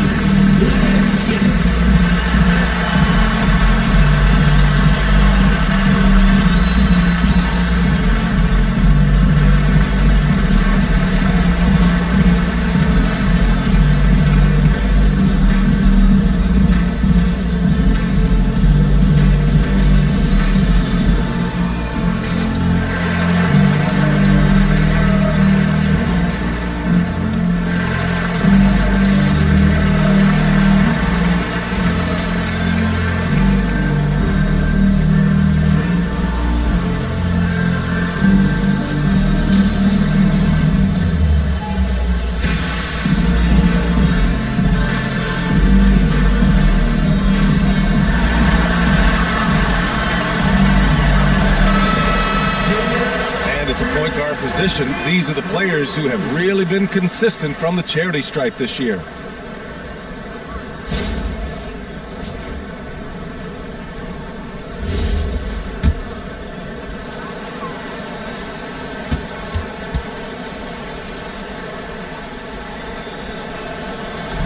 So he makes 1 of 2, and the second one misses. And they're +5 on the boards after that rebound. And he goes in for the dunk. He was grabbing the rim to extend the hang time. Hey, maybe making sure the landing was kinder than the takeoff.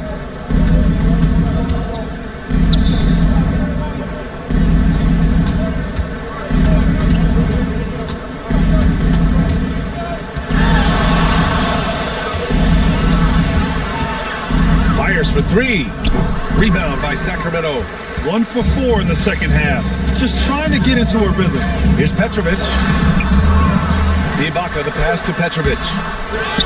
Here's Boosie. Up and over Smith. Goes up again. And Ibaka lays it up and in.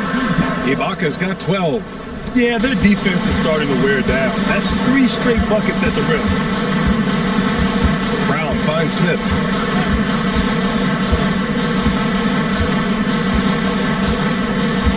Pass to Irving. Played it in with a nice touch off the window. Irving's gotten his second bucket.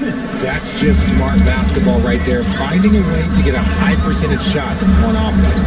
Here's the pick. Brown with the steal. And now Memphis on the break. Here's Smith. And a great assist by Brown as that one goes in. He's got 6. feed the interior, good things will happen.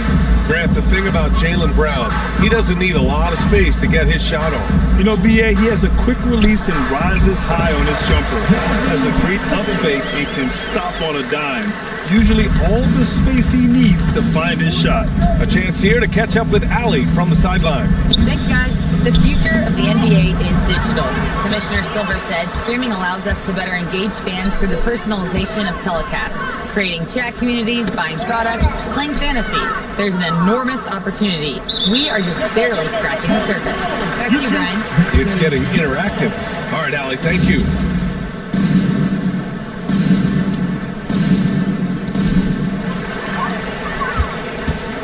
Here's Havlicek. Edie defends. Ibaka's shot is off.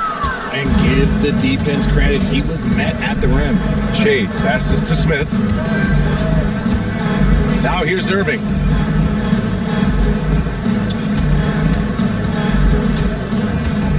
Five to shoot.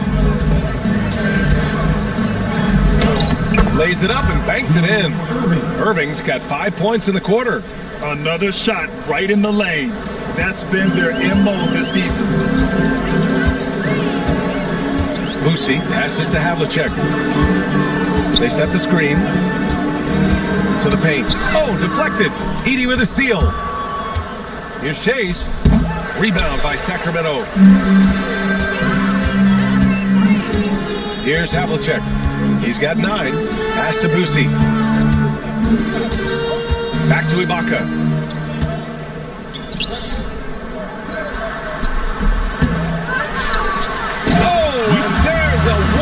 Jam. Oh, nothing soft about that. Was not going to be denied. Just took the dunk that was right in front of him. And that's his MO. Be physical, get in position for the putback, and throw it down. The defense got to know that's what he's looking to do. Irving goes in. Ibaka with a steal. On the break. Here's Havlicek. And he drains it. A solid 5 for 6 now. All right, guys, let's get your take on the hustle stats for the Kings. Great heads-up defensive play tonight, creating offensive opportunities for themselves by forcing deflections. And also attacking in transition has been working for them. I mean, credit them for running the break well and being opportunistic. He buries it from 3. Brown's gotten himself going with a triple, his first basket of the game. Ibaka with it. He's got 12. Pass to Havlicek. Here's Petrovic. Sacramento passing it around.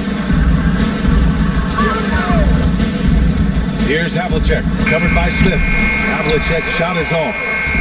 And so it's Irving with it. He brings it up for the Grizzlies.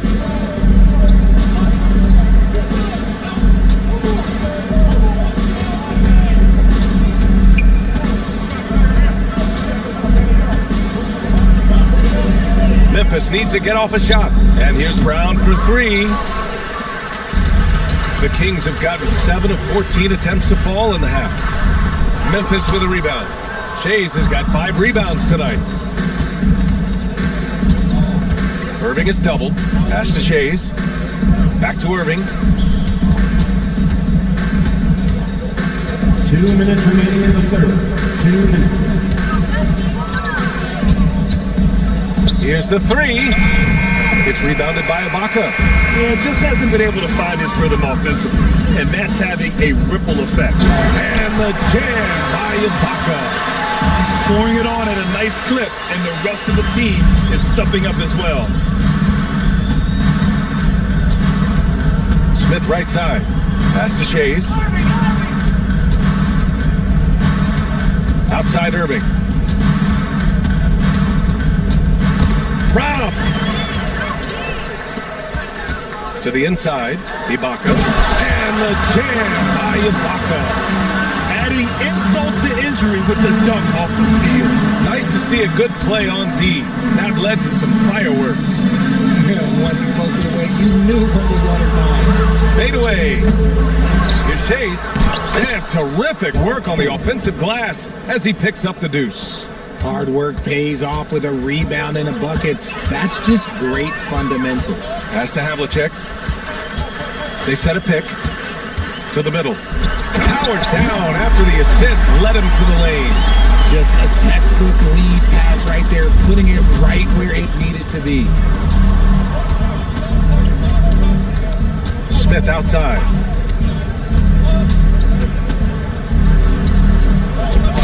Oh, nice finish from the low block. That one's good. Smith's got 4 points this quarter. Oh, what a crafty move, causing the defender to pause right there. Here's Boosie. 5 points in the game. Pass to Havlicek. Shot clock at 6. Shoots over Brown. Offline from the top of the key. And so it's the Sacramento Kings with a gigantic 33-point lead at the close of the quarter. Well, when you win the battle of turnovers, you typically win the battle of possessions. All right, we'll get back to the action after this break.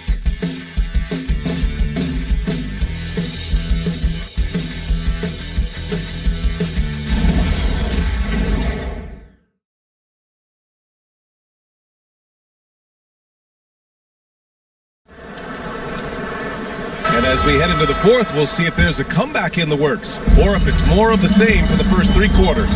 They've got Gary Payton the second, and it's Ware in at the center, locking down the middle. That's the 5 out there for the Kings. Sharman can't get it to go. And they're up right now, but it hasn't been because of him. He's really struggled on offense. Pass to Johnson. And yep, it's good. And he has to build on this because we can see where him being a ghost out there has gotten them so far. Here's Sharman. Inside. Here's Embry. Goes up and lays it in nice and easy. All 5 guys are in sync. Their ball movement is flawless.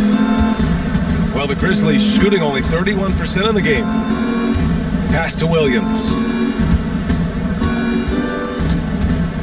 Well, a multi-sport survey showed that among respondents, the average age of referees in the U.S. was almost 57. Is that a concern, you think? Well, we've seen that in the NBA. Older officials retiring and becoming teachers, and the younger generation coming in, still cutting their teeth. Ultimately, they've got to continue to learn and build, and that takes time. Still searching for his first bucket. You wonder how far ahead they'd be if he was playing anywhere near his full potential. Here's Gregory. Johnson inside. Open on Ware. Shot blocked. Out of bounds as Memphis keeps possession. It's time to take a glance again at that superb block. What a play. I mean, that'll have the offense thinking twice about taking shots in his presence.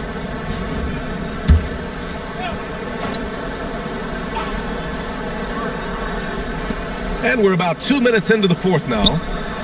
Gregory's shot is off. The Kings have gotten just 1 shot to fall out of 3 attempts in the fourth. Pass to Payton. Here's Embry, covered by Johnson. Down to 5 on the shot clock. The offensive rebound. Embry can't hit. And here are the Grizzlies. A great fourth quarter, just giving up 2 points. Gregory gets the bucket. He took it right to the rack, and look, there's no one that can stop him. Sacramento has gone 4 of 9 so far from the perimeter. Bolden, pass to Embry. Well, you want officials to get the calls right, but for video review, maybe institute a 2-minute time limit, you think? Oh, I would love a good 2-minute time limit, but the worst thing to do would be to go to a 2-minute time limit and then have them not get it right. Then you wasted all that time for nothing. Pass to Williams.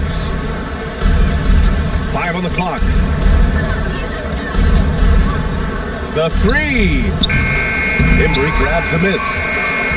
Embry's got 6 rebounds in the game. Here's Bolden.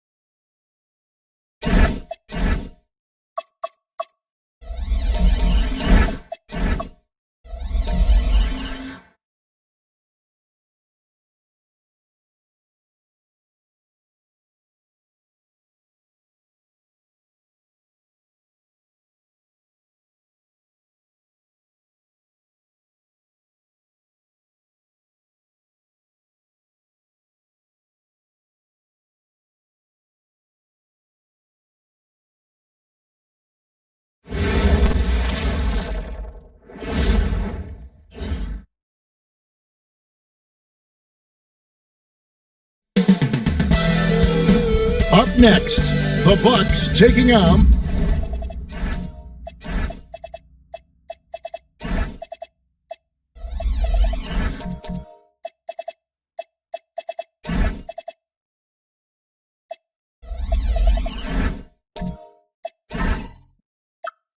the Suns. For the Bucks, kind of a seesaw affair over the last 10 games. But this team feels they are better than a 500 team. They look to tip that balance with a win here. Suns, Bucks is next. And now the opening lineup for Phoenix. They've got Walton. Also, Washington out there. Gilbert Arenas is out there with Brown. And it's Trapuka in at the shooting guard. Rebound by the Suns. They couldn't put the pieces together, losing that last matchup with Boston. I'll tell you, they were drawing a lot of iron from the perimeter. Couldn't get the threes to go down, and really the story of the game. And, you know, that's a big part of how they attack and win, getting it going from the three-point line, but at the end of the day, it didn't happen. Now here's Kidd. Had a tough time getting anything going against the Rockets. He was a non-factor. Look at 6. Outside, Kent. Off target with his 3. Arenas passes to Trapuka. Kemp against Walton. Pass to Arenas.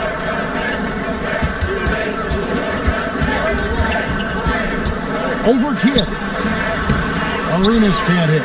Very dangerous to leave a guy like that open. Lucky break there for the D. And he tries off the glass, but it's no good. Trapuka passes to Arenas. Now here's Walton. He's covered by Ginobili. Pass to Trapuka.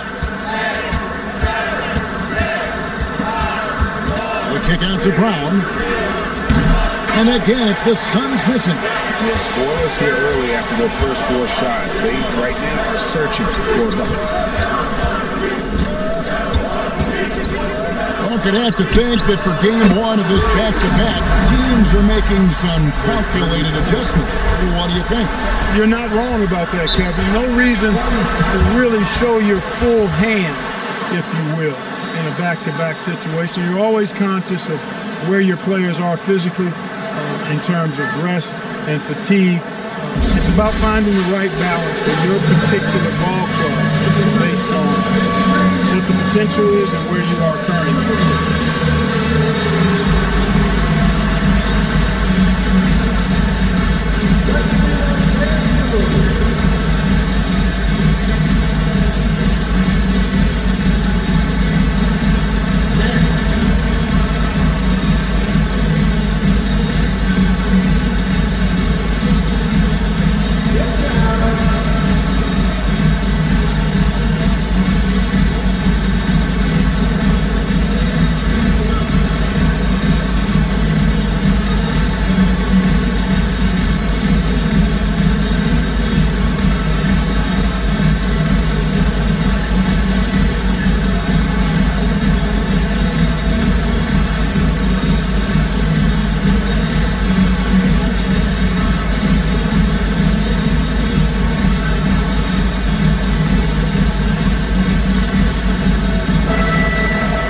We have a break in the action. Now let's check out the league's best shooting teams.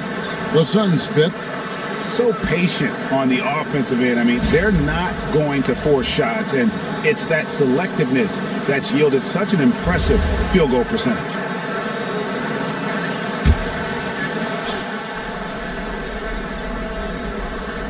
And just under 2.5 minutes elapsed here in the first. Pass to Arenas. Now Walton. He averages more than 12 points a game. That's some dependable production. Tough start, missing their first 5 shots. Now here's Ginobili. Defense right on him. Can't hit from 12. A 1 for 5 start so far. Not what they envisioned coming into this game. Arenas passes to Walton. It's Brown on the wing. Outside Arenas. 5 on the clock. Back to Brown. And the Suns miss again. And even against defense as tight as that, you almost expect him to still bury those. There's the pick. From the arc. And again, Milwaukee with the triple. Kid takes such great pride in making his teammates better. He loves setting them up. They need a bucket in a big way here to regain some confidence. The three. And again, it's the Suns missing. Bucks leading by 6. Kemp a screen on Brown. And Kemp slams it in. Wow, I'll tell you, Kemp is not your average dunker. This guy rocks the rim. Washington sets the pick for Arenas to end the run. And no problem from Washington as he finishes at the rim. And that ends the struggle. You can feel the tensions in the building with each miss. Ooh, man, this thing was turning into a soccer game. A lot of action and not many points. Now, here's Kemp. He gives a bit of a scoring lift to the team, averaging 8 points a game.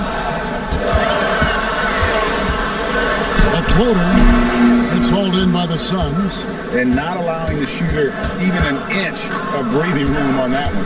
And guys, that's exactly the kind of high-impact defense they want to see out of him. Here's Brown. Nothing on the board. Pass to Trapuka. Over Ginobili. A shot by Trapuka, no good. Milwaukee leading by 6. There's a good screen. Here's Kidd. Trapuka grabs the board. Trapuka's got 4 rebounds now tonight.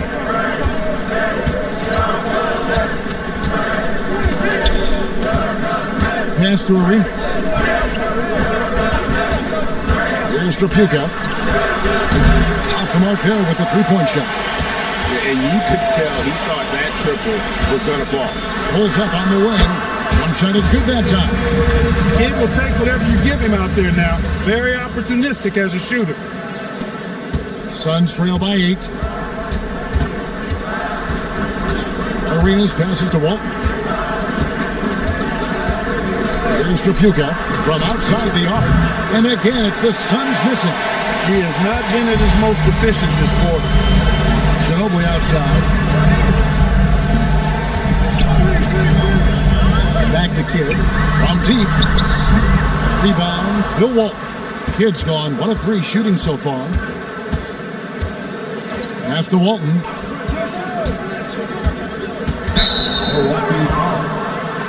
And the Suns call time. Trying to find some answers offensively.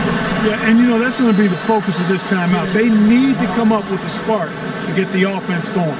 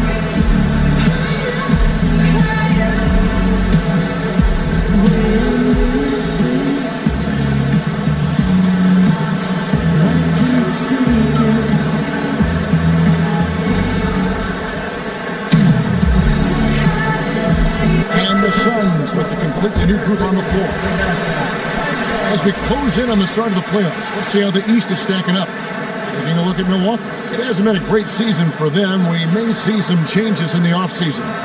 And seeing where the Bucks are, they have been one of the major surprises in the NBA this season. Unfortunately, for the wrong reasons. And, you know, any fixes they've tried during the season have only compounded their problems. Fears with it, guarded by Blake. 4 on the shot clock.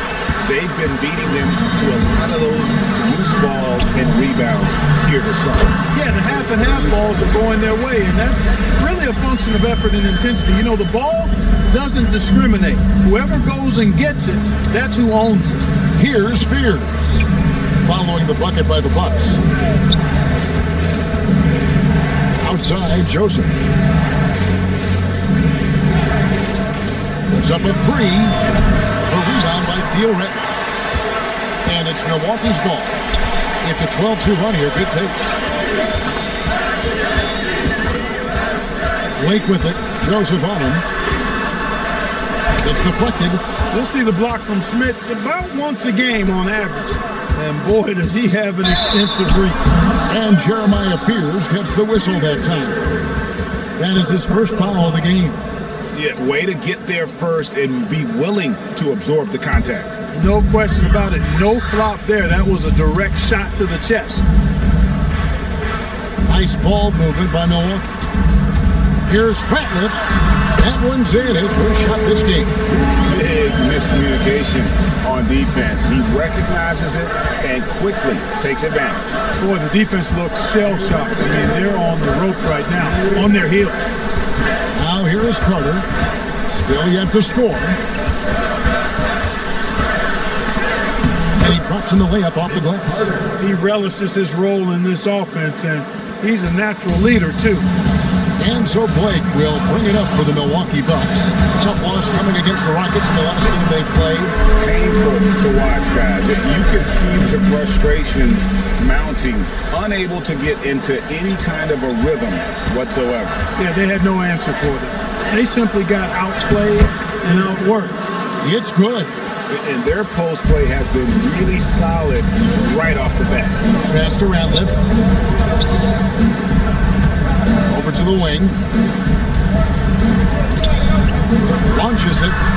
Scored the basket. His fourth. He's only missed one of his 5 shots tonight. And off to an incredible start here early from long range. Lighting it up from outside. Hard to keep up with this. Now here is Carter. Blake with the steal. And up the court come the Bucks on the break. And finished off by Westbrook. I like their focus coming in. Terrific execution so far. And you know, it's an all-out effort they've come in with. Very aggressive offense so far. Now here is Carter. Taking a look at his stats, he's averaging around 7.5 points a game. Fierce's shot is off. Bucks leading by 15. 3-second difference between shot clock and game.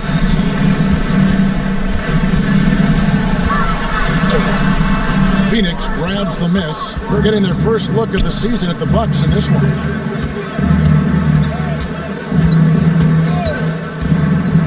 Mobley outside. Phoenix no good that time either. And so it's Milwaukee finding a 15-point lead at the end of the quarter. And it's been their rugged defense setting the tone. We've got more in store for you right after this.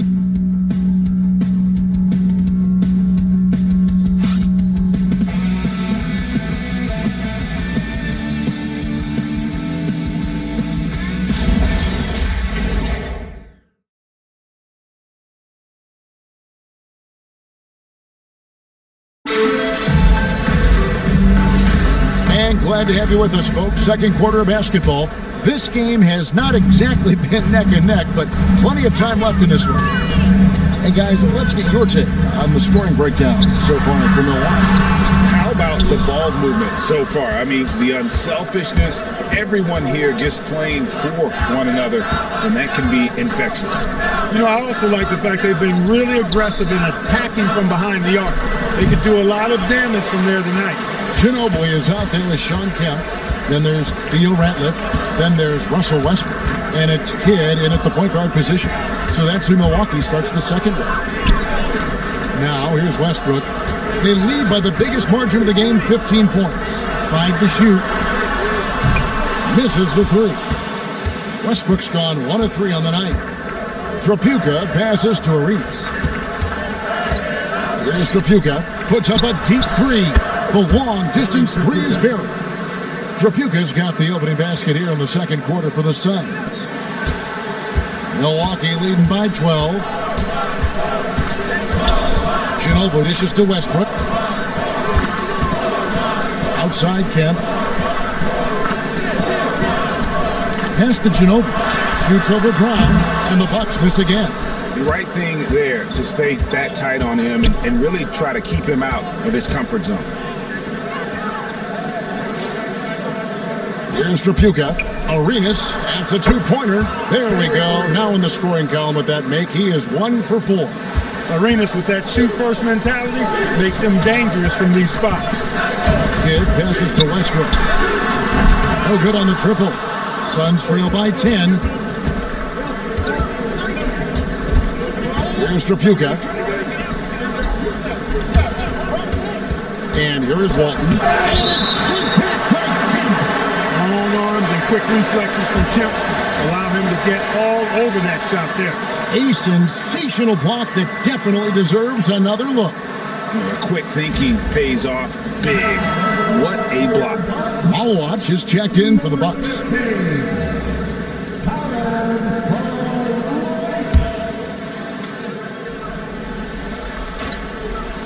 Kidd with the steal.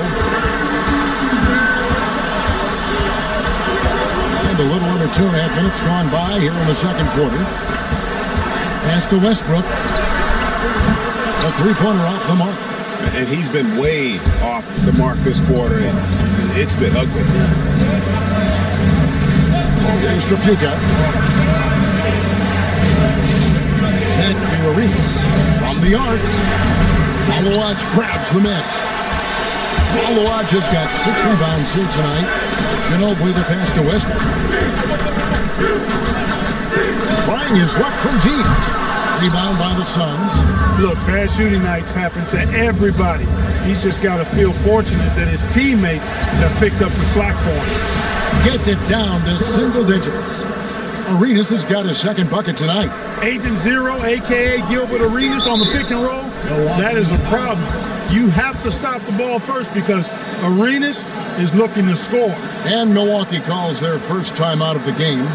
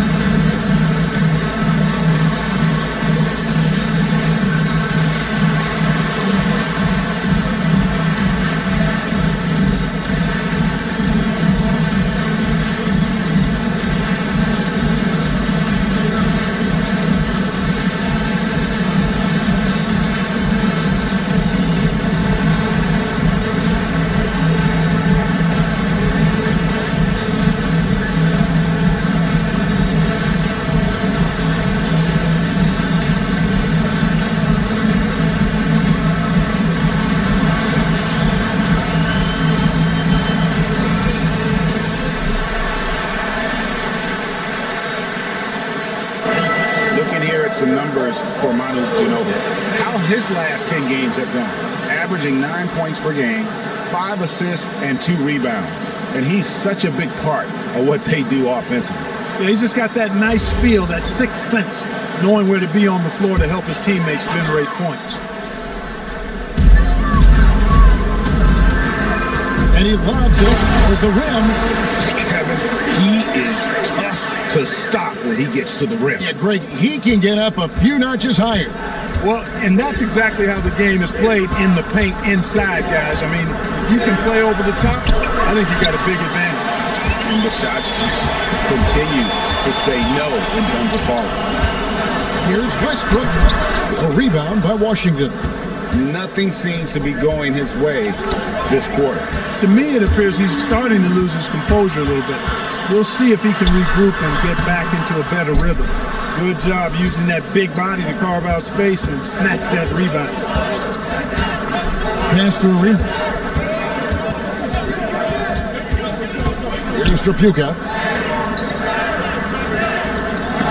Down to 5 on the shot clock. Shoots it up. Good on the jump shot. Arenas has got it back down to a single-digit deficit for the Suns. Now, Greg, you've had a long NBA career, so I'm curious, what's one of the biggest changes you've noticed since you've retired? Well, one that doesn't get talked about enough. Length. Players these days are just longer, especially in the backcourt and that wing position. It feels like every team has a guy 6'9" or taller that is a pure perimeter player. Malowatch. That falls. Nice feed that time from Ginobili. Ginobili's got 4 assists now tonight. And the action on hold, as it appears there's been an injury. Yep, he's definitely in a bad way out there right now. Tough to see. And boy, when you see someone hurting like this, it's always scary. You're exactly right. I mean, with the way it looks, what we have to hope for now is that somehow it's not a long-term issue. Steve Blake's checked in for Jason Kidd. Phoenix calls timeout.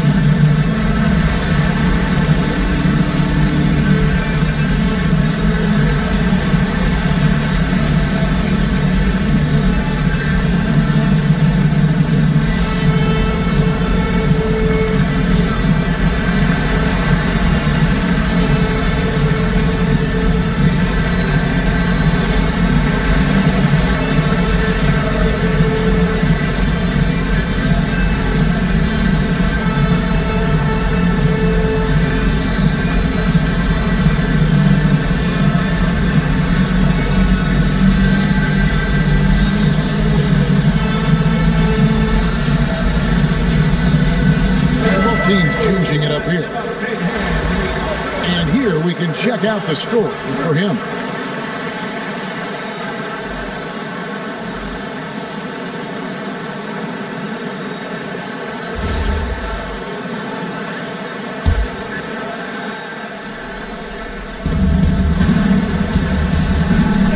Here's Trapuka.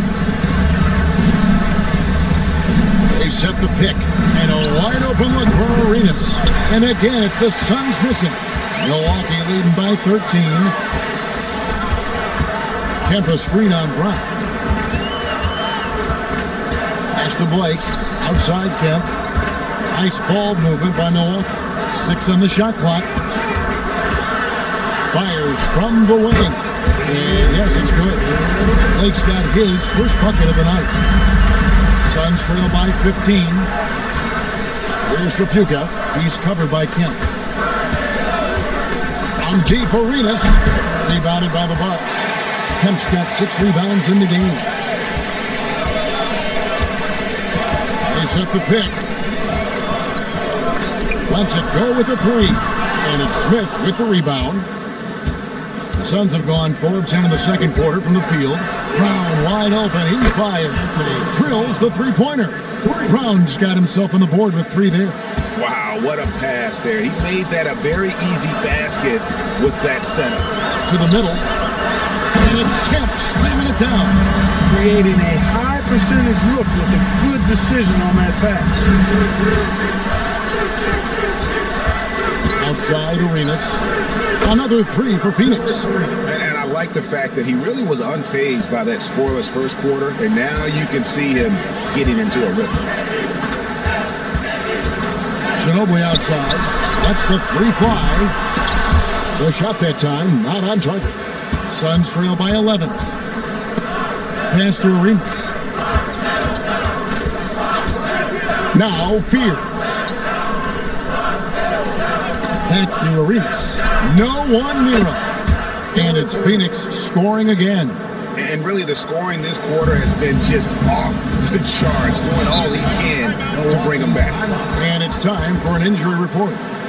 The head athletic trainer for the Bucks provided some info for us. It's his shoulder that's the source of discomfort right now. The diagnosis at this point is that it's just a sprain. His absence really will affect this team's competitiveness. So hopefully they can stay the course in the meantime. Back to you. Thank you, Allie. We appreciate the update.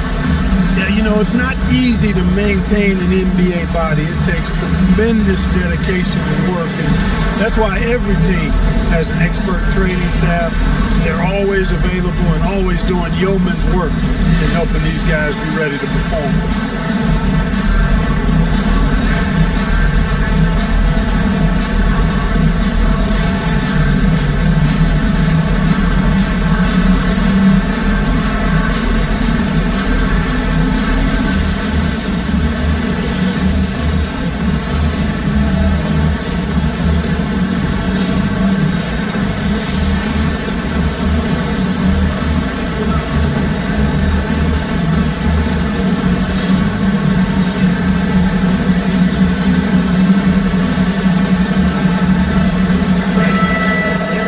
Let's take this chance to look at the teams that have been the league's most efficient passers this past month.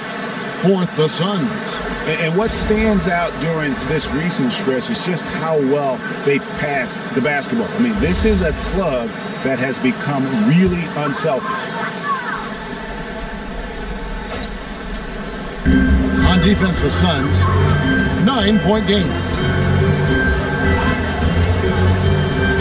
Blake with it. 8 points his last outing, and stolen by Fears. Back to Joseph. Pass to Mobley. Carter looking around. Back to Mobley. Latre.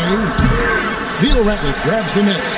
And even with good coverage defensively that time, he has confidence to drill the three.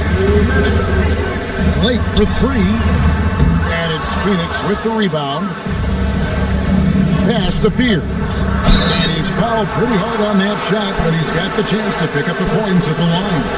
Nice work to get it inside and draw the contact. Exactly. The defense determined not to allow the easy layup right there. They'll settle for making him earn the free throws. Take a break. Take a break. 2 shots.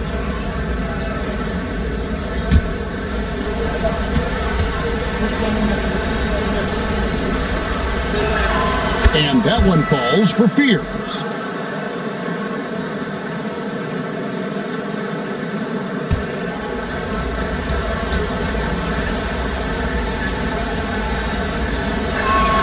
And that one goes in. 2 from the line that time.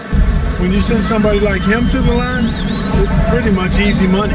Pass to Humphries. And here is Blake.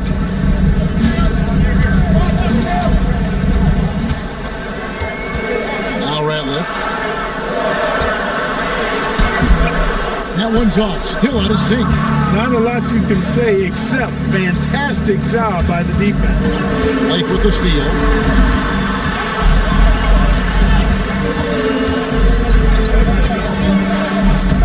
To the inside, and stolen by Mobley. Let's go. And with that, the Bucks lead is cut down now to just 5 on the bucket from Carter. Yeah, and there it is again. On a lot of their possessions this first half, they've established great inside position. Pass to Ratliff. Got a hand on it. Now here's Mobley. He's guarded closely. Carter finds Mobley.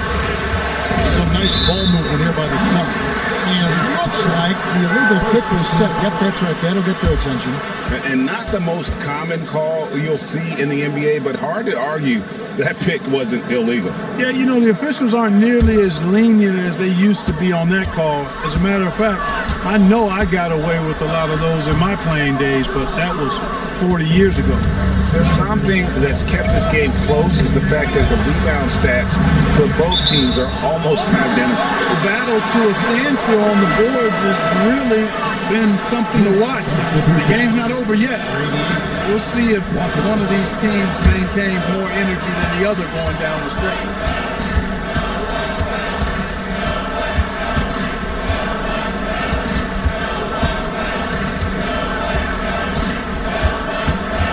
They could use a bucket, and that one released in time, but no good. So that'll be it for the first half. Fairly even battle underway in this one. The Bucks on top. They're up by 5. And we'll get going after this from Milwaukee.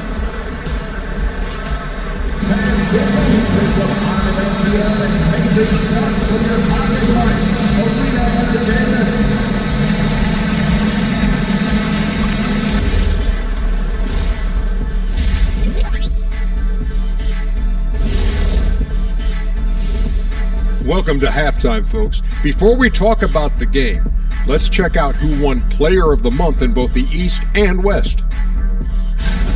What do you think about our Eastern Conference winner? His activity on both ends has been remarkable, constantly looking for ways to affect the game and get himself open. You wish all the guys played at this level of intensity. Work ethic has certainly been the name of the game for him lately. Turning back now to that game we've been watching. A positive first half for the Milwaukee Bucks. Watching them on the offensive end, they did a great job moving that basketball. There's no surprise in those assist totals, how they reflect that. Keeping everyone involved, keeping everyone engaged. That'll do it for our show tonight. Thanks for joining us, and we'll send you back to Kevin Harlan for more hoops action.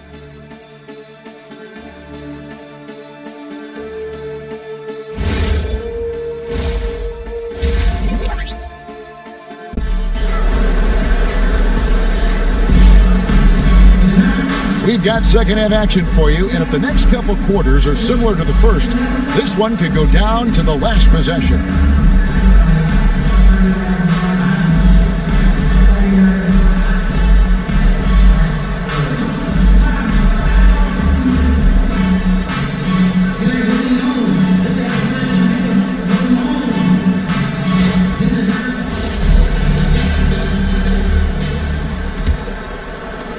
Bucks leading by 5 on the court for the Suns.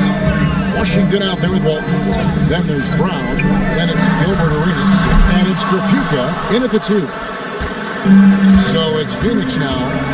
Outside Arenas. Pass to Trapuka. That's good. It's Arenas with the assist. Trapuka's got 6 points. Arenas setting up teammates. What a great pass. Now here's Ginobili. No scoring in this one. It's Kemp on the wing. Back to Ginobili. Shot clock at 6. And he uses the glass on the wing. You know, usually Kemp's passing game is low-key overlooked, but this is a quality feed here. Suns trail by 4. From deep, Arenas up again. He hangs in there and cashes in on the second chance points. The game has been very close in a lot of areas, but rebounding has been the one differentiator thus far.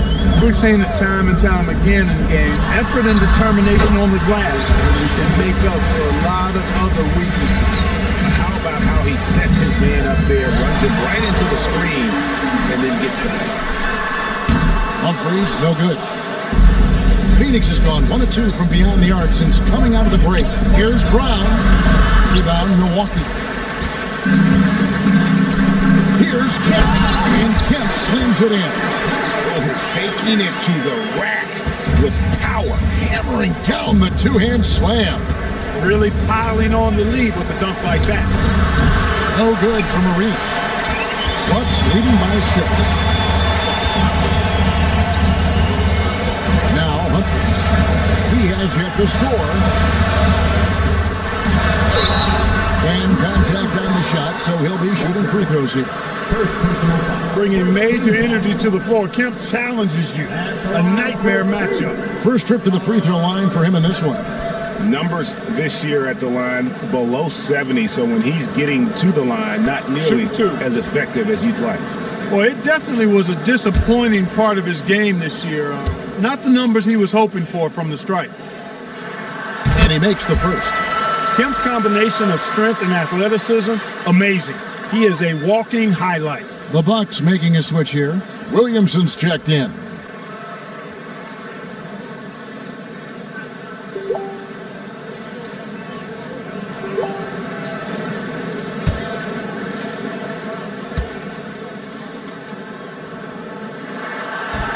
He doesn't get the second one. Suns trail by 7. Second half of play with just under 2.5 minutes gone. On deep, Arenas. Milwaukee with the rebound. Malawad has got 9 rebounds now tonight. Ginobili bounced fast. And the call is going to be, yes, it is, an illegal screen. A A moment now to see how the schedule is looking for the Bucks. On Friday, they'll tip off a road trip in Toronto where they'll take on the Raptors. Then on Thursday, they'll be taking on Franz Wagner and the Los Angeles Lakers. And, you know, nobody loves playing on the road, but it does offer a good chance to see exactly what your team is made of. This team's going to find out a lot about itself over the next stretch of games.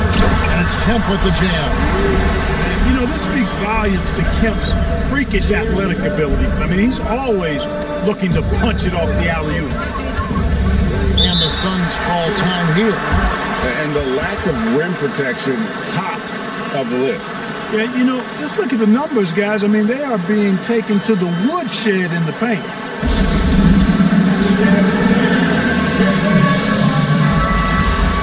Let's check out the standings in the Western Conference and see how the playoff race is shaping up. Look at the Suns' advantage in one series. Well, right now for Phoenix, they've stayed right there, just in sniffing distance of the conference leaders. That's a solid accomplishment at this stage of the season. You know, I thought maybe they'd have it in them to actually join those leaders this season. But you're right, it's still nice work considering where they are. From past the arc, it balls through, making them 6 for 11 in the game. Well, I think they've lost their intensity. I mean, the defensive pressure is lacking this half. Arenas passes to Walton. Pass to Tripucka. To stop the run. And again, it's the Suns missing. No matter what looks they get, they just can't convert to stop this run. And, you know, they've got to be careful, because this is when the team concept breaks down and guys start playing hero ball. Now, here's Westbrook. He has 5. Now, here's Ginobili. Launches a 3. A rebound by Washington. Washington's got 4 rebounds in this game. Brown inside, and there's the whistle. 3-second violation. Second in free throw percentage. And they also show up in the top 5 in terms of field goal percentage. They usually take quality shots and really share the basketball. And they're a team you can't send to the free throw line because, Greg, of their incredible percentage. Theo Ratliff, he's just checked in for Milwaukee. Milwaukee leading by 12. And they call an illegal screen here. And guys, point of emphasis for the league is to really crack down on illegal screens. Yeah, you know, he might have gotten away with that a few years ago, but not anymore. No way. Now you've got to be stationary on those screens. No extra hips or elbows, or they'll call it. And the Suns making a change here. Mobley's checked in. Now here's Arenas. He's got 11. Pass to Fear.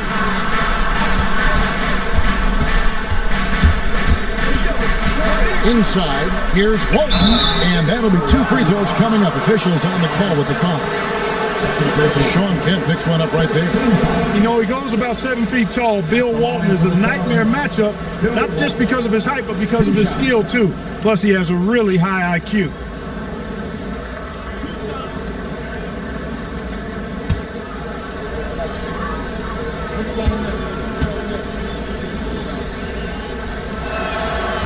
No good on that. You know, what makes Walton special isn't just his physical gifts, and there are many of those. It's how well he uses those gifts. He's smart with his body and makes moves he knows will be the most impactful. He's an efficient, smart, highly skilled player. Carter, he's checked in for Phoenix. And he's good on the second. And so is Ginobili bringing it up now for Milwaukee. Their defense has only allowed 6 points in the second half. Connects from 3-point range. 19 points in the game. Oh, great ball movement there. Suns trail by 14. Outside Arenas. Pass to Fear. Back to Arenas. And hits one. He's ready to get back on track. Arenas has got 13. Fellas, he just is struggling to get anything going. Right now, his shooting percentage in the quarter, 20%. Right now, let's take a second to catch up with Alan LaForce on the sideline. Thanks a lot, guys. The NBA studies other leagues Commissioner Adam Silver said, "I'm a fan of what baseball did with the pitch clock and the size of bases, increasing the engagement and the entertainment value of the game. If they're able to make changes, certainly we shouldn't be afraid to do the same." Kevin, back to you. Some forward thinking. Allie, we thank you very much. Good on the triple. Defensively, they just look out of sync, not closing out on the threes in time. Well, I think they're getting caught in that in-between zone, no man's land, giving up 3 straight from beyond the arc right now.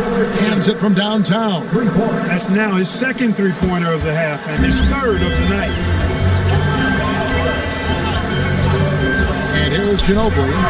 Looking at his numbers, he's averaging about 6.5 points a game. And when they've gone to him, he has come through big time. You got to keep getting him touches. Now here's Arenas. They trail by 11 over Ginobili.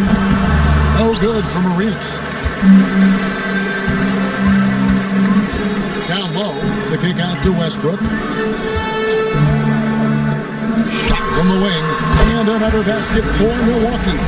Boy, somebody lit a fire under this guy. I mean, he's crushing it right now. Suns trail by 13.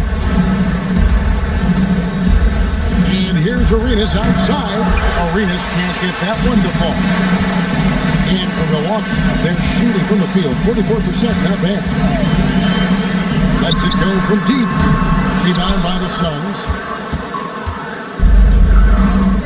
To the paint, here's Walton, and it's sent back by Ratliff. Here's Westbrook. He's got 5. They set the pick for 3. Offensive rebound.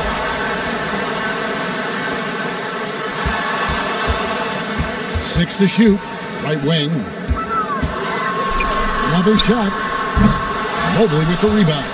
Look, it's real simple. It's a make or miss league, and he just missed it. Fears with it. Taking a look at his stats, he's averaging around 9.5 points a game. Arenas can't hit. Ginobili against Arenas. The 3. Here's Kemp. What a dunk! The ultimate man child. Kemp, one of the most flamboyant finishers in our league. That's a great look at that move from the Connected Cam, sponsored by AT&T. 59 seconds left to play in the third. Guys are looking for a spark here. Yeah, a cold stretch offensively, for sure. And out of bounds as the Bucks gain possession. And this is like another case of Murphy's Law right now, and it's been their own doing, really, just like we saw there. Steve Blake's checked in for Russell Westbrook. Down low, Kemp, and Kemp slams it in. Kemp keeps putting up the points. Tonight, it's been all about the rain man. They're going to turn it over. They couldn't get it in bounds that time. And one of the trademarks of the many best point guards in the league, their ability to score in addition to distribute. So here now, a look at the top scoring point guards this season. The 4th spot held down by Gilbert Arenas. And, of course, Jason Kidd. Well, this is a collection of maybe the most well-rounded players in our league. I mean, to see those kinds of scoring numbers from the point guard position is crazy. Yeah, and that's the age we're living in right now. I mean, it's not uncommon to see a point guard lead his team in scoring, which used to be almost unheard of. And these guys here are all capable of carrying the scoring load for their team on any given night. And it's sent back by Ratliff. It's going to be out of bounds. The Suns will retain possession. And we got to take a second look to admire that outstanding block. And a block like that sends a message. One that says we're not giving up this lead. Malwatch is checked in for Kemp. And Phoenix also making a switch. Brown's checked in.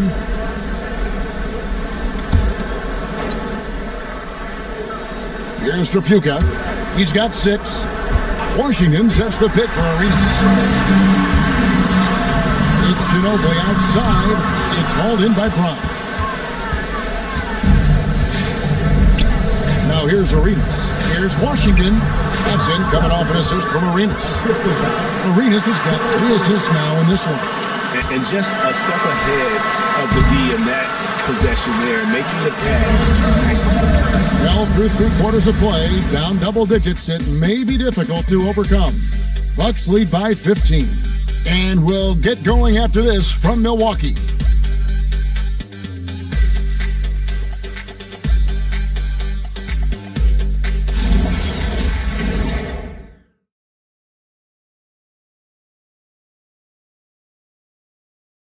And let's go back to a terrific pass that we're calling tonight our State Farm assist of the game. And the definition of teamwork right there, guys. I mean, what great communication between them, and what a beautiful feat. For me, next to the big-time alley-oops and monster throwdowns, passes like that are probably the next best thing when it comes to sweet-looking NBA highlights. And 1 quarter to go in a game that to this point has not been an evenly fought contest. We've got Malowacz. Ginobili out there with Steve Blake. Then there's Theo Ratliff. That's the group for Milwaukee right now. Outside Arenas. Uncovered. Rebounded by the Bucks. Ratliff's got his 8th rebound here tonight. Blake passes to Ginobili. No good from Ratliff. Suns trail by 15. To the inside. Washington kicks to Brown. And here's Arenas outside. Hits it from three-point range. Arenas has got 22. And now he's starting to get it going. 4 3-pointers in the game for him, and 3 have come in this half. Fires from deep. Milwaukee, no good that time either. He's tried to get it going, but the shots simply have not been there. Nothing seems to be falling. Brown, good. Peep these handles, folks. A spin move like that is how you shake the nearest defender up for good. The Bucks call time. Every time out, a chance to review the lineups, matchups, or call a play. And I agree. I think there's going to be a new wrinkle in their game plan when they come out of this timeout. Kemp's checked in for Milwaukee. Russell Westbrook comes in for Steve Blake. And a change for the Suns. Walton's checked in for Gilbert Arenas. And let's go to the sideline. Here's Allen. Well, over the break, I listened in on what the head coach from Milwaukee was giving across in their huddle. He dug into his team for being too complacent on offense, saying, you're just chucking up the first 3 you see out there. Be more patient on offense, move the ball around, make the defense work. Guys, let's see if ball movement improves out there. Allie, thank you so much. Buries it from three-point range. Yeah, clearly a defensive lapse there. He is automatic from deep if you're going to leave him that wide open. Big time mistake. Ginobili, that's good. And with the lead, I like the strategy here. Continue to get the ball to guys who can do something with it. If it's working, keep working it. That's what I say. Keep the pressure on. Pass to Tripucka. And there's the call on Ginobili. That is his first foul of the game. First personal foul. First team foul.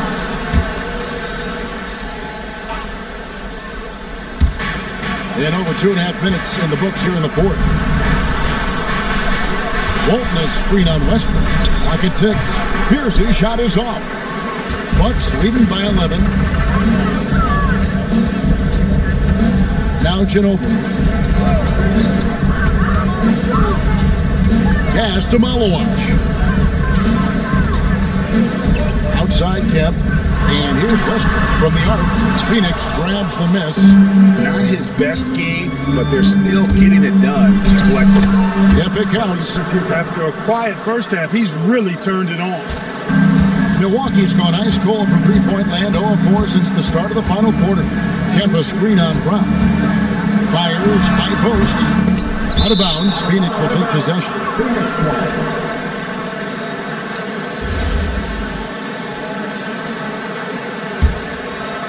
We've played just over 3.5 minutes now in the fourth quarter. Pass to Walton. Here's Brown. Plenty of space. And the Suns tack on 2 more. Well, they left it until the fourth quarter, but finally, the run they needed to get back into this one. I didn't think it was going to happen for them, quite honestly, but they finally turned it on, turned it up a little bit. Now they've got to come up with some stops. That shot off the mark. It pains me to say it, but he's hurting his team right now. Apparently, he still has the green light because he's jacking it up. the three. Malawaj grabs the miss. Malawaj has got rebound number 12 here already in the game. Kemp a screen on Brown. It's stolen by Brown. Here's Fear. Westbrook with the nice D there. I thought he had that one. I think he did too. Ginobili looking around. Milwaukee, no good that time either. On offense, here are the Suns. They're on a 12-4 run right now. That's to Walton. Here's Trapuka. Stolen by Westbrook. It's Ginobili on the wing. The kick out to Westbrook. Here's Malawaj. He's covered by Brown. Ginobili outside. Bucks passing it around. 5 on the clock. Walton with the steal. Here's Fear. He's covered by Westbrook. And Sean Kemp picks up the foul. That's his third foul of the game.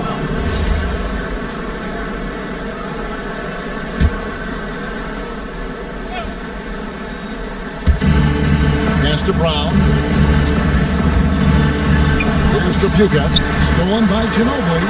And they've gotten careless, Kevin, no doubt about it, with their turnovers in the second half.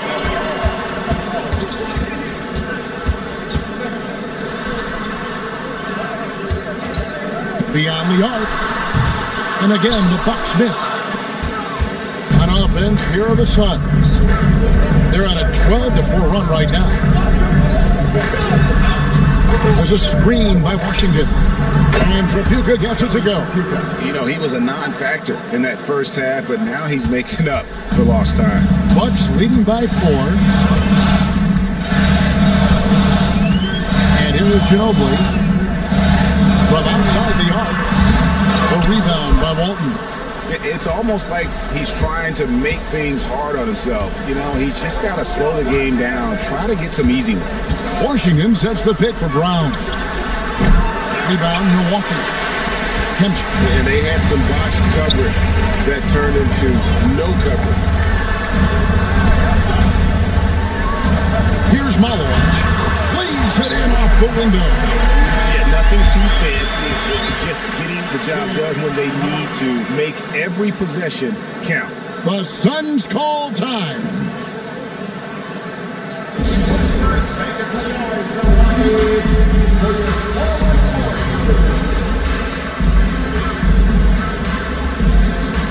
Gilbert Arenas is checked in for Fear.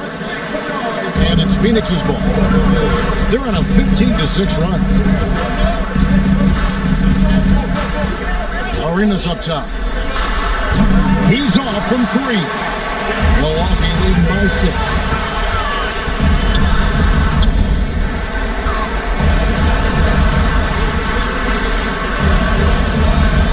And we're going to have a jump ball. It's tied up there.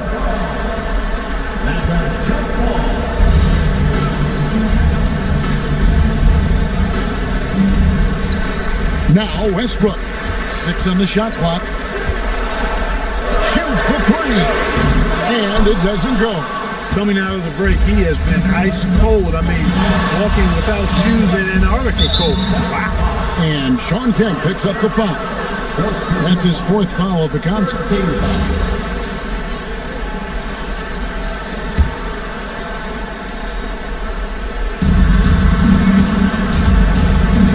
Arenas with it. Here's Trapuka. 5 to shoot. Jacks up a 3. It's good. Wow, look at the damage this young man is doing from deep. And there's another one. And it's a big one. What a performance from long range. Remarkable. Tries from 10. Washington rips down the rebound. On offense, here are the Suns. They're on an 18-6 run. Outside Arenas. Here's Trapuka. Walton is screwed on Joe. No good. Buckle up now, guys. This play could very well decide the game. From deep. Knocks down the three. A lackluster effort on defense gave him the look he wanted. Suns trail by 6. This is a do-or-die possession. They have got to get points. It really does come down to this. I mean, come up empty, and it's over. That does not go. You know, the ill-advised threes isn't how you want to close the gap. You got to have better shot selection. Here's Westbrook. Oh, the dunk! Late in the game, up big, they continue to attack.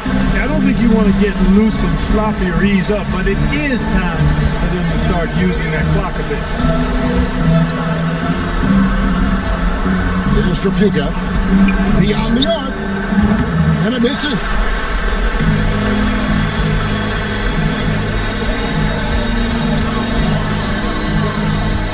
There's 18 seconds left in the fourth quarter. Launches it. Can't get it.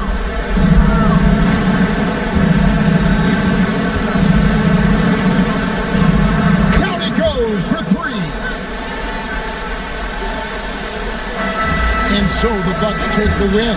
They didn't make it easy on themselves or their fans, but in the end, everyone's satisfied. Yeah, I mean, there were some times that momentum shifted, and especially early on, but let's give this group a lot of credit for that stick-to-itiveness.